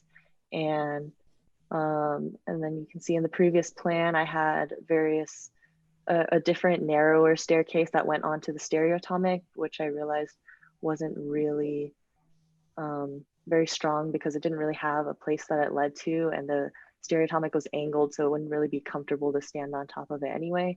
And that led to a different design where you would stand on top of the tectonic, which had an observation deck. And in the top left, you can see two different designs I had for a deck, which I scrapped and kind of modified to where I am now. And then in the, in the bottom, or in the previous page, Professor Dangel. I have a movement diagram in the bottom right, which shows that circumambulatory motion and how you can go up the stairs that are carved into the site and have an option of either going into my building or into my neighbors. The platform is shared between our sites. And these are some perspective views. The larger one showcases how one would go up the staircase and onto this upper deck. And on the upper right view, you can see the pattern of the tectonic sticks that I have that act as a barrier on the deck on that end, because I needed some kind of raised railing, but I didn't want vertical members that would contrast with the dialogue that was set up underneath. And then on the bottom right, you can see how one would be inside the tectonic and have the option to either go up the staircase that way. It has a view of the aperture that peers into the gallery, or you could go straight forward and go to either of the two stereotomic spaces. And inside my exploded plan oblique, it just pulls out all these various elements that are inside. So it shows how the model sits on the site and how the apertures are highlighted on the left model, which is the pulled out interiors of the building, and how the apertures and thresholds let in light or people, and then pulled out from there is the furniture that's laid in. On the right side, the tectonic element has the interior pulled out, and that demonstrates further this aperture that lets in both a view and a light on the north side, but also I felt it was necessary to break up the vertical members of the tectonic sticks because it was getting too clustered and heavy in the drawings and composition. I felt like breaking that up with an aperture would help, as well as a paneling that was added underneath that to help solidify and open that space up on that side, which is exposed to the site and the outside. Thank you. Okay, thank you, Justine. So Joyce, Gigi is not with us? No, Gigi has coronavirus. Okay, so he's gonna present at a later point? He's gonna present it later. Kelly's gonna present. I have some notes. Okay. I can, okay. Or we can, just some quick notes for him. That's fine, that's fine. Okay. I wasn't sure, I So his hadn't is- heard. Go ahead. Yeah. Go ahead, Kelly. Okay, so his is located in the upper northwest corner. His project is titled Cultural Center, and his design was really driven by the position of the sun and the construction lines from the neighbors. In his plan oblique, his interior spaces are highlighted, and it shows a relationship between all the circulatory functions. Go down to his plan. Here you can see in his plan, the seating areas are shown, as well as an established hierarchy between the stereotomic and the tectonic to its size. In his section A, you can see both the tectonic and both of the spaces in his stereotomic. Here you can see the thickness of his tectonic and how thin it is in both the sitting areas for his public and private space. And the section B, it also shows the opening for the public space that you can see into the stairs that lead up to the rooftop patio. You can go to, and in his diagrams, it shows all the stages and iterations from his midterm project to his final. In his perspectives, they show different lighting conditions throughout the building. It also shows how the tectonic and stereotomic meet, as well as the public and rooftop spaces. The stereo is exploded into 3 portions here, and the gray sections show the pieces that belong together, as well as its relation to the site. And those are all the notes he gave me. Great. Thank you, Kelly. Thank you for presenting. Thanks. Lindsay. Hello, I'm Lindsay. This is my design. I'm in the southwest corner, and I really wanted to create a design that kind of opens up onto the central space, and while also staying really introspective and very personal. So we can keep going. So here you can kind of see my overall structure. I really wanted to keep my geometries pretty simple and cohesive.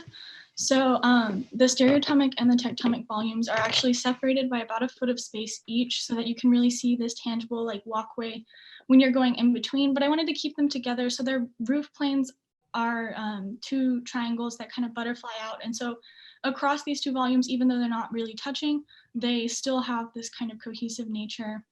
And another thing I really wanted to focus on was kind of indirect views and the relationship between spaces. And so the way that these, you can kind of see through the little corridors in between the 2 spaces when you pass through, was also something that I really wanted to explore as we did this. So these are, it's kind of a brief overview of my plans and sections. So in the plan, you can see there's a larger gallery space on the left side of the stereotomic, and more private, much more intimate studio space on the right side of the stereotomic. And they're connected by a very thin, very angular hallway. And I wanted to connect these 2 spaces so that the gallery space and the artist space are really, there's a relationship between them, but it's not quite direct. So as you are in the gallery space, you can look and see how the light kind of bounces off these walls in this angled space, but it's still kind of hidden. And that creates kind of this tension between the artist and their workspace. There's also on the northeast corner is this patio space, and that will be kind of explored in the sections. So this is kind of a north-south section, and in it you can see this a lot more private studio space. And its relationship to this the vertical patio space that's kind of elevated. And I really wanted to show how the artist and the visitor to this space would have kind of this indirect relationship where they're not on the same plane, but they still, the person up on the platform can see down into the artist space and see them at work. Whereas the artist is really only getting a view of maybe like the lower half of the visitor and this really indirect light coming in from that upper window area. And then here you can see there's actually about 1 inch of clearance between that pathway between the two spaces. And so this section is taken right where you can see from the gallery space into the artist space. And you can see that the windows in the gallery space are all quite low. They're only on the ground and up in a skylight other than the thresholds between the two. And showing how like the light that comes in does not give any direct view towards the outside space and making these stereotomic spaces a lot more insular and kind of introspective. Whereas the tectonic spaces is a lot more open and freeing, and you can kind of see through the vertical elements towards maybe spaces outside the site. So in the diagrams, a lot of my development was focused on simplifying the space as much as possible while still keeping geometries that were really effective and striking, and also making sure that it aligned really well to the site and how it worked with the others. So the left side is the development from my mid-review project, and really just taking those spaces, making them a lot more orthogonal, taking away a bunch of the angles that made the space a lot more complicated unnecessarily. And then in the center, you can see kind of how the group site developed.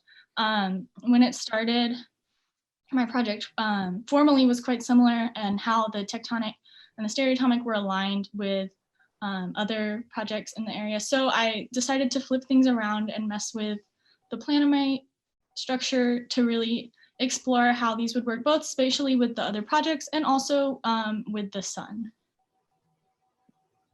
So this is, these are the perspectives. You can obviously see a little bit more about how that indirect light comes into the spaces through all of the windows. In the left side, well, that top one in the top left corner, you can see there's this light that goes from where the center of the community would be, but you're only really getting that light coming through. So it's creating this connection, but you're not getting quite the whole thing. And then you can kind of see more also in that one, how that angled pathway comes through.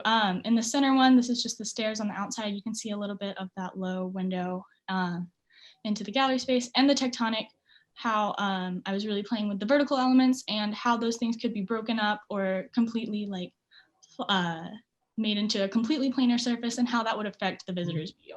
And then finally in my exploded oblique, it's just a bit more of the same and really exploring how all of these spaces fit together. Okay, thank you, Lindsay. Zoe's next. I also just want to interject here real quick.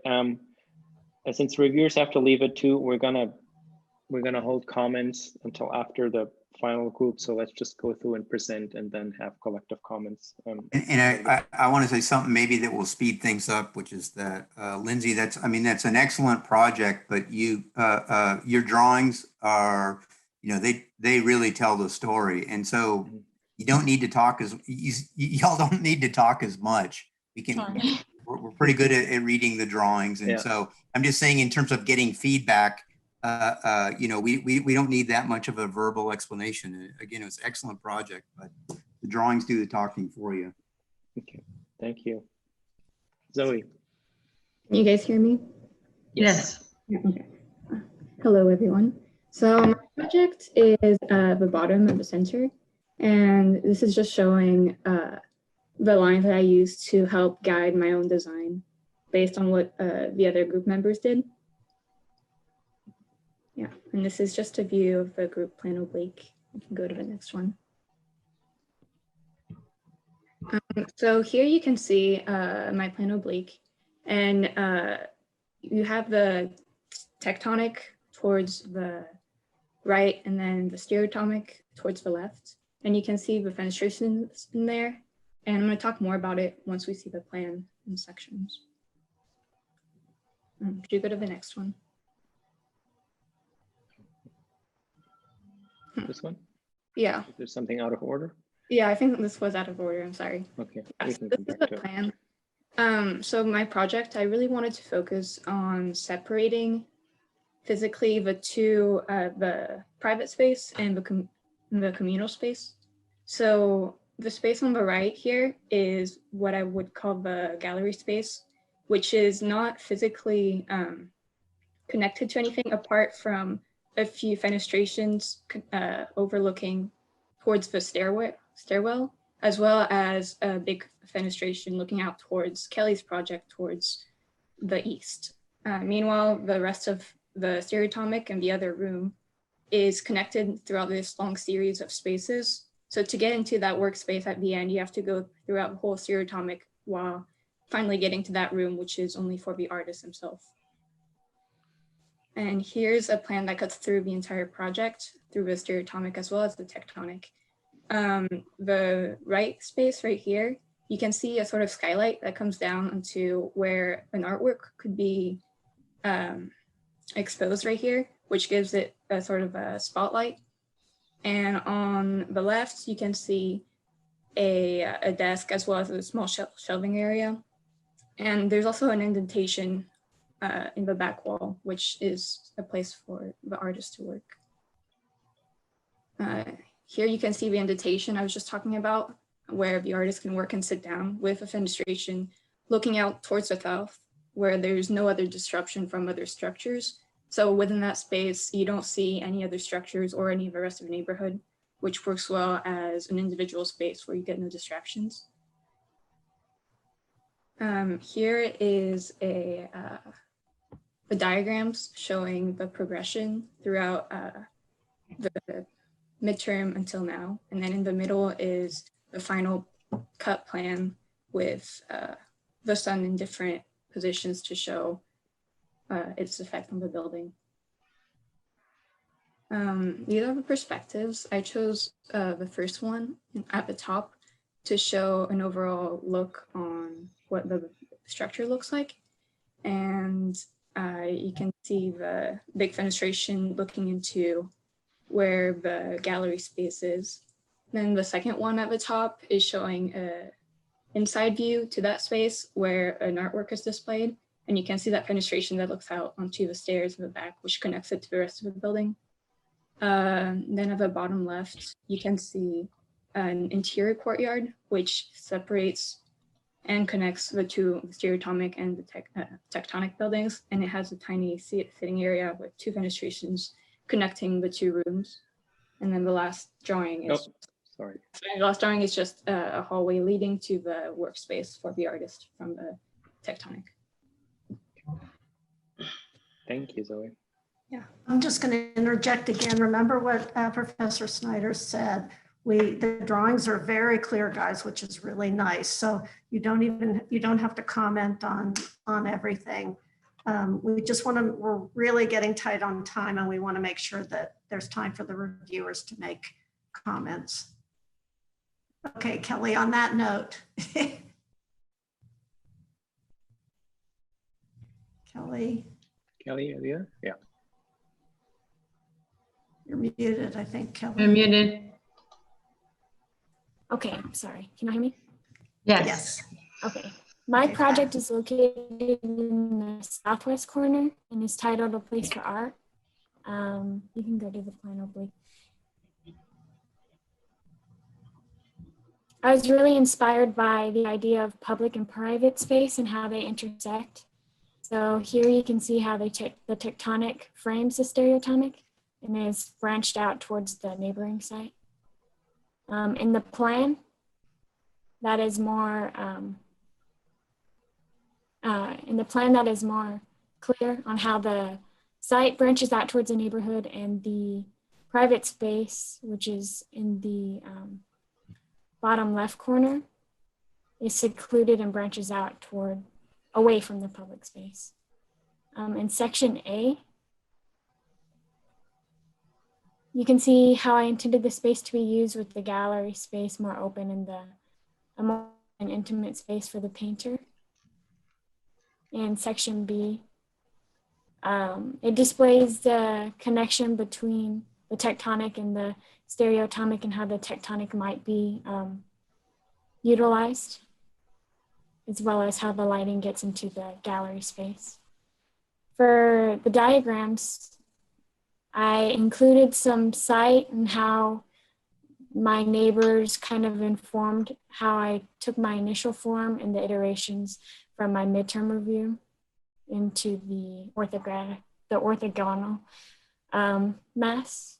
And lastly, my exploded, I pulled out, my perspectives, showed the spiraling staircase out of the intimate artist space and the lighting conditions that has, as well as the group, the public gallery space, and a peek into the tectonic staircase and the tectonic and how it connects to the stereotomic.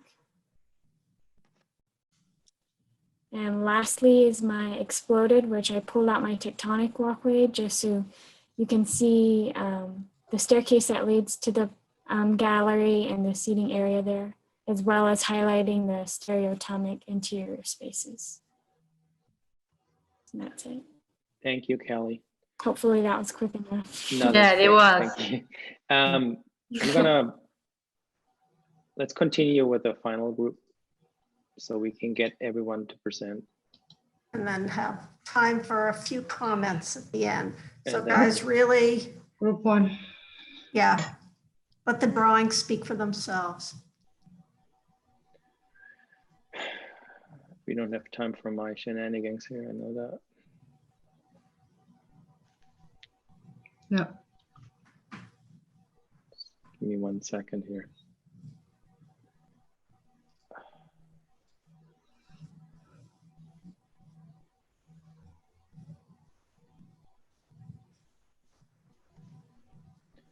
No, one more time. Takes 3 times apparently. I noticed that.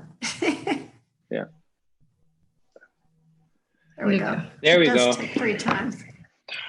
Okay, can you hear me? Yes. Yes. Jenna. Okay, Sorry. I am Jenna. So this is our site plan. We kind of had this overarching idea of a guiding spiral from the southeast corner round anti-clockwise. You can see mine is highlighted in the northwest corner. You can also see that in the group oblique.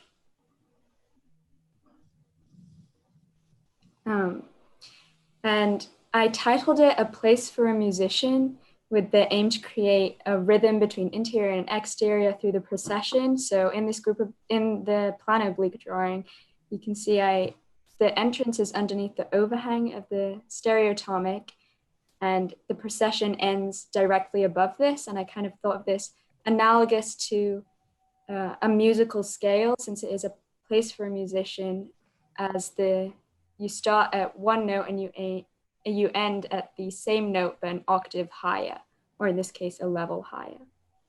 From my plan drawing, you can see to get down, you follow the same path like the descending of a musical scale. And the interior spaces are found through this procession, pushing out and in with the tectonic space to create a dynamic relationship.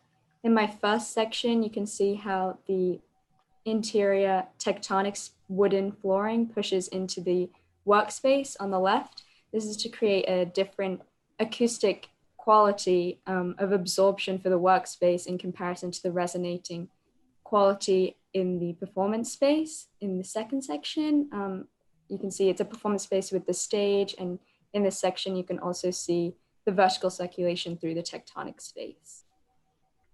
And in my diagrams, you can see the progression and different iterations of my vertical circulation, creating it from a 2D plan into a 3-dimensional object and the development of the site. And then if we go to my renderings, the 2 on the left are from the performance space. You can see the light quality of the spotlight on the stage. And the 2 on the right are from the workspace with different storage sizes, perhaps a larger one for an instrument, and a Eastern early light in the morning on the seating cubby in the bottom right. And this is my exploded plan oblique. with the different parts, my exterior and interior tectonic, my stereoatomic, and my interior spaces represented as volumes. Thank you. Good, Jenna. Great, Jenna. Thank you. Very good. Abigail? Hi, can you hear me? Yes. Yes. So for our project, as Jenna briefly brought up, we had this overarching idea of a spiral, which created a cohesive idea for our diverse community. And for my design in particular, you can see how the form was informed by that spiral effect in order to have that bending form. So in the oblique, you can see how I was trying to go along with this spiral effect in order to create this welcoming space of the tectonic and to kind of push people in this curve of the spiral.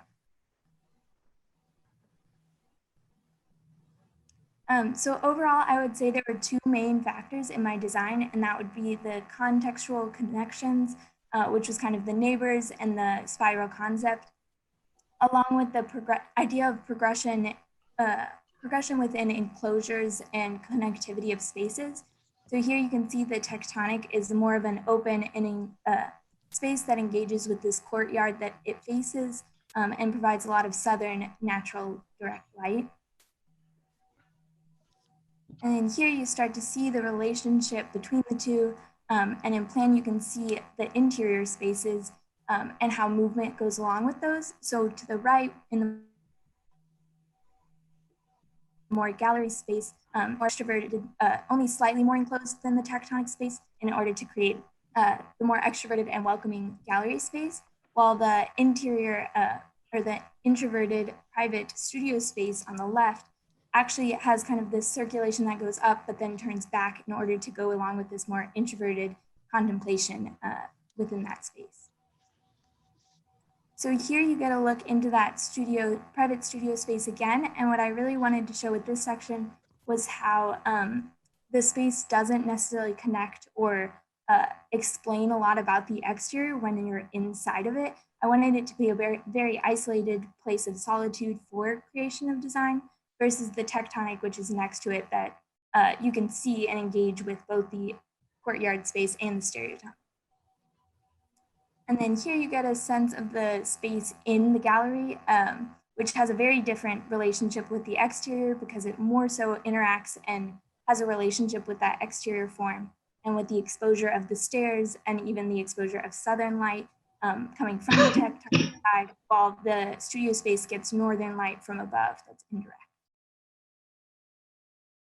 So here in the diagram, you can see on the left that moving from the pre-spring break project and simplifying and into a rectilinear plan, which then got placed in our community and informed by that spiral and the communal connections in the 3D and the 2D. And then the additions of the vertical circulation and threshold got informed by internal and external connections and design aspects.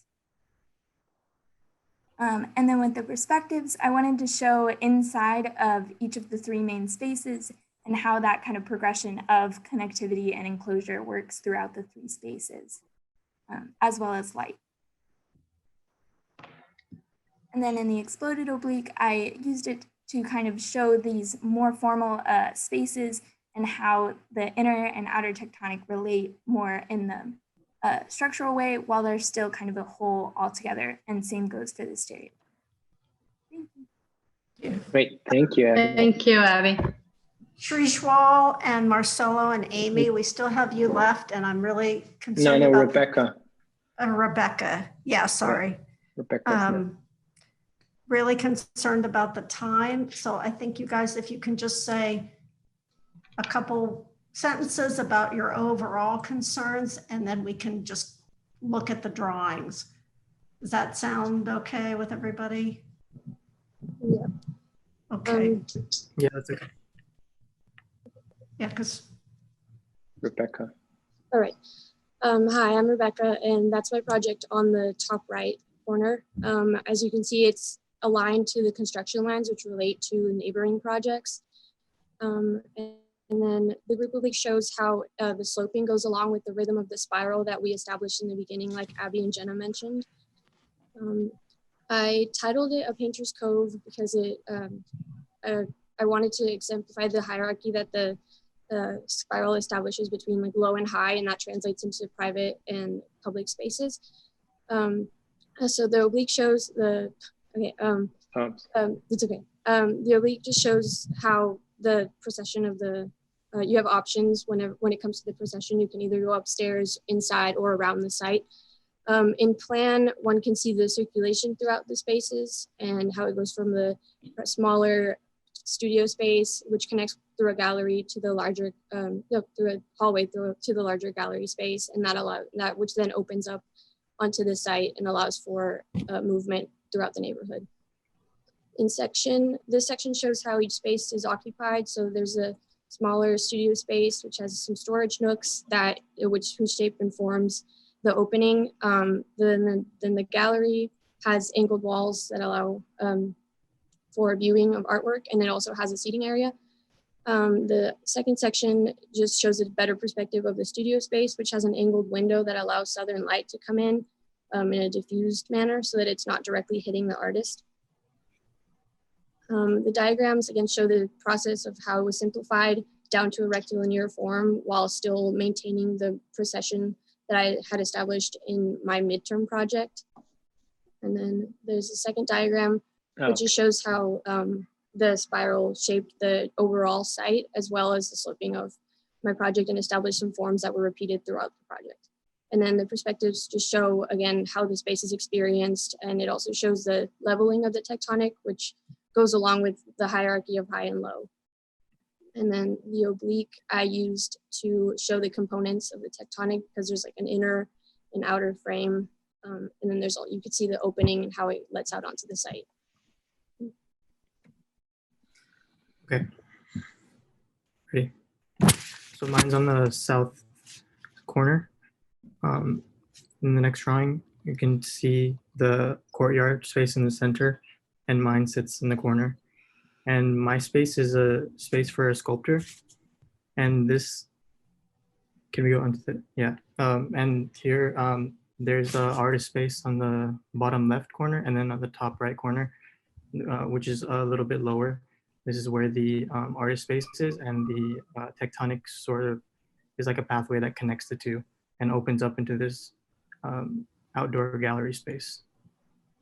And right here, on the left side, we can see the stairs which connect from the gallery space onto the top of the roof.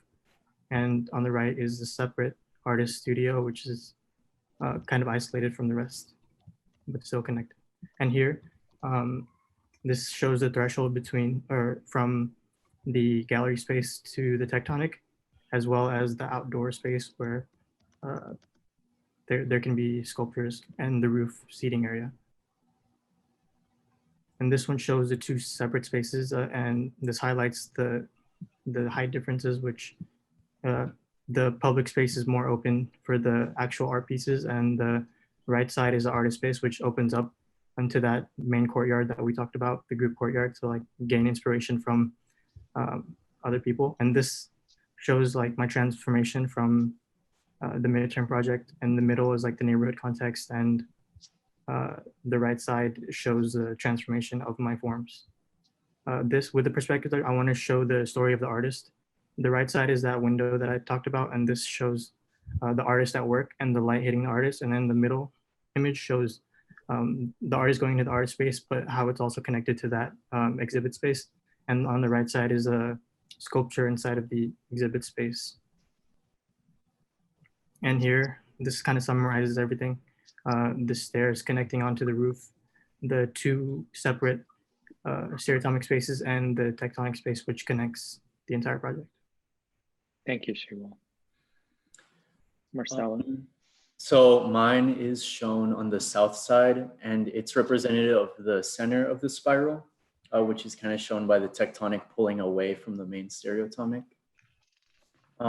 And you can also see it spilling in vertically into the communal site. And I really want to reinforce the idea of these bands of light that went across the stereotomic and the tectonic. And in plan, you can see this split also reinforced by the stairs separating the two spaces. And you can see the main gallery space on the left and the more private on the right. This section showcases the stereotomic section, and you can see the backlit nook in the gallery space, as well as those horizontal bands. And this is just another view showing that same gallery as well as the tectonic, and it showcases how it constricts before opening up into a viewing platform beyond. And this just shows the simplification and then contextualization being influenced by the neighbors. And the perspectives, I wanted each of them to show just a different instance of this band of light in a different context and how the space itself kind of affects the reading. And in the exploded oblique, I rotated the tectonic to kind of see the more hidden side from the stereotomic and showcase the interior spaces. Great. Thank you, Marcella. Thank you. Thanks, Marcel. Amy, will you bring it home for us? Yes, I know, I'm so tense right now. I'm going to have to go. I'm sorry to have to leave before your presentation, Amy. If I could just say just a few words to the group. I really apologize for having to go, but also that your review of this work has been cut short. It's really deserving of full conversations, independent ones that really tell you each how advanced and outstanding these projects are. I just want to maybe reiterate some things I said earlier, that through very hard times, you've really risen to a challenge, and I can see a lot of clarity in the design work that you've done, and I'm sure will be presented by Amy in a second.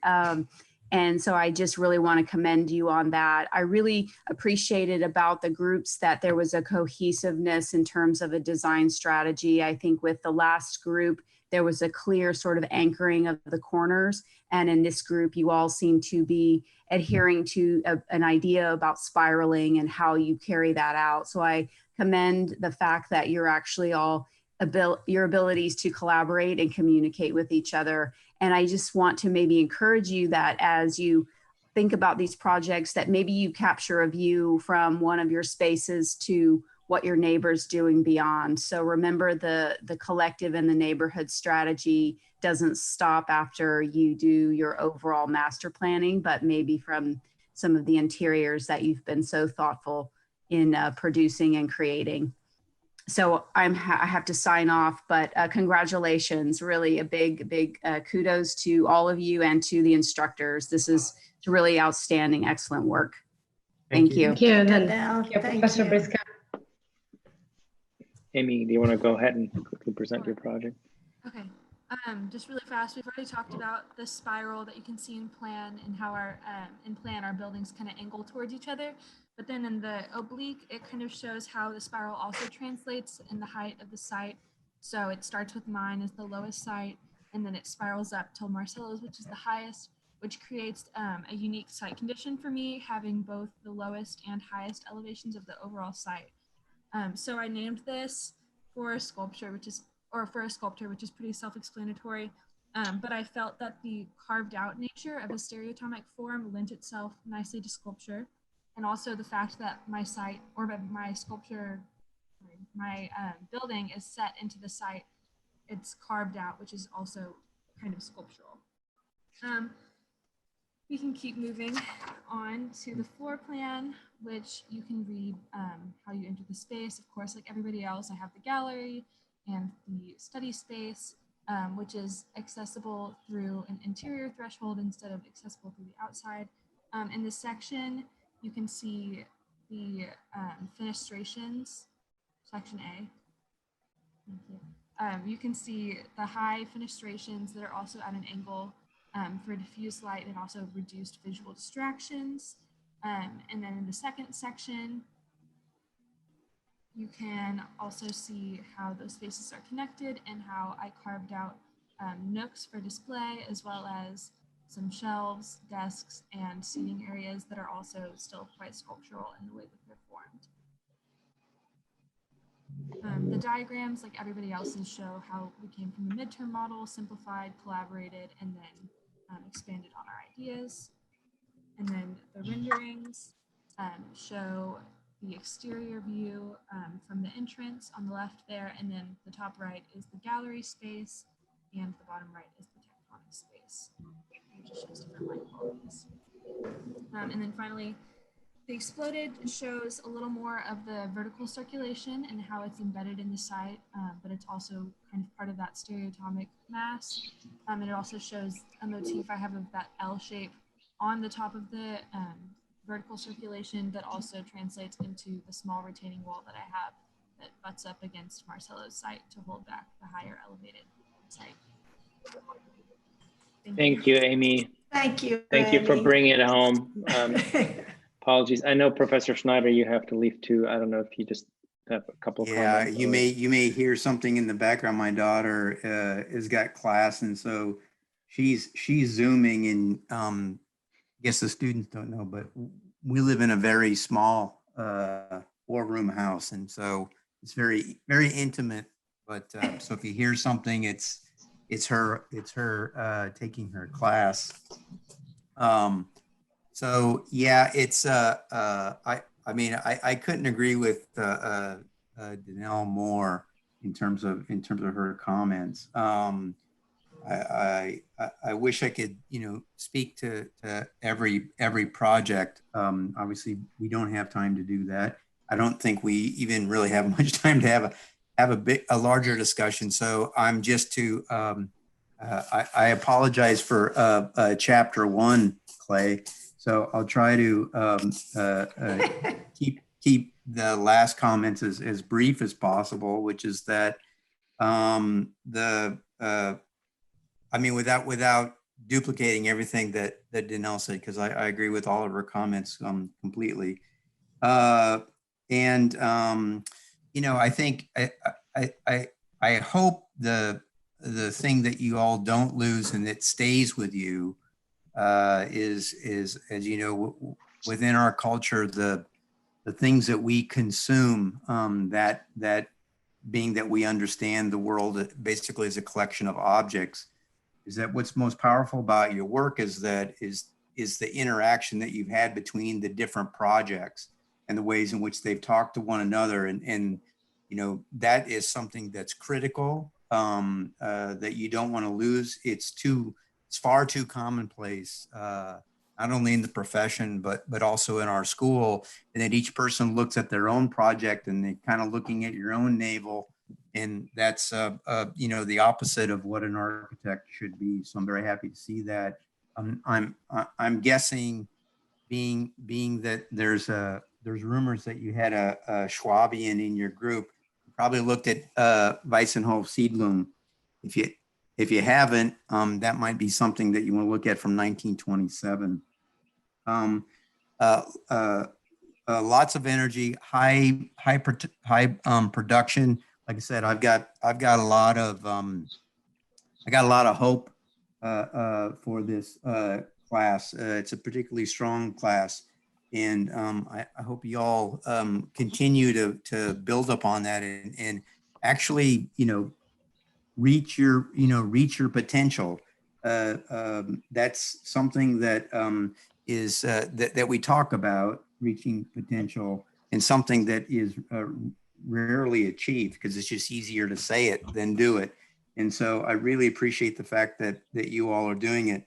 If there's a couple things that I would leave you, just 3 things. One is very, very simple, which is please pay attention to alignments. Alignments have meaning. Therefore, misalignments also have meaning. And I think you need to spend more attention to that. I think it makes a difference between, something looking good graphically at 2D and then how it's resolved in 3D. Does something come to a point, and how is that resolved? And so some things, look at your projects and go, okay, what part of it's working well in 2D? What part of it's working well in 3D? And how can those be more informative of each other? Also, I think there's a number of projects. Like I said, all the work is strong. So, but what I would say that you'd ask yourself would be, okay, So do the parts need to become more like one another in language, or do they need to become more disparate, more different? And I think some cases they sort of hit a funny zone of where they're not quite like enough to have it hold together and resonate as it really, really should, or they're not disparate enough so that you read each of the parts sort of distinctly, and that would be something that I would leave you with. The third thing that I would say is that, well, I guess I actually have 4 things, but it's related to the third one, which is really the question of language. You know, everything's pretty uniform in the language. Obviously that's set up by the instructors. And what I mean by your further projection is that you need to be, and I hope you have been, looking at all kinds of architects, all kinds of designs, and trying to figure out what it is that speaks to you. The entire class, of course, there's an aesthetic, essentially an aesthetic that was given, rather, I don't know if it was overtly given or something that you usually we just consume through you know, osmosis, which is where most of the learning begins. But now you really need to pay attention to what specific languages you're using, and what kinds of, you know, what kinds of things do they afford, and what are their potential limitations. Once you make yourself aware of both the strengths and weaknesses, then you can be in control of it. So the languages don't matter in terms of an end result. They do matter in terms of like where you're starting off, you know, point is. So, you know, there's you know, a lot of formal similarities in a lot of the projects, and then understanding, you know, what that particular formal language, what type of spaces and forms and therefore meanings are generated, you know, by that type of language, which I think is key and relates to the, you know, a notion of formal complexity. So, you know, there's a couple of projects that really popped out at me that, on one hand, I think there was an apology for something in a certain way being formally simple, but it was actually very, very complex. There was a lot of subtleties that you know, made it as complex as any of the projects. It was just done with fewer moves, but again, the moves spoke to one another. And then, you know, there's anyway, there's just some really excellent work. I think everybody has moved ahead from last semester. So, you know, especially given the circumstances that we find ourselves in, you should be very, very proud of what you've accomplished. Anyway, I wish we could have more time, but I think we're pretty much out of time. So this has been a grand experiment.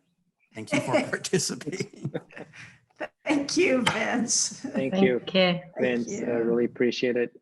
Yeah. Guys, yeah, really sorry to cut the last 2 groups short, but just remember, we saved the best for last. So just keep that in mind. All your work from the first project that was presented today to the last deserves more, you know, more time to be discussed. So, you know, this is like, you know, Professor Schneider said, these are obviously unusual times, and it's just been, you know, this is the first time we've done a final review in this format. So hopefully be the last. I'm just want to say I'm very, very proud of this group, you know, because this is something where other people could have taken a disadvantage of this and kind of, you know, put their feet up, but you know, you're the ones that come out ahead on it. You know, I mean, it's cliche, but this is everything you do goes in your back pocket forever, and nobody can put it there but you. So yeah, and I agree, you guys really stepped it up, and I know we pushed you pretty hard all semester, and especially, well, not especially, but we continued to push hard even after spring break when we came back in this format. And some of you, we didn't always see quite where you were going with your project, but I have to say today was really great to see all the work. And And you guys, the drawings were so clear. The Viscom work made it possible to understand what you were communicating. And it was really one of the best coming together of, like Persiana said, sort of coming together with drawing, helping design, and design helping drawing. So that's really nice to see.